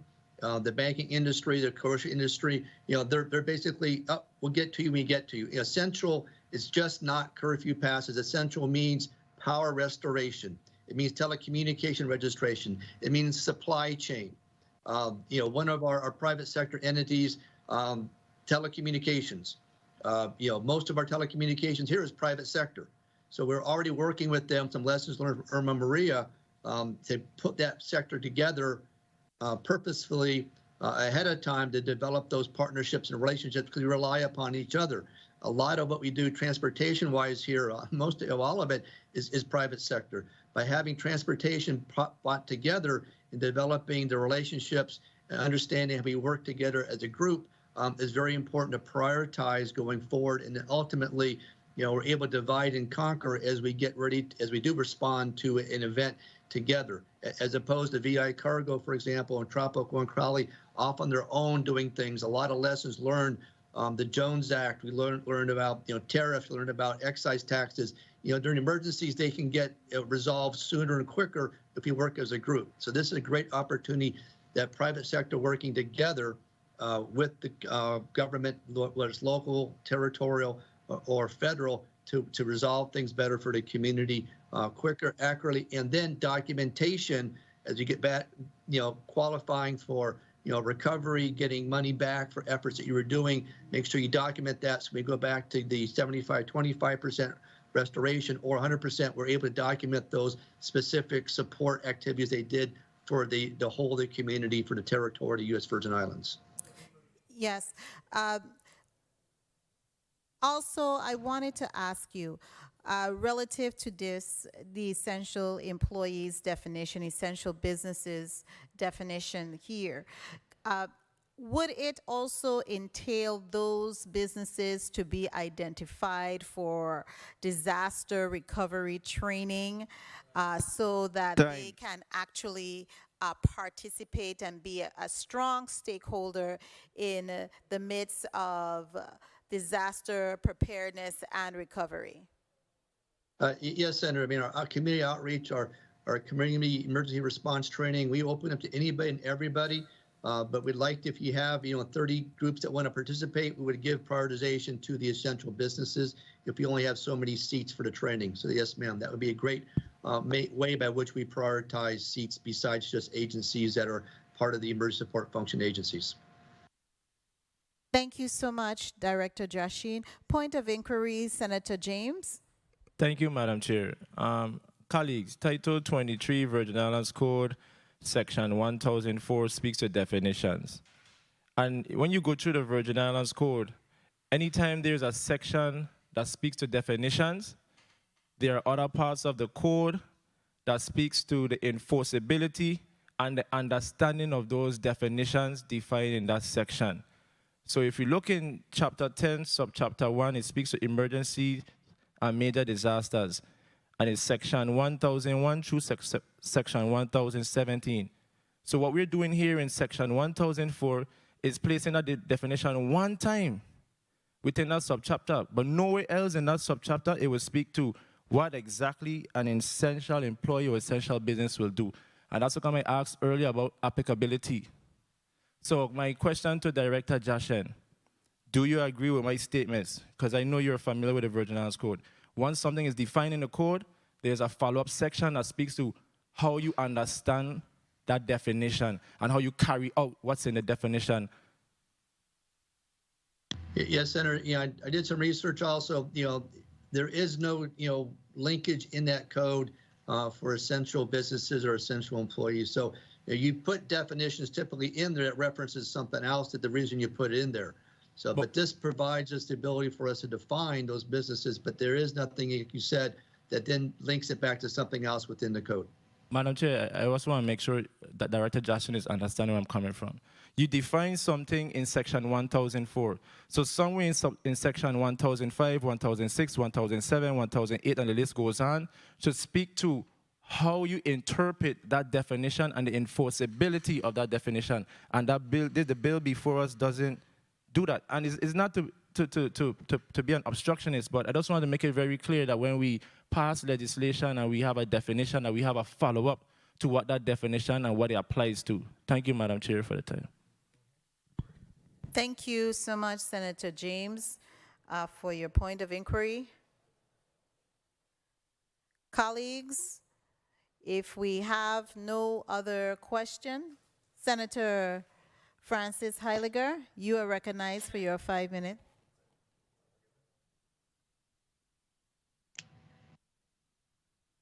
Okay. Thank you so much. I want to take this time out to thank my colleagues for all of their information that they've shared today, as well as the testifiers. We have noted several areas that we could amend this piece of legislation to make it better, but the ultimate goal here was to codify in the code for preparation purposes. And based on what we're attempting to do here, the ultimate goal at the end of the day is to save lives, to make sure that the resources are available to the public, that these businesses are fully aware that they're essential to the recovery process in making sure that emergencies are part of this essential overall gamut. And I have taken note of what my millennial colleague has said in regards to definitions, as well as the testimony of Director Joshin, where he recommended certain amendments. And I am simply asking for my colleagues' support, because at the end of the day, we work collective together to benefit the people of this territory. And the amendments, I am sure, will create a balanced piece of legislation. Hopefully, we could all pass it ultimately if it does make it to the Senate floor. Thank you. Thank you so much, Senator Alma Francis Heiliger. Colleagues, do I hear a motion? Senator Francis Heiliger.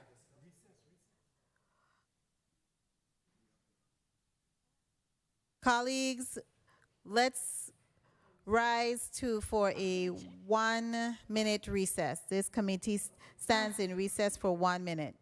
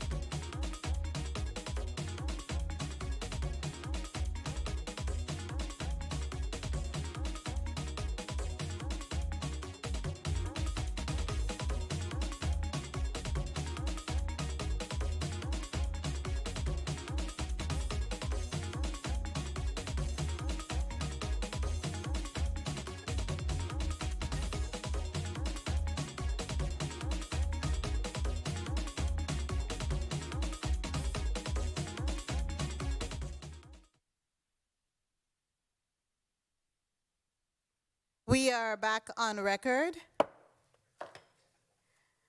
Before we go to the vote on this piece of legislation, I want to allow the testifiers to provide an opportunity to wrap up. One moment. I actually had a motion. We had a motion. Thank you so much, Senator Francis Heiliger, for the reminder. Colleagues, we have a motion. Senator Francis Heiliger, you're recognized for your motion. Thank you very much. Based on our discussion here, well, I move, let me get to that part first. Motion, I move that bill number 34-0103 be held in committee for further amendments and consideration. I so move. Bill number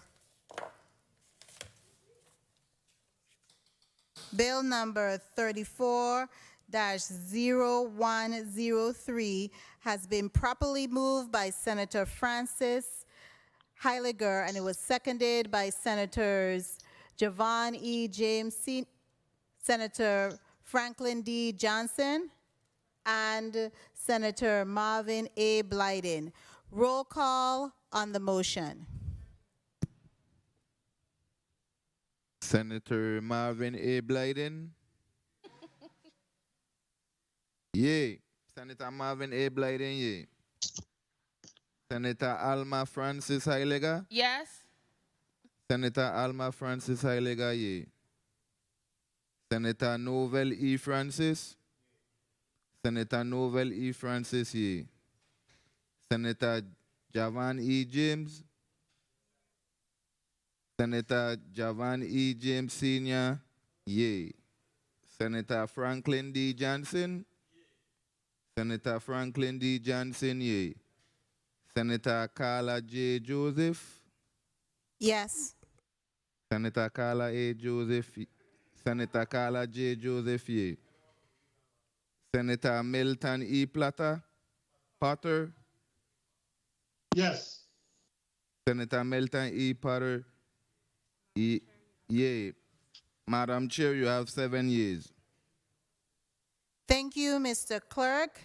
Bill number 34-0103, an act amending Title 23, Virgin Islands Code, Chapter 10, Section 1004, by adding a definition for essential businesses and essential employees or workers has been properly moved by Senator Francis Heiliger and seconded by Senator Franklin D. Johnson and Marvin A. Blyden, and will be held in the Committee on Government Operations and Consumer Protection. Yes, Senator Francis Heiliger, you are recognized for your point of information. Thank you. I just wanted to put on the record that I sincerely want to thank the testifiers for coming here today. The information that you shared with us today was infallible, and we made notes of all the amendments that we're going to be making to this piece of legislation, and I will be working with my colleagues and the chair to find the closest and quickest date to get it back once we get all the amendments in. I will also be reaching out to the VITEMA director to make sure that in corroboration of improving and making the amendments to this bill that we get as much information in there as possible so it could serve the people in the best possible way. Thank you so much. You're welcome. Testifiers, I would like to offer you an opportunity to do a 30 seconds wrap up. We'll start with Catholic Charities. You're recognized for your 30 seconds wrap up. Thank you, Senator. Just want to say thank you again for allowing us to testify today on bill number 34-0103. Catholic Charities remains committed to, to our community, and we look forward to working with all essential businesses and government agencies in providing assistance to all in need. Thank you. Thank you so much. Director Jashin, you are recognized for your 30 seconds wrap up. All right. First of all, I want to thank all the hard-working men and women of ITEMA. Their constant vigilance and outreach to the community make us all better prepared as Virgin Islanders. Second, thank you for the opportunity for ITEMA to provide testimony today for Bill number 34-0103. Identifying businesses and employees is essential during times of major disaster. Builds realistic expectations. It shares critical resources and ultimately reduces the time for response and recovery. As critical needs during disaster and response evolve over time, it's important to understand that while the businesses may be pre-identified as essential, the state of emergency declaration signed by Governor Bryan may see the need to adjust which are most needed at the time and wait until more stable and safer environment for the others. Disasters and disaster preparedness to include response are considered either notice or no notice. Disasters, one of the keys to preparing is planning, training, and exercising. Tomorrow, the 21st of October, will be the world's largest earthquake drill called the Great Shakeout, scheduled for individuals, families, businesses to participate at 10:21 in the morning. A drill announcement will be sent out by Alert VI system and by TEMA, as well as the National Weather Service at NOAA on the weather alerts transmitter located on St. Thomas, covering all 4 islands. Based on the alerts by TEMA, asks you to drop, cover, and hold on for 30 seconds. Please plan on participating in this drill. Thank you very much, Senator Joseph, for the opportunity. Thank you so much, Director Jashin, and thank you so much, Mrs. Thomas Mason, for your time. We really appreciated your testimony, and you are hereby released from your appearance at the Committee on Government Operations and Consumer Protection meeting. Thank you so much. Mr. Clerk, kindly read into the agenda. Before we do that, we're going to go to a 2-minute recess. This committee stands in recess for 2 minutes.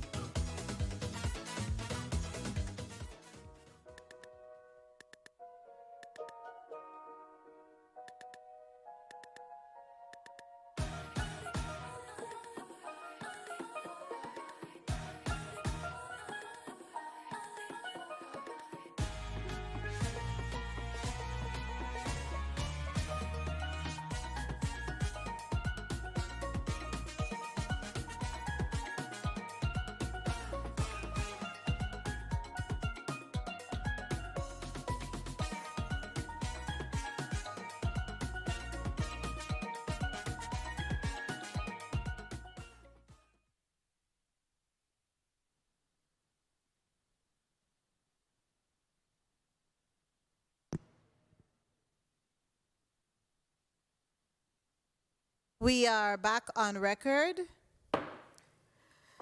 Mr. Clerk, kindly read into the record the next item on the agenda.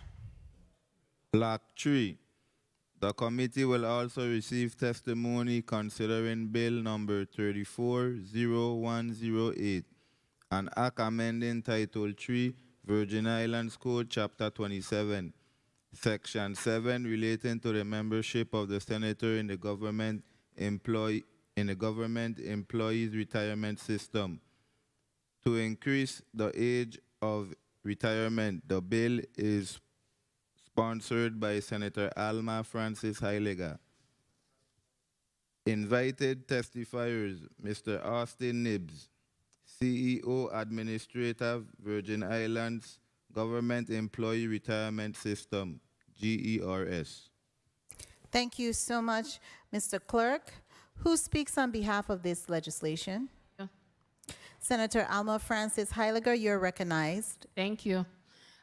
I wanted to share with you in regards to Bill number 34-0108, as read by the clerk.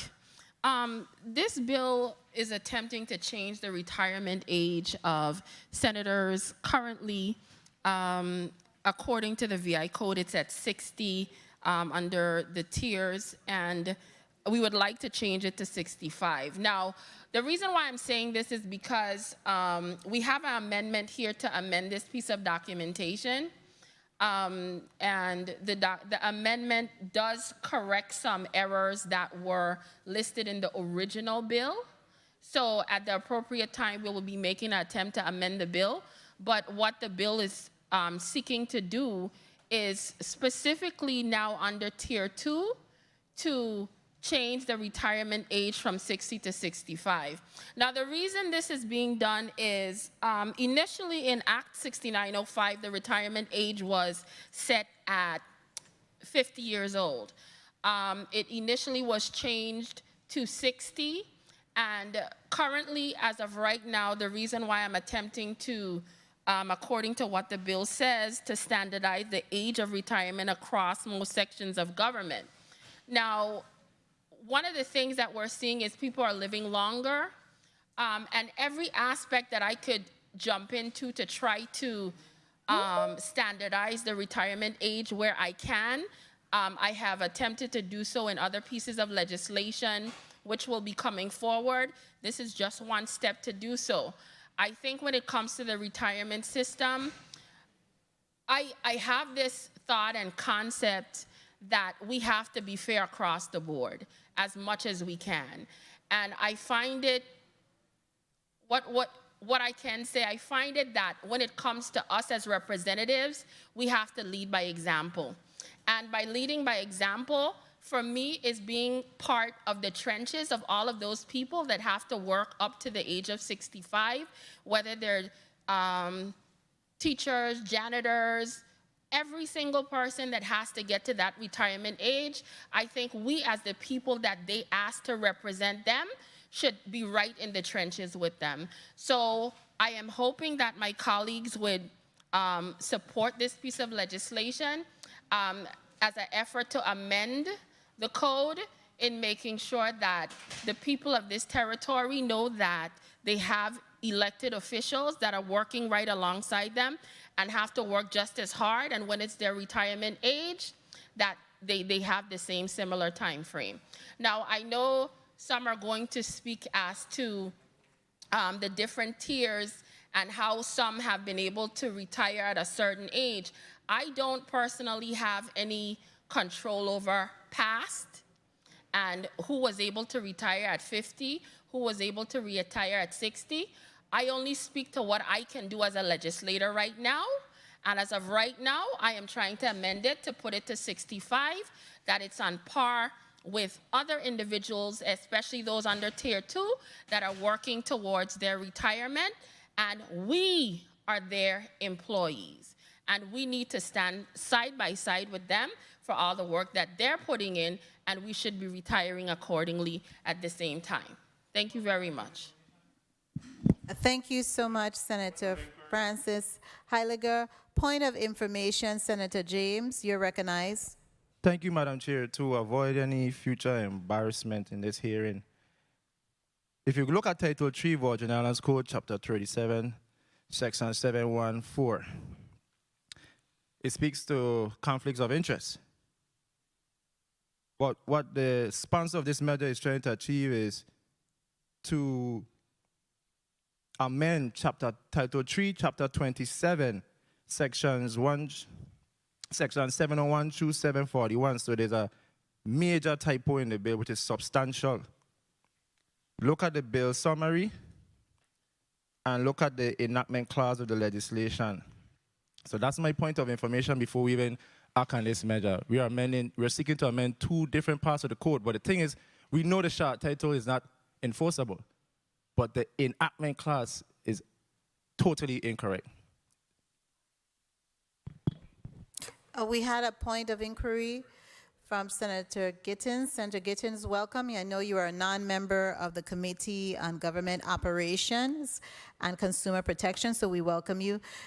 Kindly proceed with your point of inquiry. Thank you, Madam Chair, and good afternoon to all. The first inquiry was already stated by the good senator across the aisle. The other one is whether or not a bill such as this before us today was discussed in the meetings of the subcommittee with regards to GRS. I can answer that question, and yes, it was discussed. It was discussed with a desired outcome as to how to proceed?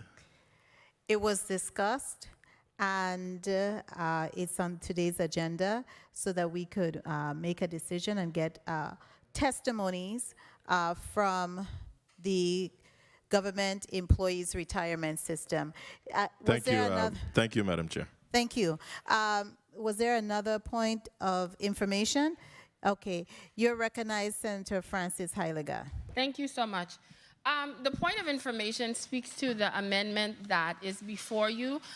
When we got this piece of legislation and it was already performed, we did notice that there was an error. I noted that when they spoke to Chapter 37, that was an error in addition to attempting to get legal sufficiency. The numbers were skewed. We did contact legal counsel where they created an amendment. And if you do read the amendment, it strikes after the word chapter and eliminates all of that and substitutes it with, according to the amendment that we all have that was being circulated, it strikes after the word chapter and it speaks to 28A, section 763, subsection E, is amended by striking 60 and inserting 65. So that is why you have the 2 pieces in front of you, and it literally would hopefully clean up the mistake that we got out of legal counsel with this documentation. Point of order. Point of order. Almost seemed like it was. Thank you, Madam Chair. Madam Chair, a bill is being introduced at this time. I'm not sure why we're entertaining an amendment that's not before us. The amendment has not been offered yet, and therefore the amendment is not a discussion at this time. Well, I believe Senator Gittins, she, as it is her will, she was just putting that on record to note that she has an amendment forthcoming. Senator, stating, but I'm not completely. Just basically stating that you have an amendment is one thing.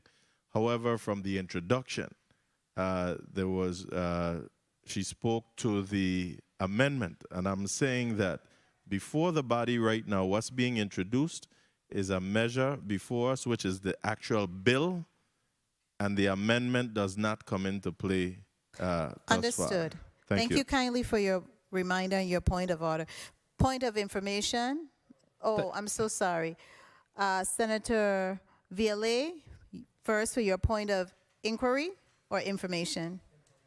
Information, and then Senator Javon E. James, Senior, for your point of inquiry?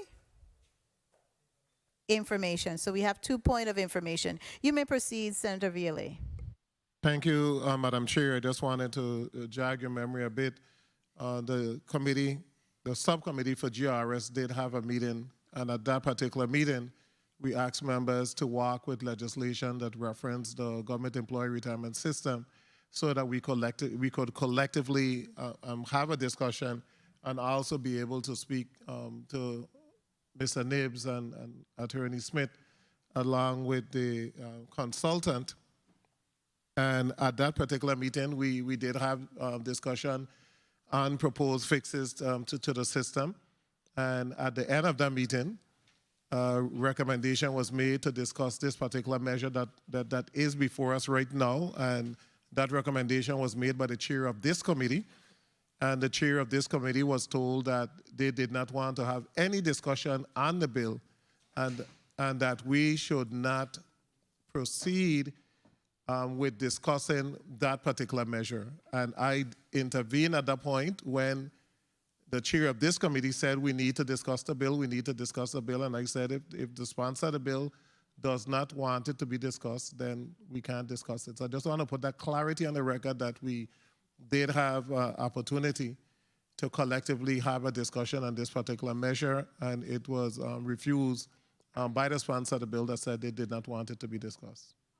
And if I may, just mention, because we were working in collaboratively so that we would be able to make a joint decision relative to any matter that is affecting the GRS system, knowing that it is one of the top priority of this legislative body, so that we could make those decisions and see and discuss credible solutions to the system, and so we can move forward in making sizable and impactful legislation that is going to help our people. Senator Javon James, you are recognized for your point of information. Thank you, Madam Chair. And I am in possession of the amendment, which is amendment number 34-344. But as we seek to amend the enactment clause section of the bill, it is still very important for clarification, even for the purposes of the media, to amend the short title, because here we know we're saying one section, chapter 27, the next one is saying chapter 37. Now we have a next one saying chapter 28A. It needs to be all across the board when it comes to the short title and the enactment clause. So that's just my point of information before we get into the bill, so there are no misunderstandings. Noted. Senator Francis Heiliger, you're recognized for your point of information. I want to do some clarification, as my good colleague from St. Croix just made some statements. What was requested of us if we participated in the subcommittee of GRS was to bring bills that would impact on a financial aspect as it relates to the GRS system. I made it perfectly clear that the reason why I never offered the bill is we had conversations with the GRS system, and even in their testimony, they stated that this basically would not have any financial impact on the system whatsoever as it relates to senators and a handful of individuals if they even participate in the system. And I clearly articulated that because at the end of the day, we were discussing bills that could potentially generate millions upon millions of dollars. And if I shared with you at that meeting the reason why I did not believe this was germane to finding millions and millions of funds was because of that discussion with GRS. Thank you very much. Thank you, Senator Heiliger. As I mentioned, I am a member of that committee, and a subcommittee rather, and I understood the marching orders from that committee. We have here some testifiers on the piece of legislation. A pleasant good afternoon to you, Mr. Austin Nibbs, as well as Attorney Kathy Smith. Let's just do a quick microphone check. We can see you and visual. We have visual. Microphone check.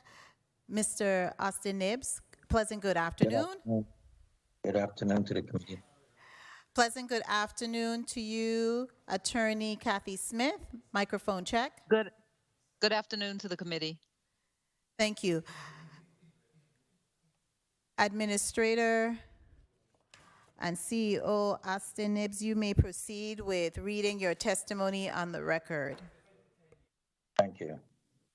Good day, Honorable Carla Joseph, Chair of the Committee on Government Operations and Consumer Protection, committee members, other distinguished senators present in the chambers, and the listening and viewing audience. I am Austin L. Nibbs, Administrator CEO of the Government Employees Retirement System. The GRS appreciates this opportunity to give testimony on Bill number 34-0108, an act amending Title III, Virgin Islands Code, Chapter 27, Section 7, relating to membership of senators in the Government Employees Retirement System to increase the age of retirement. We have received and reviewed the amendment to Bill number 34-0108, which states Bill number 34-0108, Section 1, is amended by striking 60 in both places where it appears and inserting 65 in its place. The amendment still only addresses Title III, Chapter 37, Section 714E of the Virgin Islands Code, which is applicable to Tier 1 members only. There are no Tier 1 legislative members that still serve in the legislature. We recommend that Bill number 34-0108 be amended to address Tier 2 members as follows. Title 3, Virgin Islands Code, Chapter 28A, Section 736, subsection E, is amended in the second sentence of paragraph 2 by striking 60 and inserting 65. We see no advantage to the GRS unless the legislative member continues to be re-elected through the retirement age of 65, which would result in additional contributions to the system, or will not begin to collect benefits until age 65. As required by law, proposed legislation before becoming law requires an actuarial evaluation. Our actuary response to the proposed legislation as follows. In reviewing the proposed bill to change the retirement age of legislative members from 60 to 65, we estimate that this will have a de minimis impact, if any, on GRS's unfunded liability, the ADEC, the projected contributions, and the projected insolvency because of the population size of this category.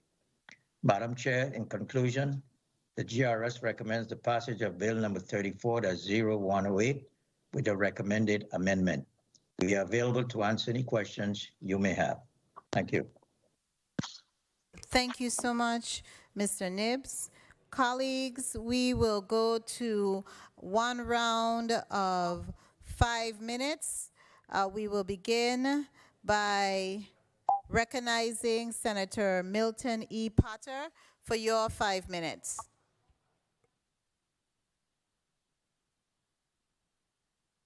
Senator Potter. Thank you very much, Madam Chair. Good afternoon, CEO Nibbs and Attorney Smith. Mr. Nibbs, I wanted to ask you, you said that based on the actuarial analysis that the bill would have, I believe you used the word, de minimis impact on the overall massive unfunded liability of the system. In your view, how will this movement from 50 to 65 impact the system overall? If it's going to have a negligible impact on the bottom line of the system, how will it improve? How will it improve the system? I don't think it would really move the needle any. There are some senators who opt out of the system. Also, most senators maybe, hopefully they would serve 3 terms. I would assume all the other provisions in the present code in regards to as far as how many years or when the senators vest. So it's so much different variables that we're looking at, because some senators don't make it to 3 terms. And, so it's very negligible, very negligible. It's very hard to pinpoint exactly how much it would be. When we use that term de minimis, it means that we cannot really determine how much because of so many variables involved here. Okay. And currently, I know that Senator Francis Heiliger mentioned that the intent was really to bring some standardization to the age of retirement across most sectors of government. And is the age of retirement for most folks who are not class 3, what is that age where, that would be considered full retirement age? I think that age right now is 65. And So that's the reason why 65, regular. Okay. 65. Okay. Yesterday there was we testified at another meeting moving the firefighters to age from 55 to 63. And it's our position, my position. The position is that maybe we should just set a rate, just a universal rate, and say this, just like Social Security, you can retire, at certain age, 62, 65, whatever. But I think 65, and we have recommended 65 years ago that we move the retirement age to 65. Okay. Okay. Thank you very much. I don't have any further questions regarding the bill. Thank you very much, Madam Chair, for the time. Thank you very much, testifiers, for your responses. Thank you so much, Senator Potter. Senator Franklin D. Johnson, you are recognized for your 5 minutes. Thank you very much, Madam Chair, for this time. I really don't have much question, but I needed to get some information from Mr. Nibbs. And it's too much that in regard to this piece of legislation, but our next piece of legislation, I asked for some information from GRS, which was in regard to folks that makes more than $65,000. That piece of information never came down to us, at least to me. That was a proposal that you guys had submit. You know what I'm speaking about, Mr. Nibbs? Yes, I think I know what you're speaking about. I really would like if you could send that through the chair so that I could have access to that piece of legislation. Yeah, what we did is I think we still have some conversation with the actuary. We did do a study maybe back in like 2010, 2011, and we're trying to update it to see what effect it would have. There are questions of what the cap should be. I mean, if you're making more than 65, should the cap be 85? Should it be similar to what the Social Security cap is? Yeah. So we're looking at certain strategies. Can you give me, I'm back on line with this piece of legislation, can you kind of give me a breakdown of what the current benefits payment to senators at the status that they're right now, at the 60, the payout pay status in grade? Yeah, well, it's tier 2.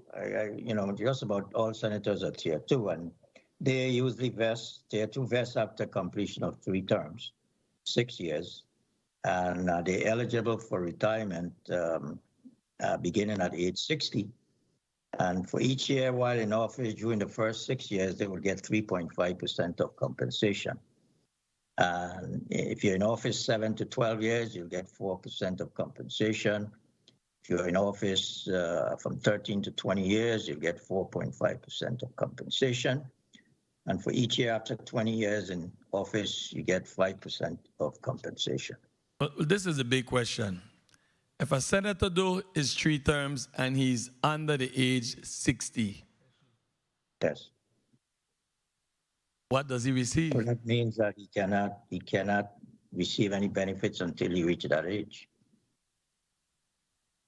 Thank you very much. Thank you, Senator Johnson. Surprised that you ended so quickly. Nonetheless, Nonetheless, the chair does appreciate it. Senator Noville E. Francis Jr., you are recognized for your 5 minutes. Thank you very much, Madam Chair. Good afternoon, Administrator Nibbs, and good afternoon to Attorney Kathy Smith. Good afternoon, sir. So the subcommittee have been meeting in an effort to come up with some consortive effort as plan sponsors along with the executive branch to slow and maintain the solvency of GRS. And I certainly don't, and we have already taken a position that we don't want to be piecemealing. I think that you have eloquently stated on many occasions that you would prefer to see substantial measures because of the funding that's required to save the GRS system. And I think it's counterproductive for us to continue to move minor, minimal type legislation to address this particular issue. This community and retirees are really banking on the plan sponsor to really slow the insolvency of the GRS. You use the term de minimis, which means it's too trivial or minor to merit consideration, especially in law. Correct? That's the term you used? Yes, sir. So tell me, would this change, if it was to be implemented, would it impact current sitting senators? It would impact, yes, because you're tier 2. And all of the current sitting senators are tier 2, is that correct? To the best of our knowledge, yes. So what we're doing here really is talking about eliminating young, aspiring individuals from actually joining the Senate. Because obviously, they'll have to do many, many years. We have 30, 40-year-olds that join the Senate, which means that they'll have to wait a substantial amount of time at least to achieve the age of 65 before they could see retirement. So they can't even begin to even consider making a career out of the Senate. Correct? Well, if they're successful to be reelected more than 3 terms, or, if they're successful, there's only one senator that really went more than 20, which was former Senator Berry. So, but if they're successful, Senator Hansen also did more than 20. Senator White did more than 20 Hansen, years. that's correct. Senator Hansen, Senator White made. White was not. He opted out. Well, Senator White was not part of the decision. Very well. Again, I believe my position is on these measures is that we need to continue to work collectively to make a significant impact into our GRS system and to work towards addressing the insolvency of the system. I believe that we're on track based on the discussion that we've been having and our plans moving forward. We'll be rolling out to the public in short order. And, until then, I will continue to look for the big picture approach to this and not to piecemeal. It is okay to run and say that you're trying to do something. But the reality is that this community, this is my 32 years working for government, this community is expecting that this Senate, and I think the chairman have said it himself, all roads leads to the 34th legislature in addressing this particular issue. Let's stop playing games with the people. Let's focus on us not only hitting a home run, but at least making some double base hit so that we could be able to resolve this issue of insolvency of the GRS system. Thank you very much, Madam Chair, for the time. Senator Francis Heiliger, you're recognized for your point of information. Thank you. I would like once again to make it emphatically clear that this piece of legislation was brought forward not for any financial impact. That is the reason why it was not discussed at the GRS meetings as it relates to bringing forward funding when it comes to the subcommittee. For me, I'm going to say this again. We are here as elected officials, employees of the people of this territory, and this piece of legislation to move from 60 to 65 has everything to do with making sure that the very people that employ us understand that we are here in the trenches with them, and everyone that retires at 65. I do not believe that individuals in this institution should have any kind of unfair advantage in regards to what my colleagues were saying, that somehow young people coming in is not going to look at the legislature as a career. It is called public service, okay? It is called public service. Thank you very much. Thank you so much. Point of information, Senator Kenneth L. Gittins, you're recognized. Thank you, Madam Chair. Based on the discussion previously and hearing the response from GERS, I don't know of this measure that we're discussing, if it can actually be retroactive back. You have vested employees within the institution, and you can't mess with their contract, what they have already had with the government of the Virgin Islands. So I would like some clarity from the council, from GERS, whether or not it is her understanding that this measure that we're discussing at this time can actually go retroactive going back.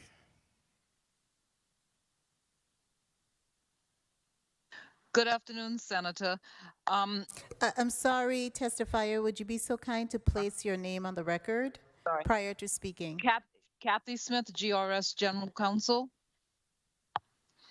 Good afternoon, Senator. I've seen bills before that have been made retroactive.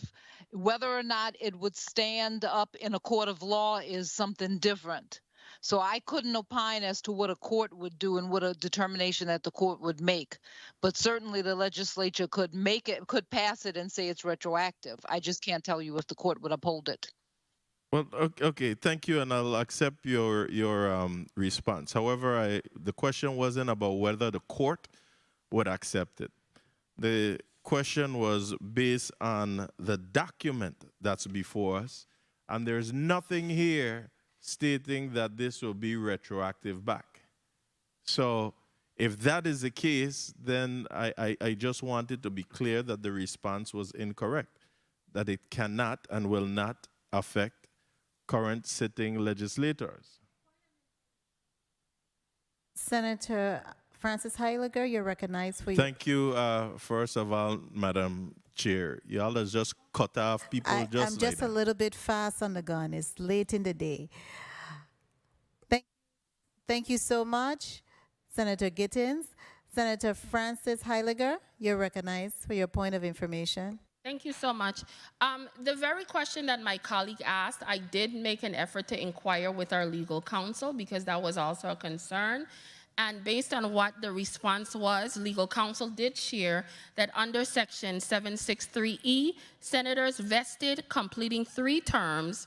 So this will affect senators that have served, have not served more than the 3 terms. So if senators that are already here, according to what legal counsel is saying, that have already vested in for those 3 terms, it would be moving from henceforward. Thank you. Thank you so much. Senator Kirk A. Ville, you're recognized for your point of information. Well, thank you so much, and I'm glad that Mr. Nibbs is here today and that he was able to clarify that even after serving 3 terms, that you have to wait until 60. Because the common perception out there is that you serve 3 terms and you get your full $85,000, which is not correct. And that's a lot of people believe that. So it's on the record officially that you serve the 3 terms and then the retirement age is 60. However, I want to point out, there's been a lot of comparison and universal application, Mr. Nibbs just discussed. To serve in this body, you have to run every 2 years. You have to be elected. you're not protected by a union. You're protected by the work that you do when you come and report on a daily basis and the measures that you pass. So you cannot make the same comparison that a senator is the same as the sponsor said, same as teachers, same as the custodian, same as this. You're not protected by a union. You're protected by the work that you do. And every 2 years, you got to go back out, and you got to run, and you got to run. And you always have the possibility of losing, which is fine because that is the will of the people. But at some point, even within ourselves being here as legislators, you got to be humble by the work you do and proud of the work that you do. And you cannot continue to diminish the work that you do. And sometimes it is popular to diminish the work that you do as a senator because you get votes. But you should be sung in the basis that you are humbly elected to serve the people. But the key word is elected. And the key is every 2 years. And Madam Chair, I don't know if you're going to have a back and forth with every single person to have a point of information, but I know that that is also not what takes place. So thank you so much.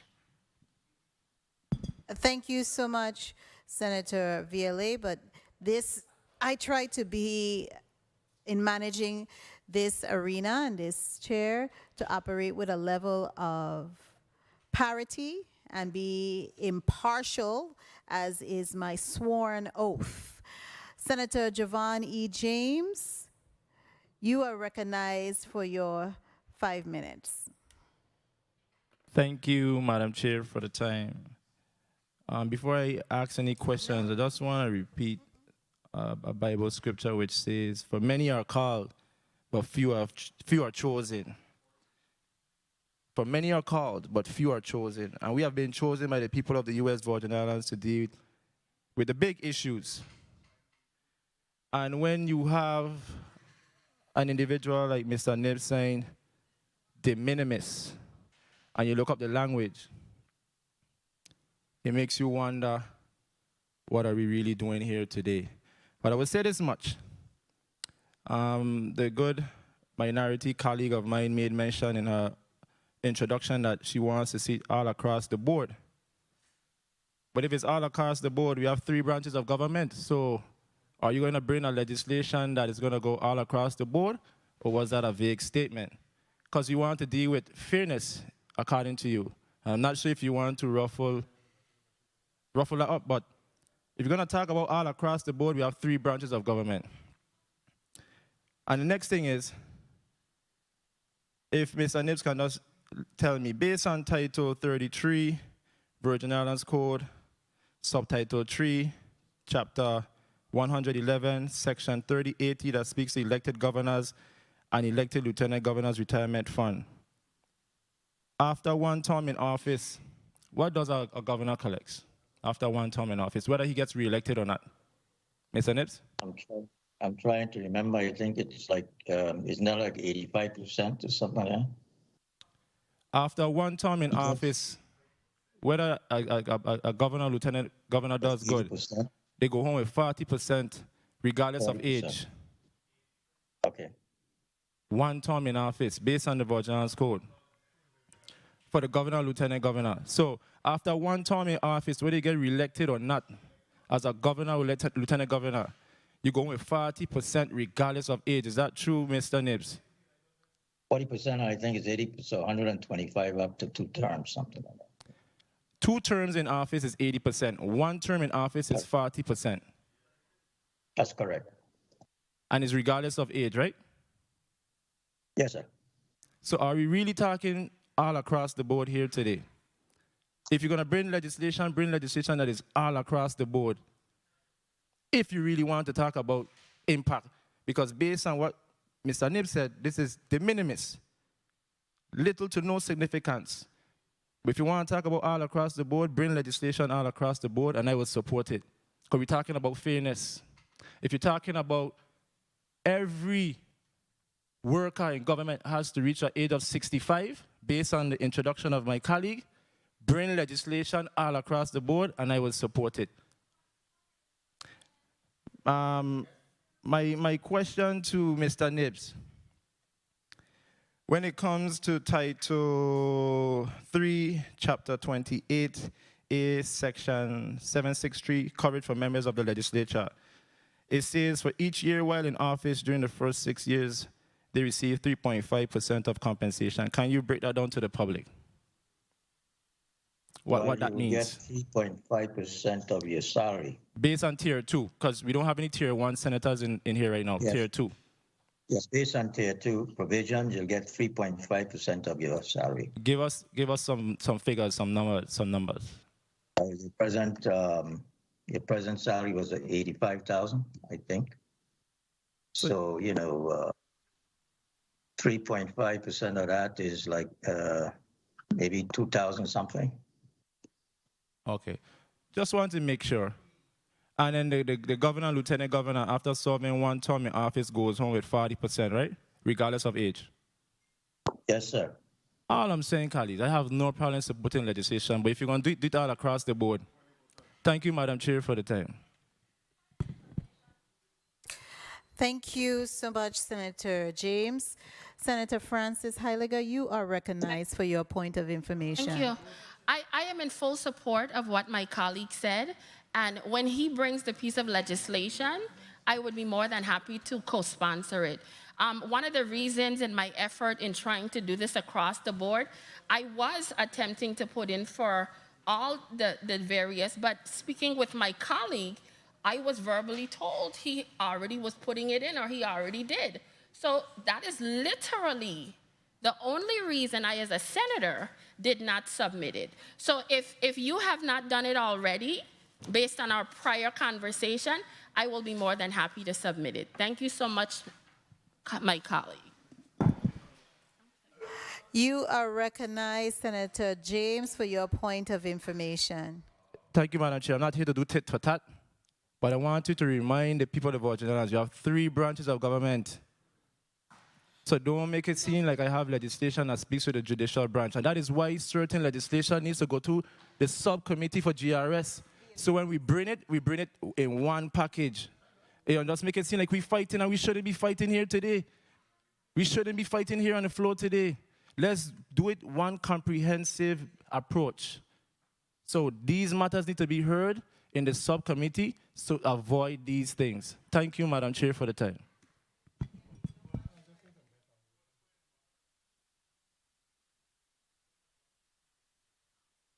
Senator Gittins, which rule are we looking at that was broken specifically? Chapter 7 of the rules that we are breaking and you're referencing. You may proceed. Thank you, Madam Chair. Madam Chair, I want to bring to your attention that we pay attention to Rule 704 and Rule 712 of our code, of our rules, so that we don't keep going back and forth. There's a debate going on, and every time a senator speaks, then the bill sponsor expects to rebut in between. That is not the way that a debate proceeds. Please, let's adhere to Rule 704 of our rules so that we may proceed as smoothly as possible that you stated that you want this hearing to go. Thank you. Thank you, Senator Gittins. Senator Viale, you are recognized for your 5 minutes.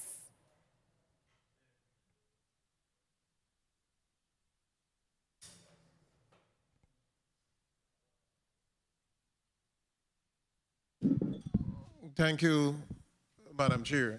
I don't even know what I'm debating, because you're debating 60 to 65. For individuals who every 2 years got to run for re-election. In no way is this going to affect me, because I'm a career government employee. 30 years in the Department of Education. So this isn't going to affect me in any way.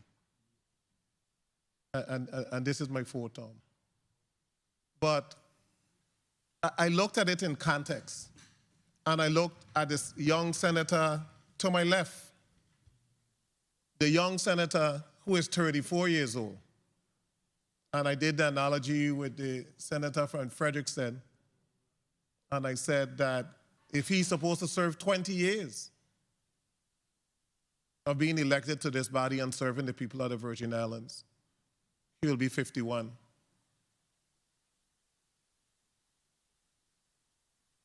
No, you're not in 34 and 20. You don't been in here 3 years. That's all my math. And he would have to wait 14 years after serving 10 terms to collect a retirement.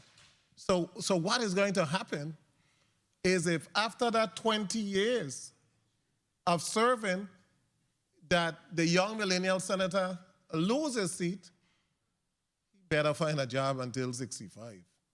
Because he's not eligible to collect social, and he's not eligible to be a retiree of the legislature. And that is why the police commissioner said that you're discouraging young individuals. Because you'll have to think twice. You have to protect yourself. The millennial senator from St. Thomas, is that really fair to them? I mean, in the Virgin Islands, the common perception a lot of times, senators get a lot of negative flack. And there's usually, whatever punitive you could say about senators is usually said.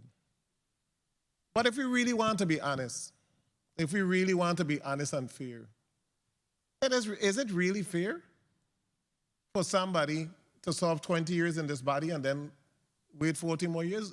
I mean, can anyone fathom the difficult process of being reelected on a regular basis, much less 10 times, and you still don't qualify? We had a meeting to deal with the solvency of the system, and the sponsor brought nothing that adds $1 to saving the system. No measure to add $1 to the system. No input when we're discussing how we are going to get across saving the system. And we had measures there that we discussed that is going to bring additional money. But it is always so easy in this body to bring something that you think is going to excite everybody. So you bring a measure and you say 65, and then you use the argument, oh, well, you know, we need to equalize everything. When in fact, Mr. Nibs clearly said that just about nobody qualifies for it. Literally, barely anyone qualifies for this that we're trying to change. Barely anyone. Today is the greatest day for the legislature, because the conversation is unnecessary. But it's a good day because people learn that after 3 terms, you gotta be 60 years old to retire, to collect. And there was a misconception. So you could imagine somebody that put in the years and then they come and they say, well, I'm going to extend it 5 more years. I honestly don't see the basis. And in the testimony, it is clear that this doesn't impact the finances of the government in any way. It doesn't save any money. It literally doesn't do anything. And the bill is poorly written, that you have to amend. A 2-sentence bill need to be amended. 2 sentences. And it had to be amended because everything in it is cited wrong. Thank you, Madam Chair. Time. Thank you so much, Senator Veely. Senator Gittins, before I recognize you for your 5 minutes, I know you had raised a question relative to the point of order. I pulled up my rules, and I really wasn't too clear on which section you were placing the order in, because I know each senator has the opportunity to make a point of information and as well as a point of inquiry. So, but I thank you for the lesson learned. The lesson learned. You are recognized, Senator Gittins, for your 5 minutes. Thank you, Madam Chair. I don't mean to be rambunctious, but maybe I should ask you where in the rules say that when the proponent of the bill disagrees with every senator that debate on the matter, that they could just point at this, point at that every time, stalling the process. That's why I say let's adhere to the debate in Rule 704 through 705. In any case, this bill appears that is calling for people to become what I usually call career senators. And if we're looking for career senators, we're looking for trouble. Because, and I say career senators because you're going to have to spend some time in here. Those of us who came in a bit younger than others and whatnot, we shouldn't be punished. And in that sense, this seems of a way to be punishing the younger members of the body. As for me, I just turned 50, but I don't intend to stay here till I'm 60. And nobody, or 65, I should say, rather.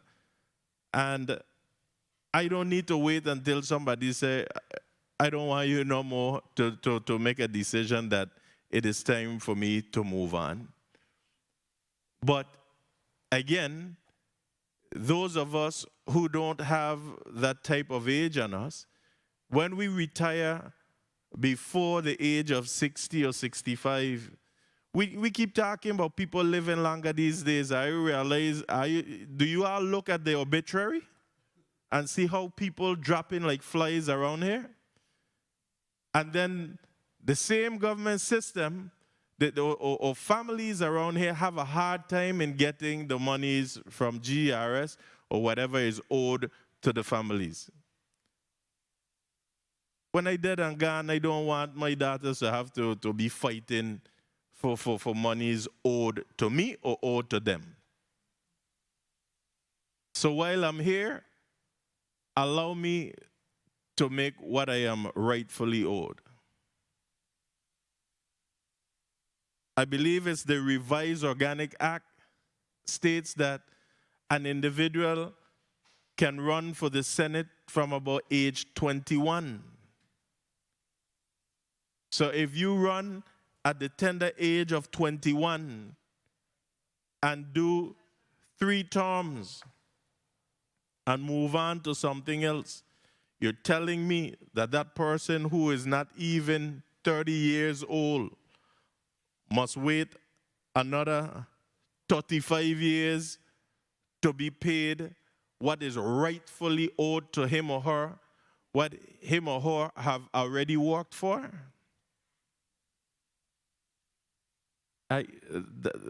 Let's be fair in the process at the same time. I'm about finding solutions for our government employees' retirement system. I do believe that we have one of the most lucrative systems in the nation.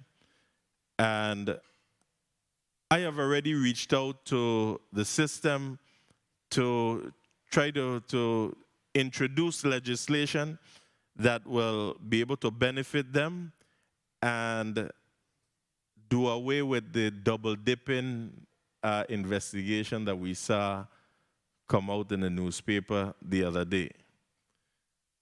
I heard the good millennial senator said across the aisle for us to all work together and come with a comprehensive measure or information to address our GERS issues, and I wholeheartedly concur with that.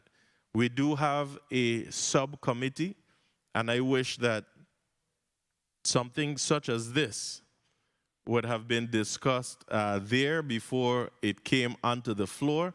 And that was the exact reason why the good legislative president and vice president pushed to have these subcommittees, so that we don't have this type of discourse on the Senate floor, but rather work within these subcommittees so that by the time it gets here, it's beneficial to all. And when I say beneficial to all, I mean too beneficial to those who we serve as public servants. Once again, I don't intend to make this my tenure in the legislature a career, and I want to caution those of you who have a vote in today's hearing on this and not make this a career position. We're asking for trouble down the road. Thank you, Madam Chair.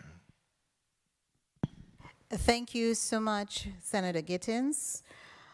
Mr. Clerk, put 5 minutes on my time. I want to, just reiterate my position and the process that I utilize as being a member of the 34th Legislature Subcommittee on GRS. I did, within my responsibility as chairperson, because I am a member of that subcommittee, bring this legislation forward. I reviewed it as it was written and it is being presented here, minus the amendment. And I took a deep dive into our code and saw that it really did not apply to the sitting senators and also to the future senators, because all senators who come in to this body come in at Tier 2. And as written, the proposed legislation was only affecting Tier 1. Tier 1 senators have already started to collect their annuity payments. Okay, so all of us here are Tier 2.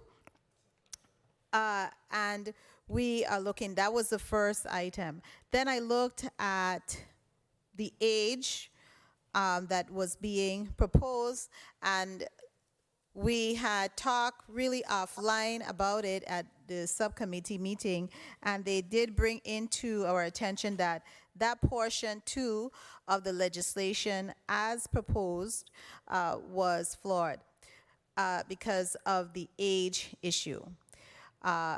We did have a sidebar, and the proponent determined that it was not in my place as chairperson to actually bring this legislation before that subcommittee, but to bring it forward here in this body. My only issues, and I don't have any concerns at retiring at 60, 65, etc. I don't have those issues. I'm very grateful if I live that long, very grateful and thankful if I live that long, and whether the people see me fit enough to be able to retire. The issue that we have at hand is whether this piece of legislation is going to affect our system in a positive way and to bring a level of parity.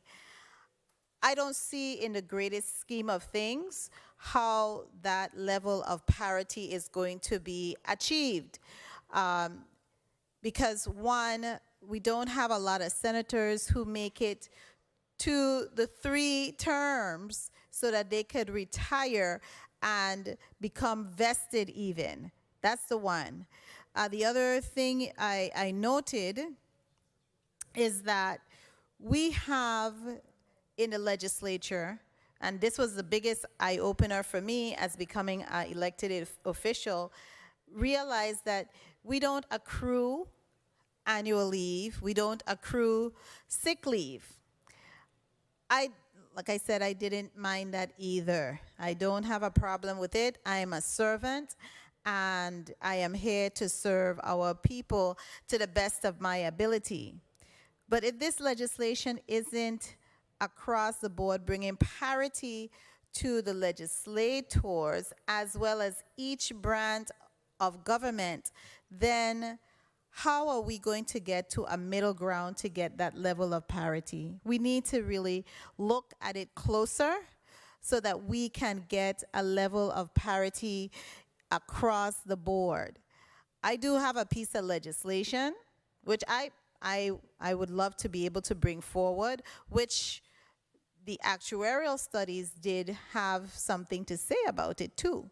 And they did do some actuarial assessment on it. And I will be looking at that, and I'm sure it will be a bone of contention with my colleagues as well. But the sponsor has a good heart, and I see where she is running with this. It is for that level of parity across the board, that we as elected officials are not seen as being at a higher level and going forward with legislations that benefit us. So those are my comments, but I want to conclude by saying that there's a plethora of disparities that exist relative to retirement on all three branches of government, as well as the accrual of time with all three branches. And we in the legislature, we have to really work to gain our seating, where in a government employee, a regular government employee, they are usually permanent for a certain time. Thank you so much, Senator Heiliger. You're recognized to conclude on your position relative to this bill before us. Thank you so much, Madam Chair. Thank you once again to the testifiers, to the people of the territory, to my colleagues. One of the things with me, it took me 8 years of running for public office to get elected. So I come in here with the thought process that the people made a decision that we are going to allow you to represent us for only 2 years. So any thought process of anyone thinking that, for me as an individual, that I have any intentions of having a career, I look at this as a 2-year job, and based on the work I provide, the people will make a decision accordingly. And that's as far as it goes for me. Now, this piece of legislation, as I've listened to some of my colleagues speak about individuals being younger, I'm 48 years old. So I personally, based on what legal counsel has shared with me, I would be affected by this piece of legislation based on what was told to me. Because until I am vested, if I do get reelected for 3 terms, then and only then I could participate in this retirement system. So this is not a situation where I even excluded myself. Now, at the end of the day, I am going to repeat again. When I brought this piece of legislation forward, it had nothing to do with any financial aspect of altering the GRS system. We are fully aware that based on the number of individuals that are participating in the system, we spoke to GRS, they shared with us that some senators don't even opt in to retire. Several of them don't even participate. For me, this had a whole thing to do with creating a parity as it relates to making sure that the very people we serve, we are on par with them. And that is what I and my intentions were about. Now, as it relates to the bill, yes, there were some issues with the bill that was identified by legal counsel, and in speaking to them, they came up with an amendment to clarify and fix the issue with the original bill that we had. For public knowledge, once a bill is performed, even if we see errors or issues with it, we cannot go backwards and undo it. Because if I could have, from the very moment we saw the issues after it was performed, before it even came to the Senate floor, I would have been more than happy to alter them. But the only way to change it once it's performed is via an amendment. So that is why this amendment is here today, and I will be offering it at the appropriate time. You know, when I hear my colleagues speak about young people, we all encourage young people to go out and work. We all encourage them to go and be entrepreneurs, whether they choose to work in business, whether they choose to work for the government. But when it comes to this job, it's called public service for me. I cannot speak to anyone, and any plans for retirement has never been an initial thought. But at the end of the day, when I think of the people I represent, I think about that man that doesn't even have an option for a retirement plan. And I represent him as well. I think about those individuals that work 30, 40 plus years and are going home in their 70s because they have to work the extra mile. So when I'm hearing the thought process of us as elected officials stating we have to be mindful that young people get a chance as a career as a public servant, I'm all for you wanting to be a public servant, like all 15 of us are elected to be. But at the end of the day, we should never forget that we were elected to represent people. And at the end of the day for me, I'm always going to ask myself the question, am I a reflection of the people that I represent?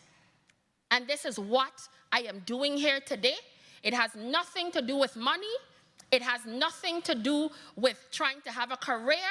For me, this is trying to fix a wrong, and that is it. So I want to thank my colleagues for sharing their thoughts. I appreciate it.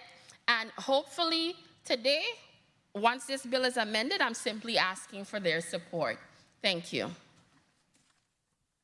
And thank you so much, Senator Francis Heiliger. Do we have a motion?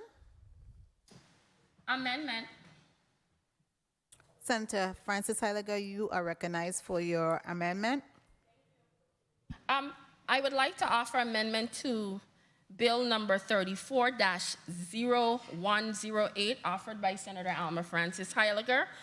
To Bill number 34-018, Section 1 is amended by striking all the language after chapter and inserting new language that reads as follows. 28A, Section 763, subsection E, is amended by striking 60, and inserting 65. I so move.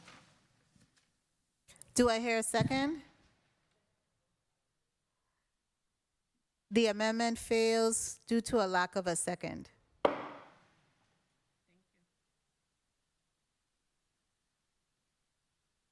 Motion. Senator Francis Heiliger, you are recognized for your motion. Thank you. I move that Bill number 34-0108 be forwarded to the Committee on Rules for further consideration. I so move. It's been properly moved. Do I hear a second? The motion fails due to a lack of a second.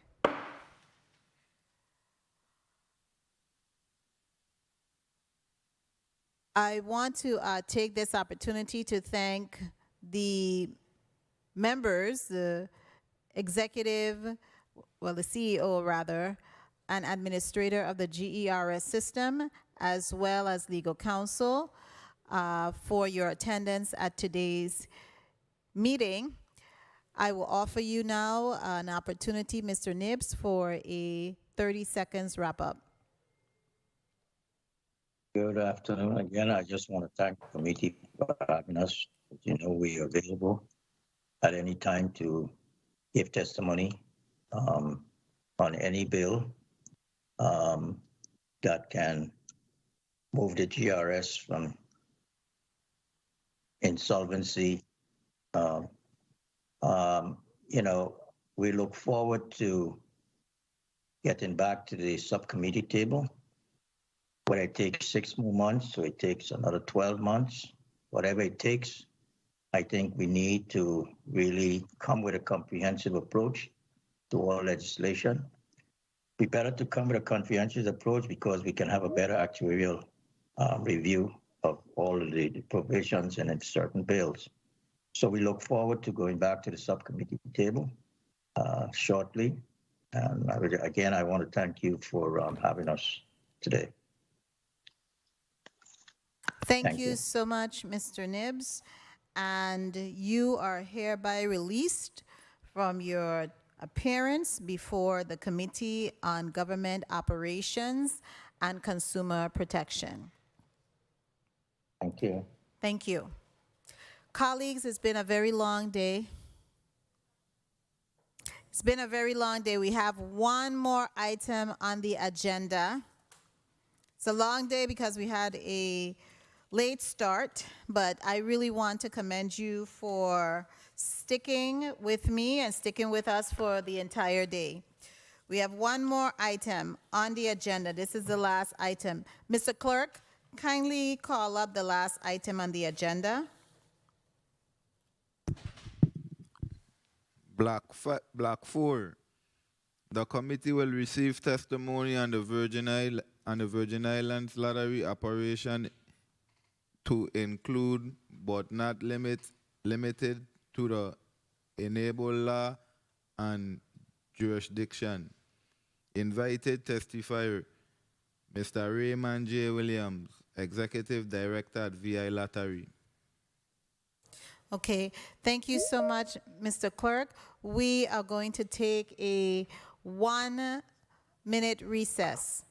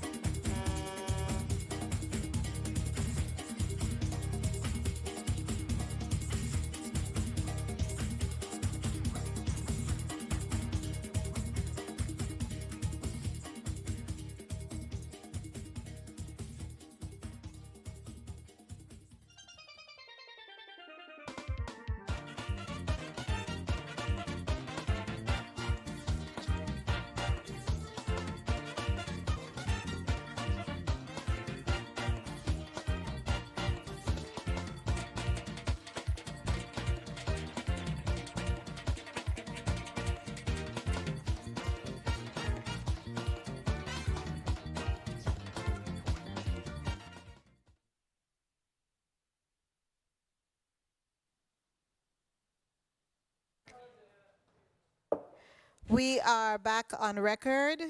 We have just risen out of recess, and we have the VI lottery. It's our last item on today's agenda. A pleasant good afternoon, Mr. Raymond Williams. Good afternoon, Senator. We're going to proceed with a microphone check. If you will just ask your members of your team to just make sure that their microphones are on and operable. We can see them fine. The visuals are good. So we're just doing the microphone check. Would you like? Go ahead. Introduce your team who is here visually with us this afternoon. We have Mr. Lamar Jacobs. He's the Director of Investigations and Security. We have Director Jacobs. Director Jacobs. Say it again. Ms. Carmichael. Say it again. Lamar Jacobs, Director of Security and Investigations, Virgin Islands Lottery. Good afternoon. Good afternoon. Ms. Carmichael. Hi, good afternoon. Verita Carmichael, Human Resources. Good afternoon. Ms. Burgess. Good afternoon, Victoria Burgess, Director of Marketing and Public Relations. Good afternoon. Sir Benjamin.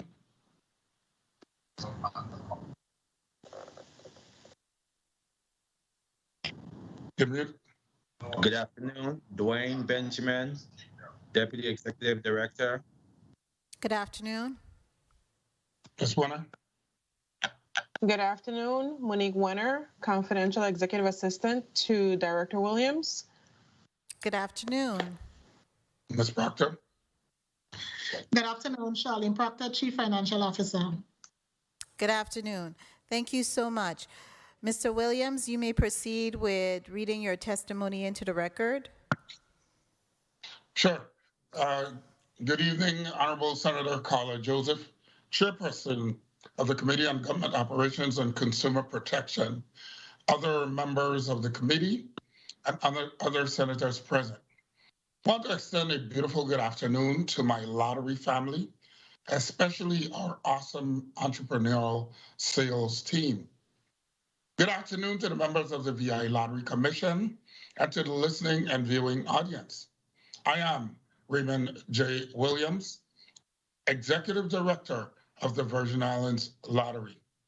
Appearing virtually with me today are Mr. Dwayne Benjamin, Deputy Executive Director, Ms. Charlene Proctor, Chief Financial Officer, Ms. Verita Carmichael, Human Resources Director, Ms. Monique Wenner, my confidential executive assistant, Ms. Victoria Burgess, the Director of Marketing and Public Relations, and Mr. Lamar Jacobs, Director of Security and Investigation.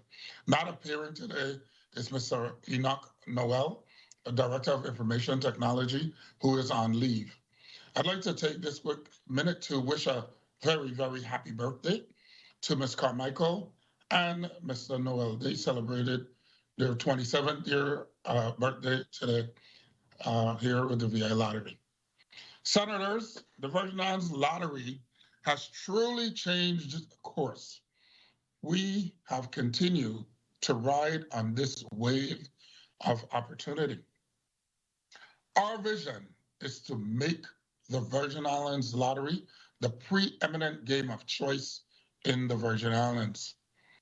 Since our last visit to the legislature to review with you our FY22 budget, we shared 17 accomplishments with the members.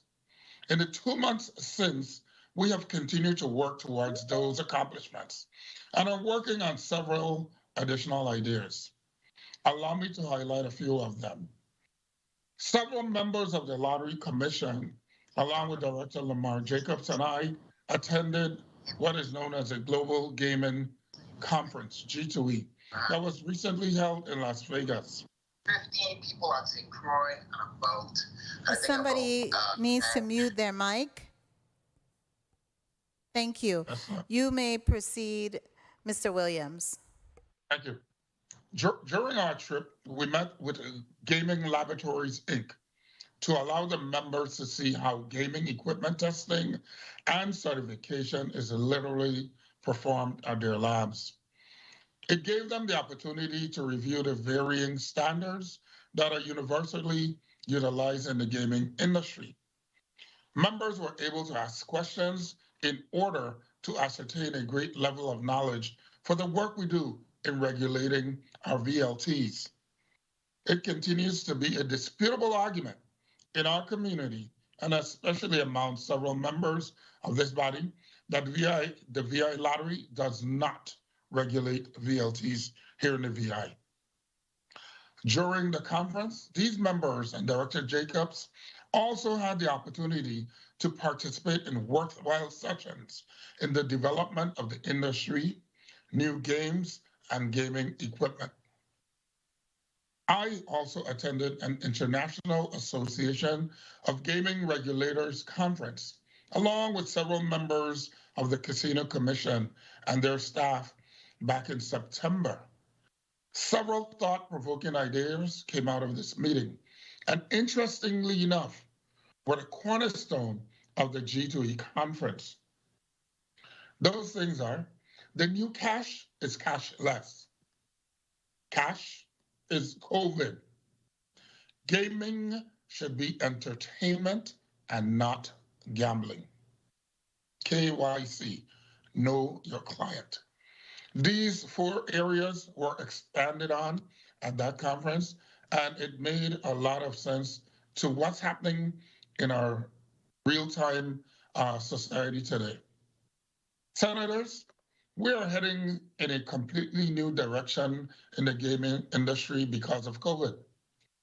The in-person gaming venues are heading fast into a virtual direction.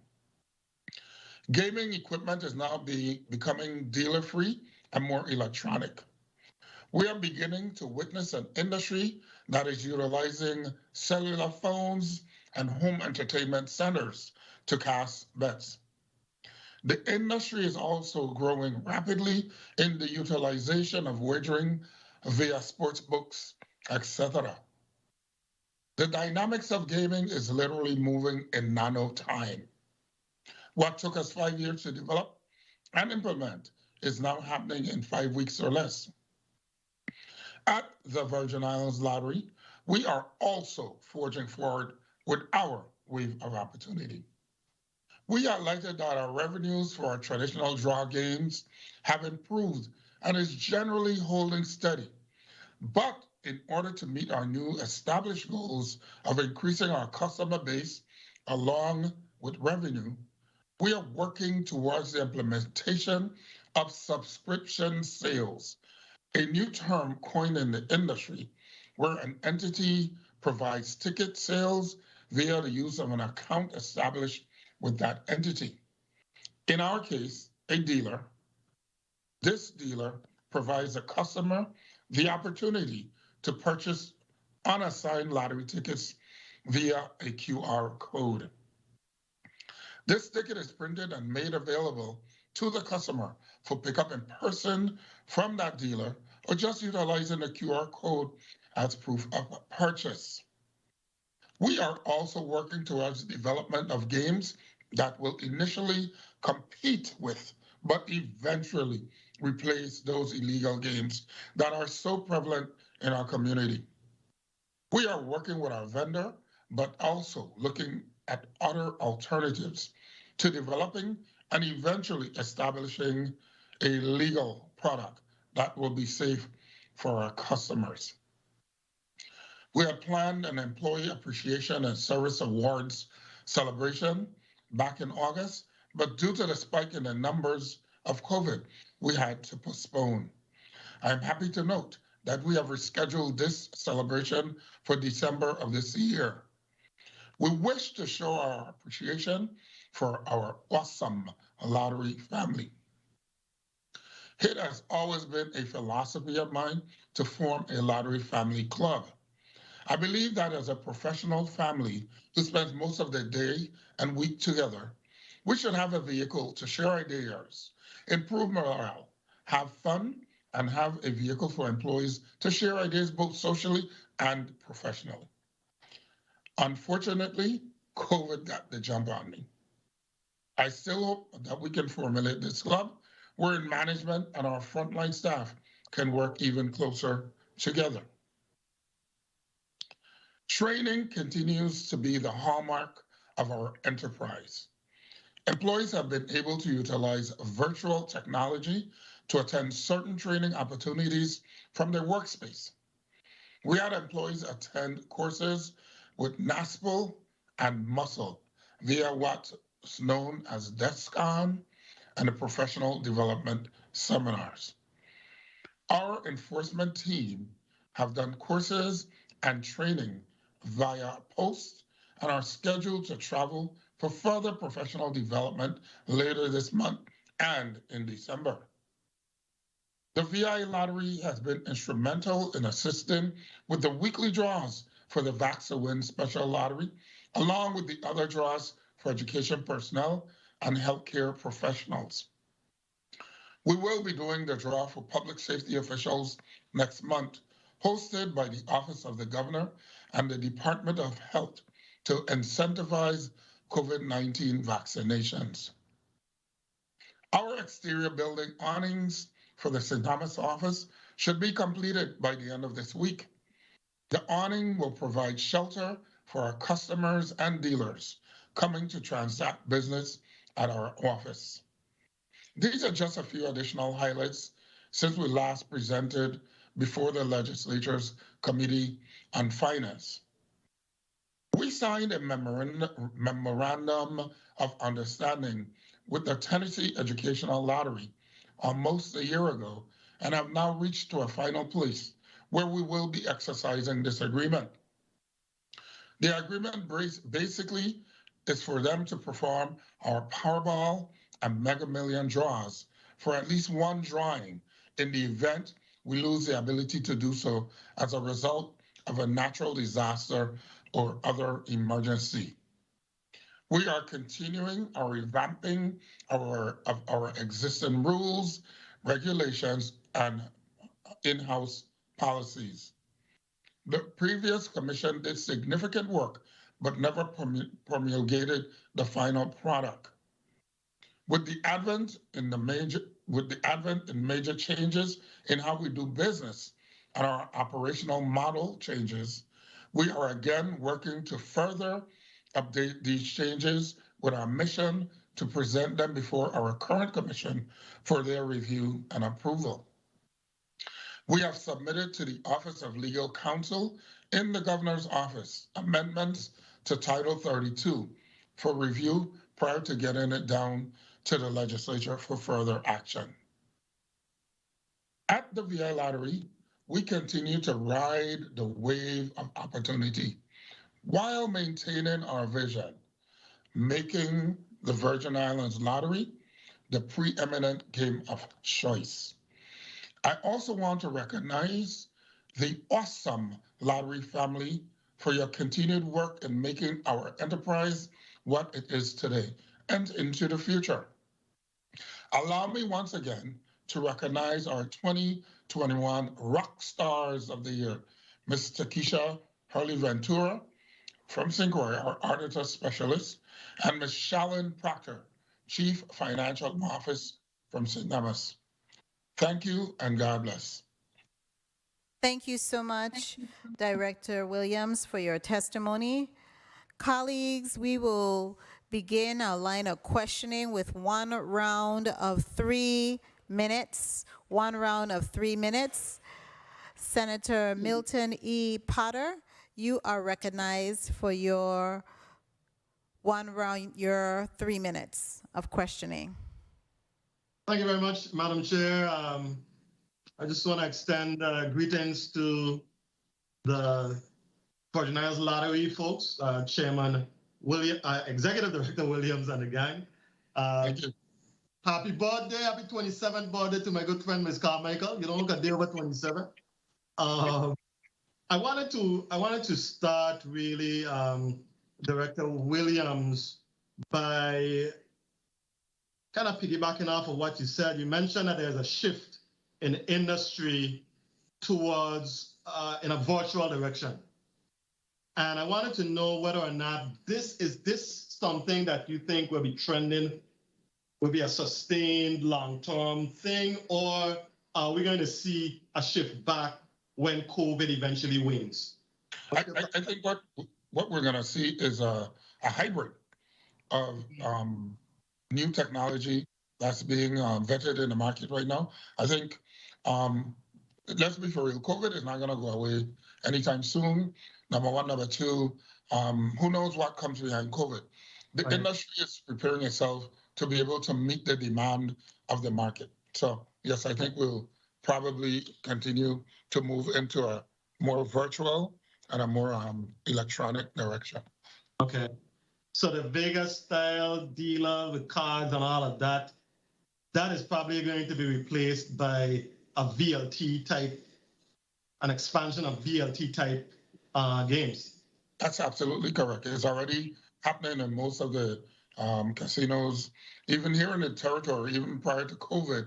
A lot of our table games here on St. Thomas are dealer free. Okay. On page 4 of your testimony, you mentioned that you're working towards the development of games that will initially compete with, but eventually replace the illegal games. In other words, you're saying if the world give you Tarmon, you make Tarmon stew. Basically, you're saying that. And I appreciate that, because the illegal games are, everybody know they're illegal, but they're doing well. So if there's a way to create a similar type game that's popular, why not go for it? How does that process work? The process of bringing on board a new initiative, a new game? Okay, so I'm going to yield to my Ms. Burgess because she can give you a much clearer answer. But the reality is that we have the games like Palais, Way, and those type of games that are conducted here in the territory that are associated with the Santo Dominican games and also with the New York, some illegal games out of New York. These games are played multiple times a day. So I'm going to yield to Victoria to finish that response. Time. You may proceed. Okay. Well, just to briefly kind of give a breakdown of how that process usually takes place. I'm sorry, Ms. Burgess. Ms. Burgess, kindly state your name prior to speaking on the record. We have the stenographers, and they are taking the recording. So say your name, and that goes to all testifiers. Please state your name first, and then proceed. Thank you kindly. Okay. Victoria Burgess, and Director of Marketing and Public Relations. To answer that question, the process of developing those games begins with game research. So initially, we have to do a thorough investigation of what it is that the people of the Virgin Islands like. What aspects of those games do they enjoy, so that we can ensure that the game that we create to model it has those same elements. From there, we would then go through a series of companies. There's a host of different companies that create and develop games. A lot of them have games already in place that are modeled similarly to the games that we would find illegally played in our territory.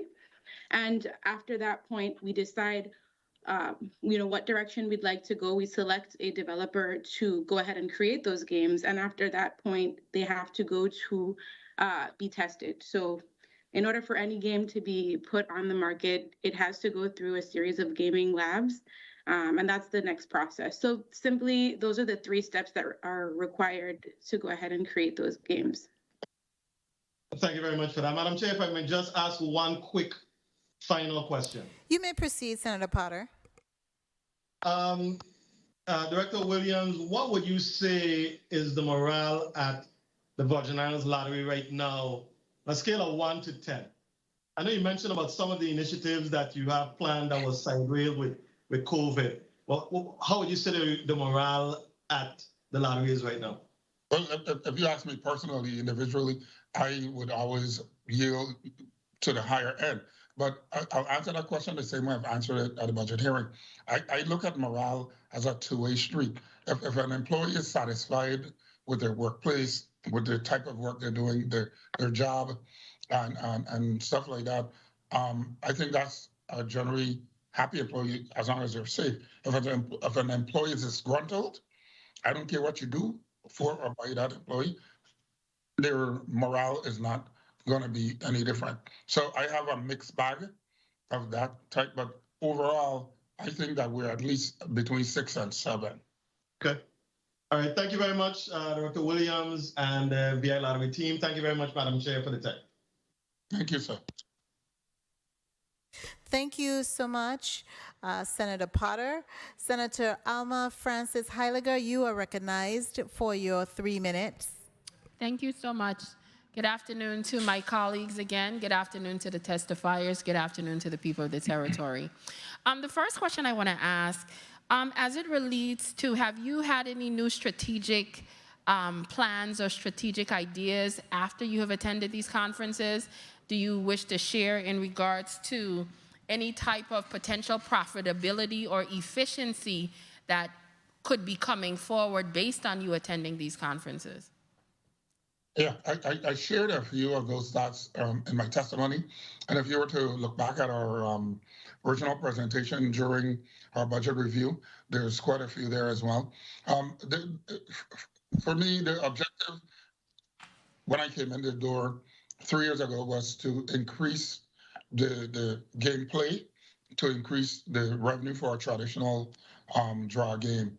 It is still our goal to further improve as part of our short-term goal to improve on our revenues coming in from a traditional game. That's why we mentioned the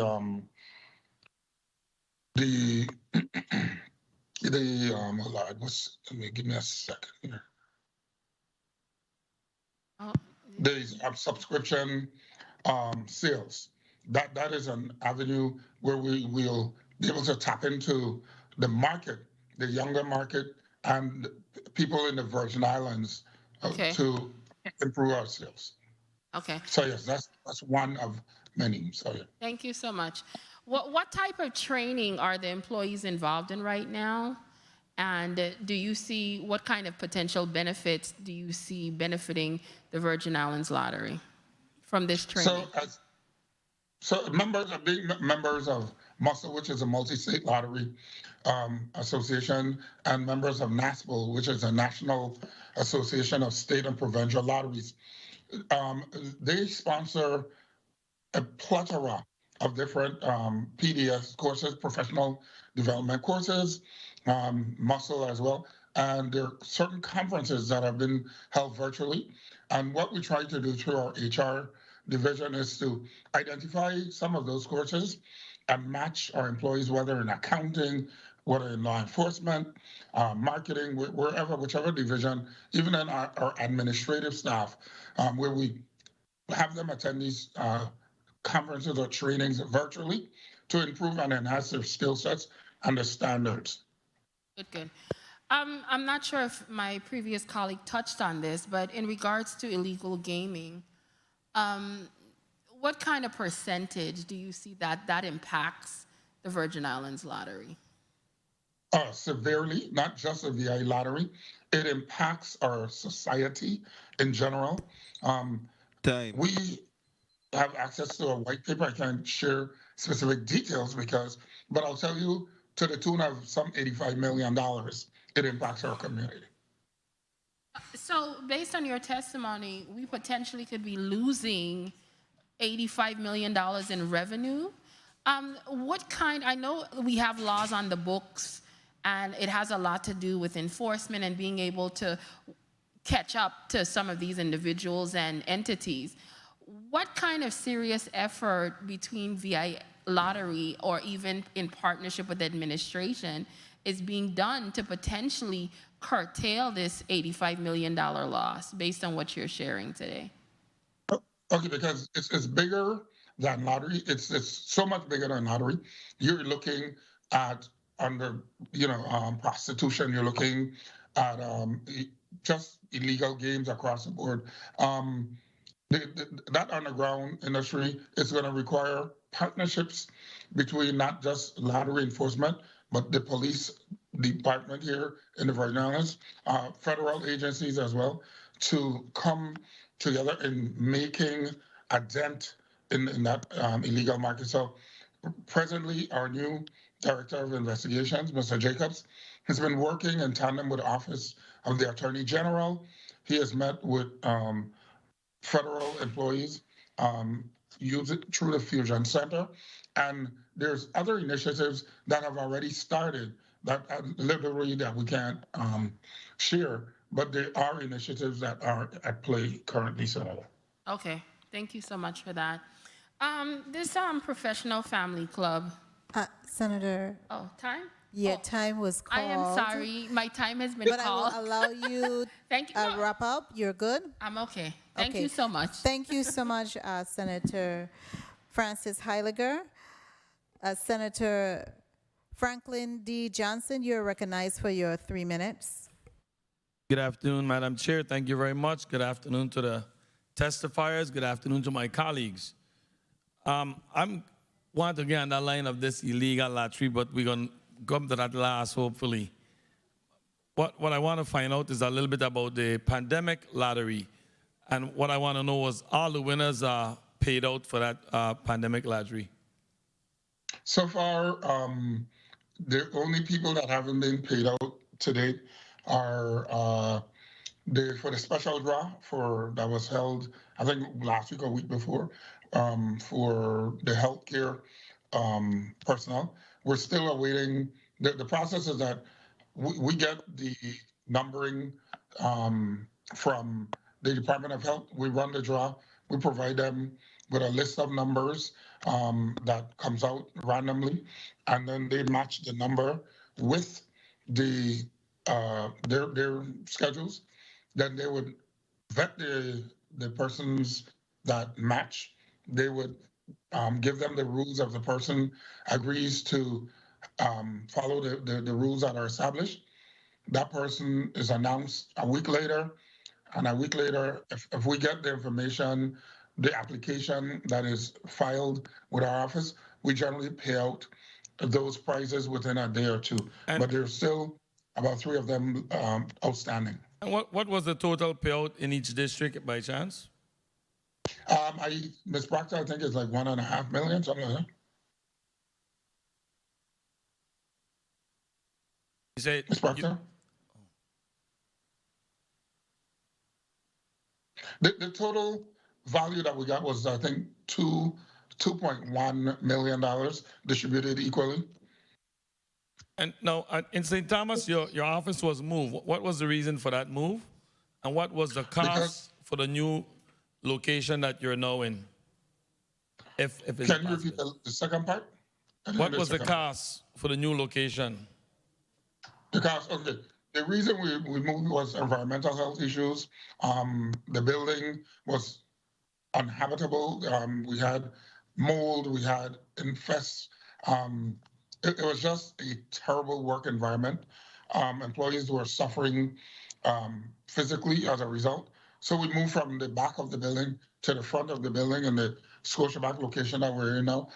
The build-out cost for the new location was about $200,000 to build it out and to furnish it.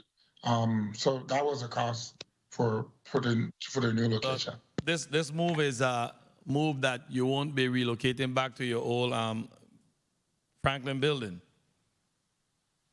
No. As a matter of fact, we were trying to buy the property to reconstruct the entire property, to utilize it for ourselves and rent or lease space to other agencies as well.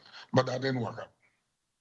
Now, I can wrap up with this question. I too is a little concerned about the illegal lotteries and what is being done. And it's been a few years now that I have heard of an arrest for someone with illegal lottery in the territory. And I know there's not a lot of information that you can give to us here.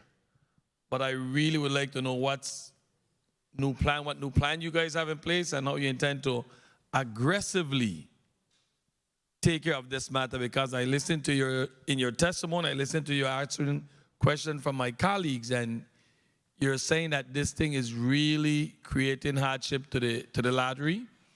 And when the VI lottery don't collect these money, then the schools and the different areas that money will normally be contributed to can't get that big funding. So what are the real plans to really enforce these illegal lottery tickets? Thank you. I'll let you answer that on the chair time. Senator, if I told you the plans, I'd probably have to kill you. But I'm going to say this to you. Mr. Jacobs, my director of investigation, is hard at work at it.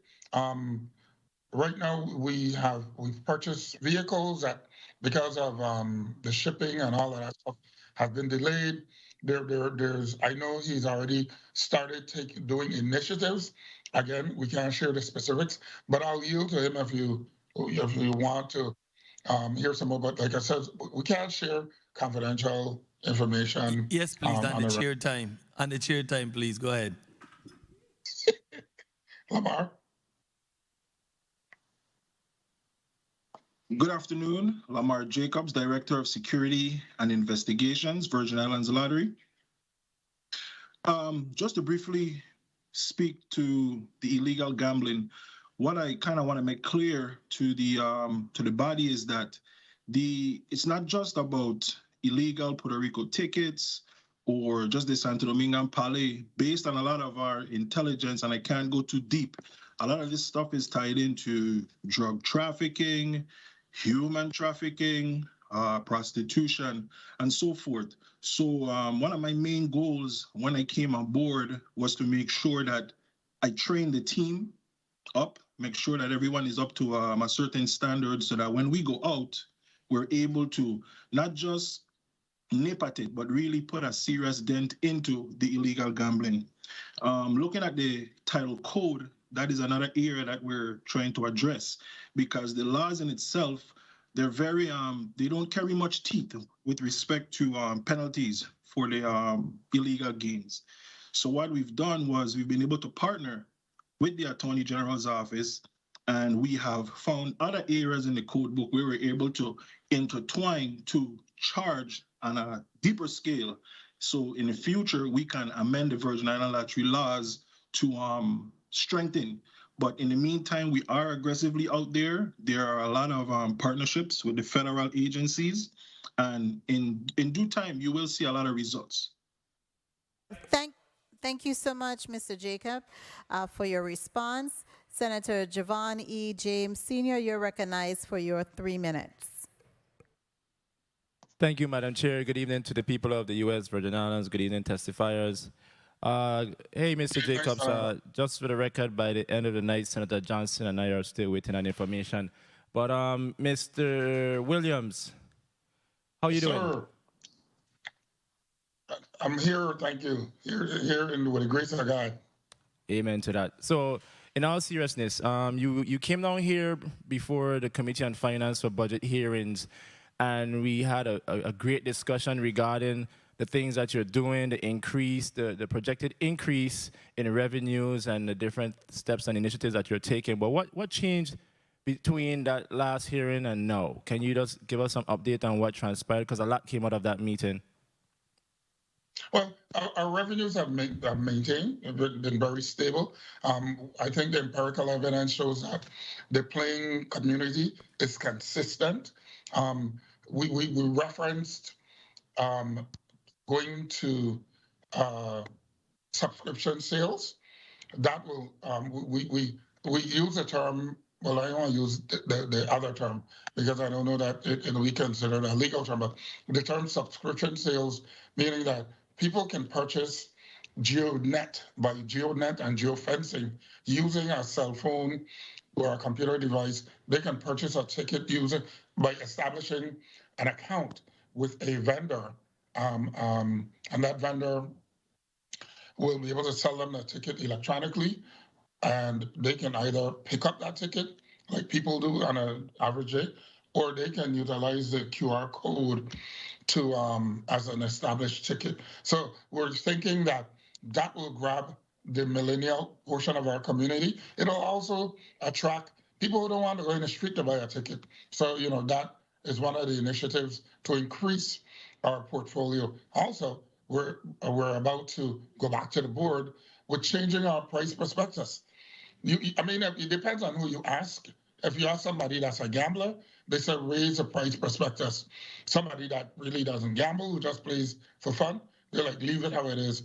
In order to attract, in order to compete with PR Lottery, we've got to enhance our price point. So we're looking at going from 175K to at least 200K as our first prize, possibly eliminating the FIP prize and looking at the plethora of some 4,000 other prizes that are part of our scheme to enhance that game product. So those are two areas that we're already full speed ahead on, working on.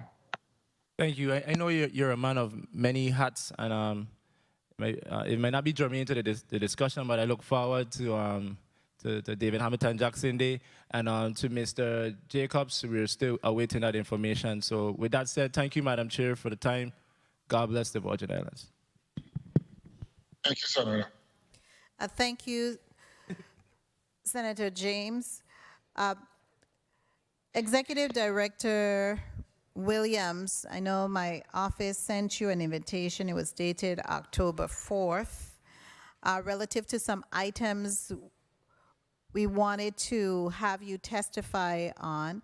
And one of my colleagues alluded and inquired about the level of enforcement that the VI Lottery is conducting relative to illegal games. I know you just brought on board your director, Jacobs, but tell us, what are some of your challenges that you are facing besides the legal operation of lottery games in the Virgin Islands? Can you indicate to us some of the additional challenges that you are facing as far as the operations of the VI Lottery? I don't know that we're facing additional challenges outside of what both Director Jacobs and I just expounded on. The objective is that we've got to form a unified front along with other members of law enforcement. The VI Lottery alone by itself cannot fix that problem. It's an endemic problem. It's been a problem here in our community for 100 years. It's not going to be fixed overnight, but the objective, our clear objectives are to put a dent in it. It requires education. Okay, everyone looks to enforcement, but it requires an education. It requires being more competitive. Hence why we're looking at new products to bring into this industry that will help to stave off some of the illegal activity. Okay, so if it requires enforcement education, how many persons have you brought on, or how many persons do you have now under Directors Jacobs' leadership? How many enforcement officers per island district do you have on board? Okay, so at the onset of my tenure, we had 3 here on St. Thomas, and we had 3 on St. Croix, or 2 on St. Croix actually. We lost one by attrition. We have 2 currently on St. Thomas. And on St. Croix, we have a chief and we have an enforcement officer. The HR department, along with the director, just interviewed a candidate this very past week, that we more than likely are going to be bringing on board. The objective is to have at least 3 officers on St. Thomas and 3 on St. Croix. That will be inclusive of not just the enforcement officers, but along with the director and the chief. Okay, and so how many persons have been arrested by your unit? Do you do any collaboration with any other enforcement entity, the police department, marshals, DPNR, any kind of collaboration so we could cut down? Because you mentioned in your testimony and you identify about $85 million you are estimating that we are losing due to the illegal operation of various lottery games in the Virgin Islands? It's not just lottery games, it's a combination of illegal gaming, prostitution, human trafficking, and I forgot one. But as I said before, it is not a problem that we singularly can fix. It requires federal intervention, even with the Coast Guard's intervention of illegal tickets coming into the territory. So we have, the director has been in constant contact with several of these agencies, and it's a matter of strategically designing initiatives that will stick. You know, going after a dealer that purchases a Puerto Rico lottery ticket, you cannot arrest a dealer for holding or the possession of a Puerto Rico lottery ticket, because if they purchase it, they came back here with it, that's their ticket. But if we catch them transacting a sale of that ticket, that is where the difference come in. Now, if I just want to ask another question because time is running. Also, relative to the other arm that you mentioned with education, what are you doing? What is the VI Lottery doing to educate the public regarding some of these illegal operations? You said it's a multitude of issues. You mentioned law enforcement, and you also mentioned education. How do you see the VI Lottery playing a role in educating the public regarding the lottery? Several ways. We do a lot. We've been doing a lot of radio interviews through our marketing team. You know, we put information out there. You'll hear from time to time me talking very specifically to our customer base, to our dealers, and to people in our community that, hey, we know you're doing it. You need to stop. How do you educate them? Again, by more marketing and the continuous reminder that it is not okay for you to sell illegal games, and we will eventually be coming down on you for those sales. So that's where the education piece comes in, through our marketing initiatives. Okay, thank you so much. Colleagues, we have come to the end of our agenda today. Executive Director Williams will ask you to present a 30 seconds wrap up, if you will, to close out. Senator Joseph, it's been a pleasure. It was interesting listening to the meeting all day today. I just want to thank my awesome lottery family, my senior team, my downline staff. I want to say special thank you to our dealers. Those are the true entrepreneurs that drive the product. And I just want to tell you to continue to look for the wave of opportunity. Remember, when you play the VI Lottery, everybody wins. Thank you. Thank you so much. And Executive Director Williams, you as well as your team are hereby released from your testimony before the Committee on Government Operation and Consumer Protection. Colleagues, listening and viewing audience, I really want to thank our central staff, my staff, for being here. We had a late start, it's minutes after 6, but we stayed through and through, and we completed our agenda. So I want to thank you all for being here and for staying till the very end. The Committee on Government Operations and Consumer Protection meeting for Wednesday, October 20th, 2021 is hereby adjourned.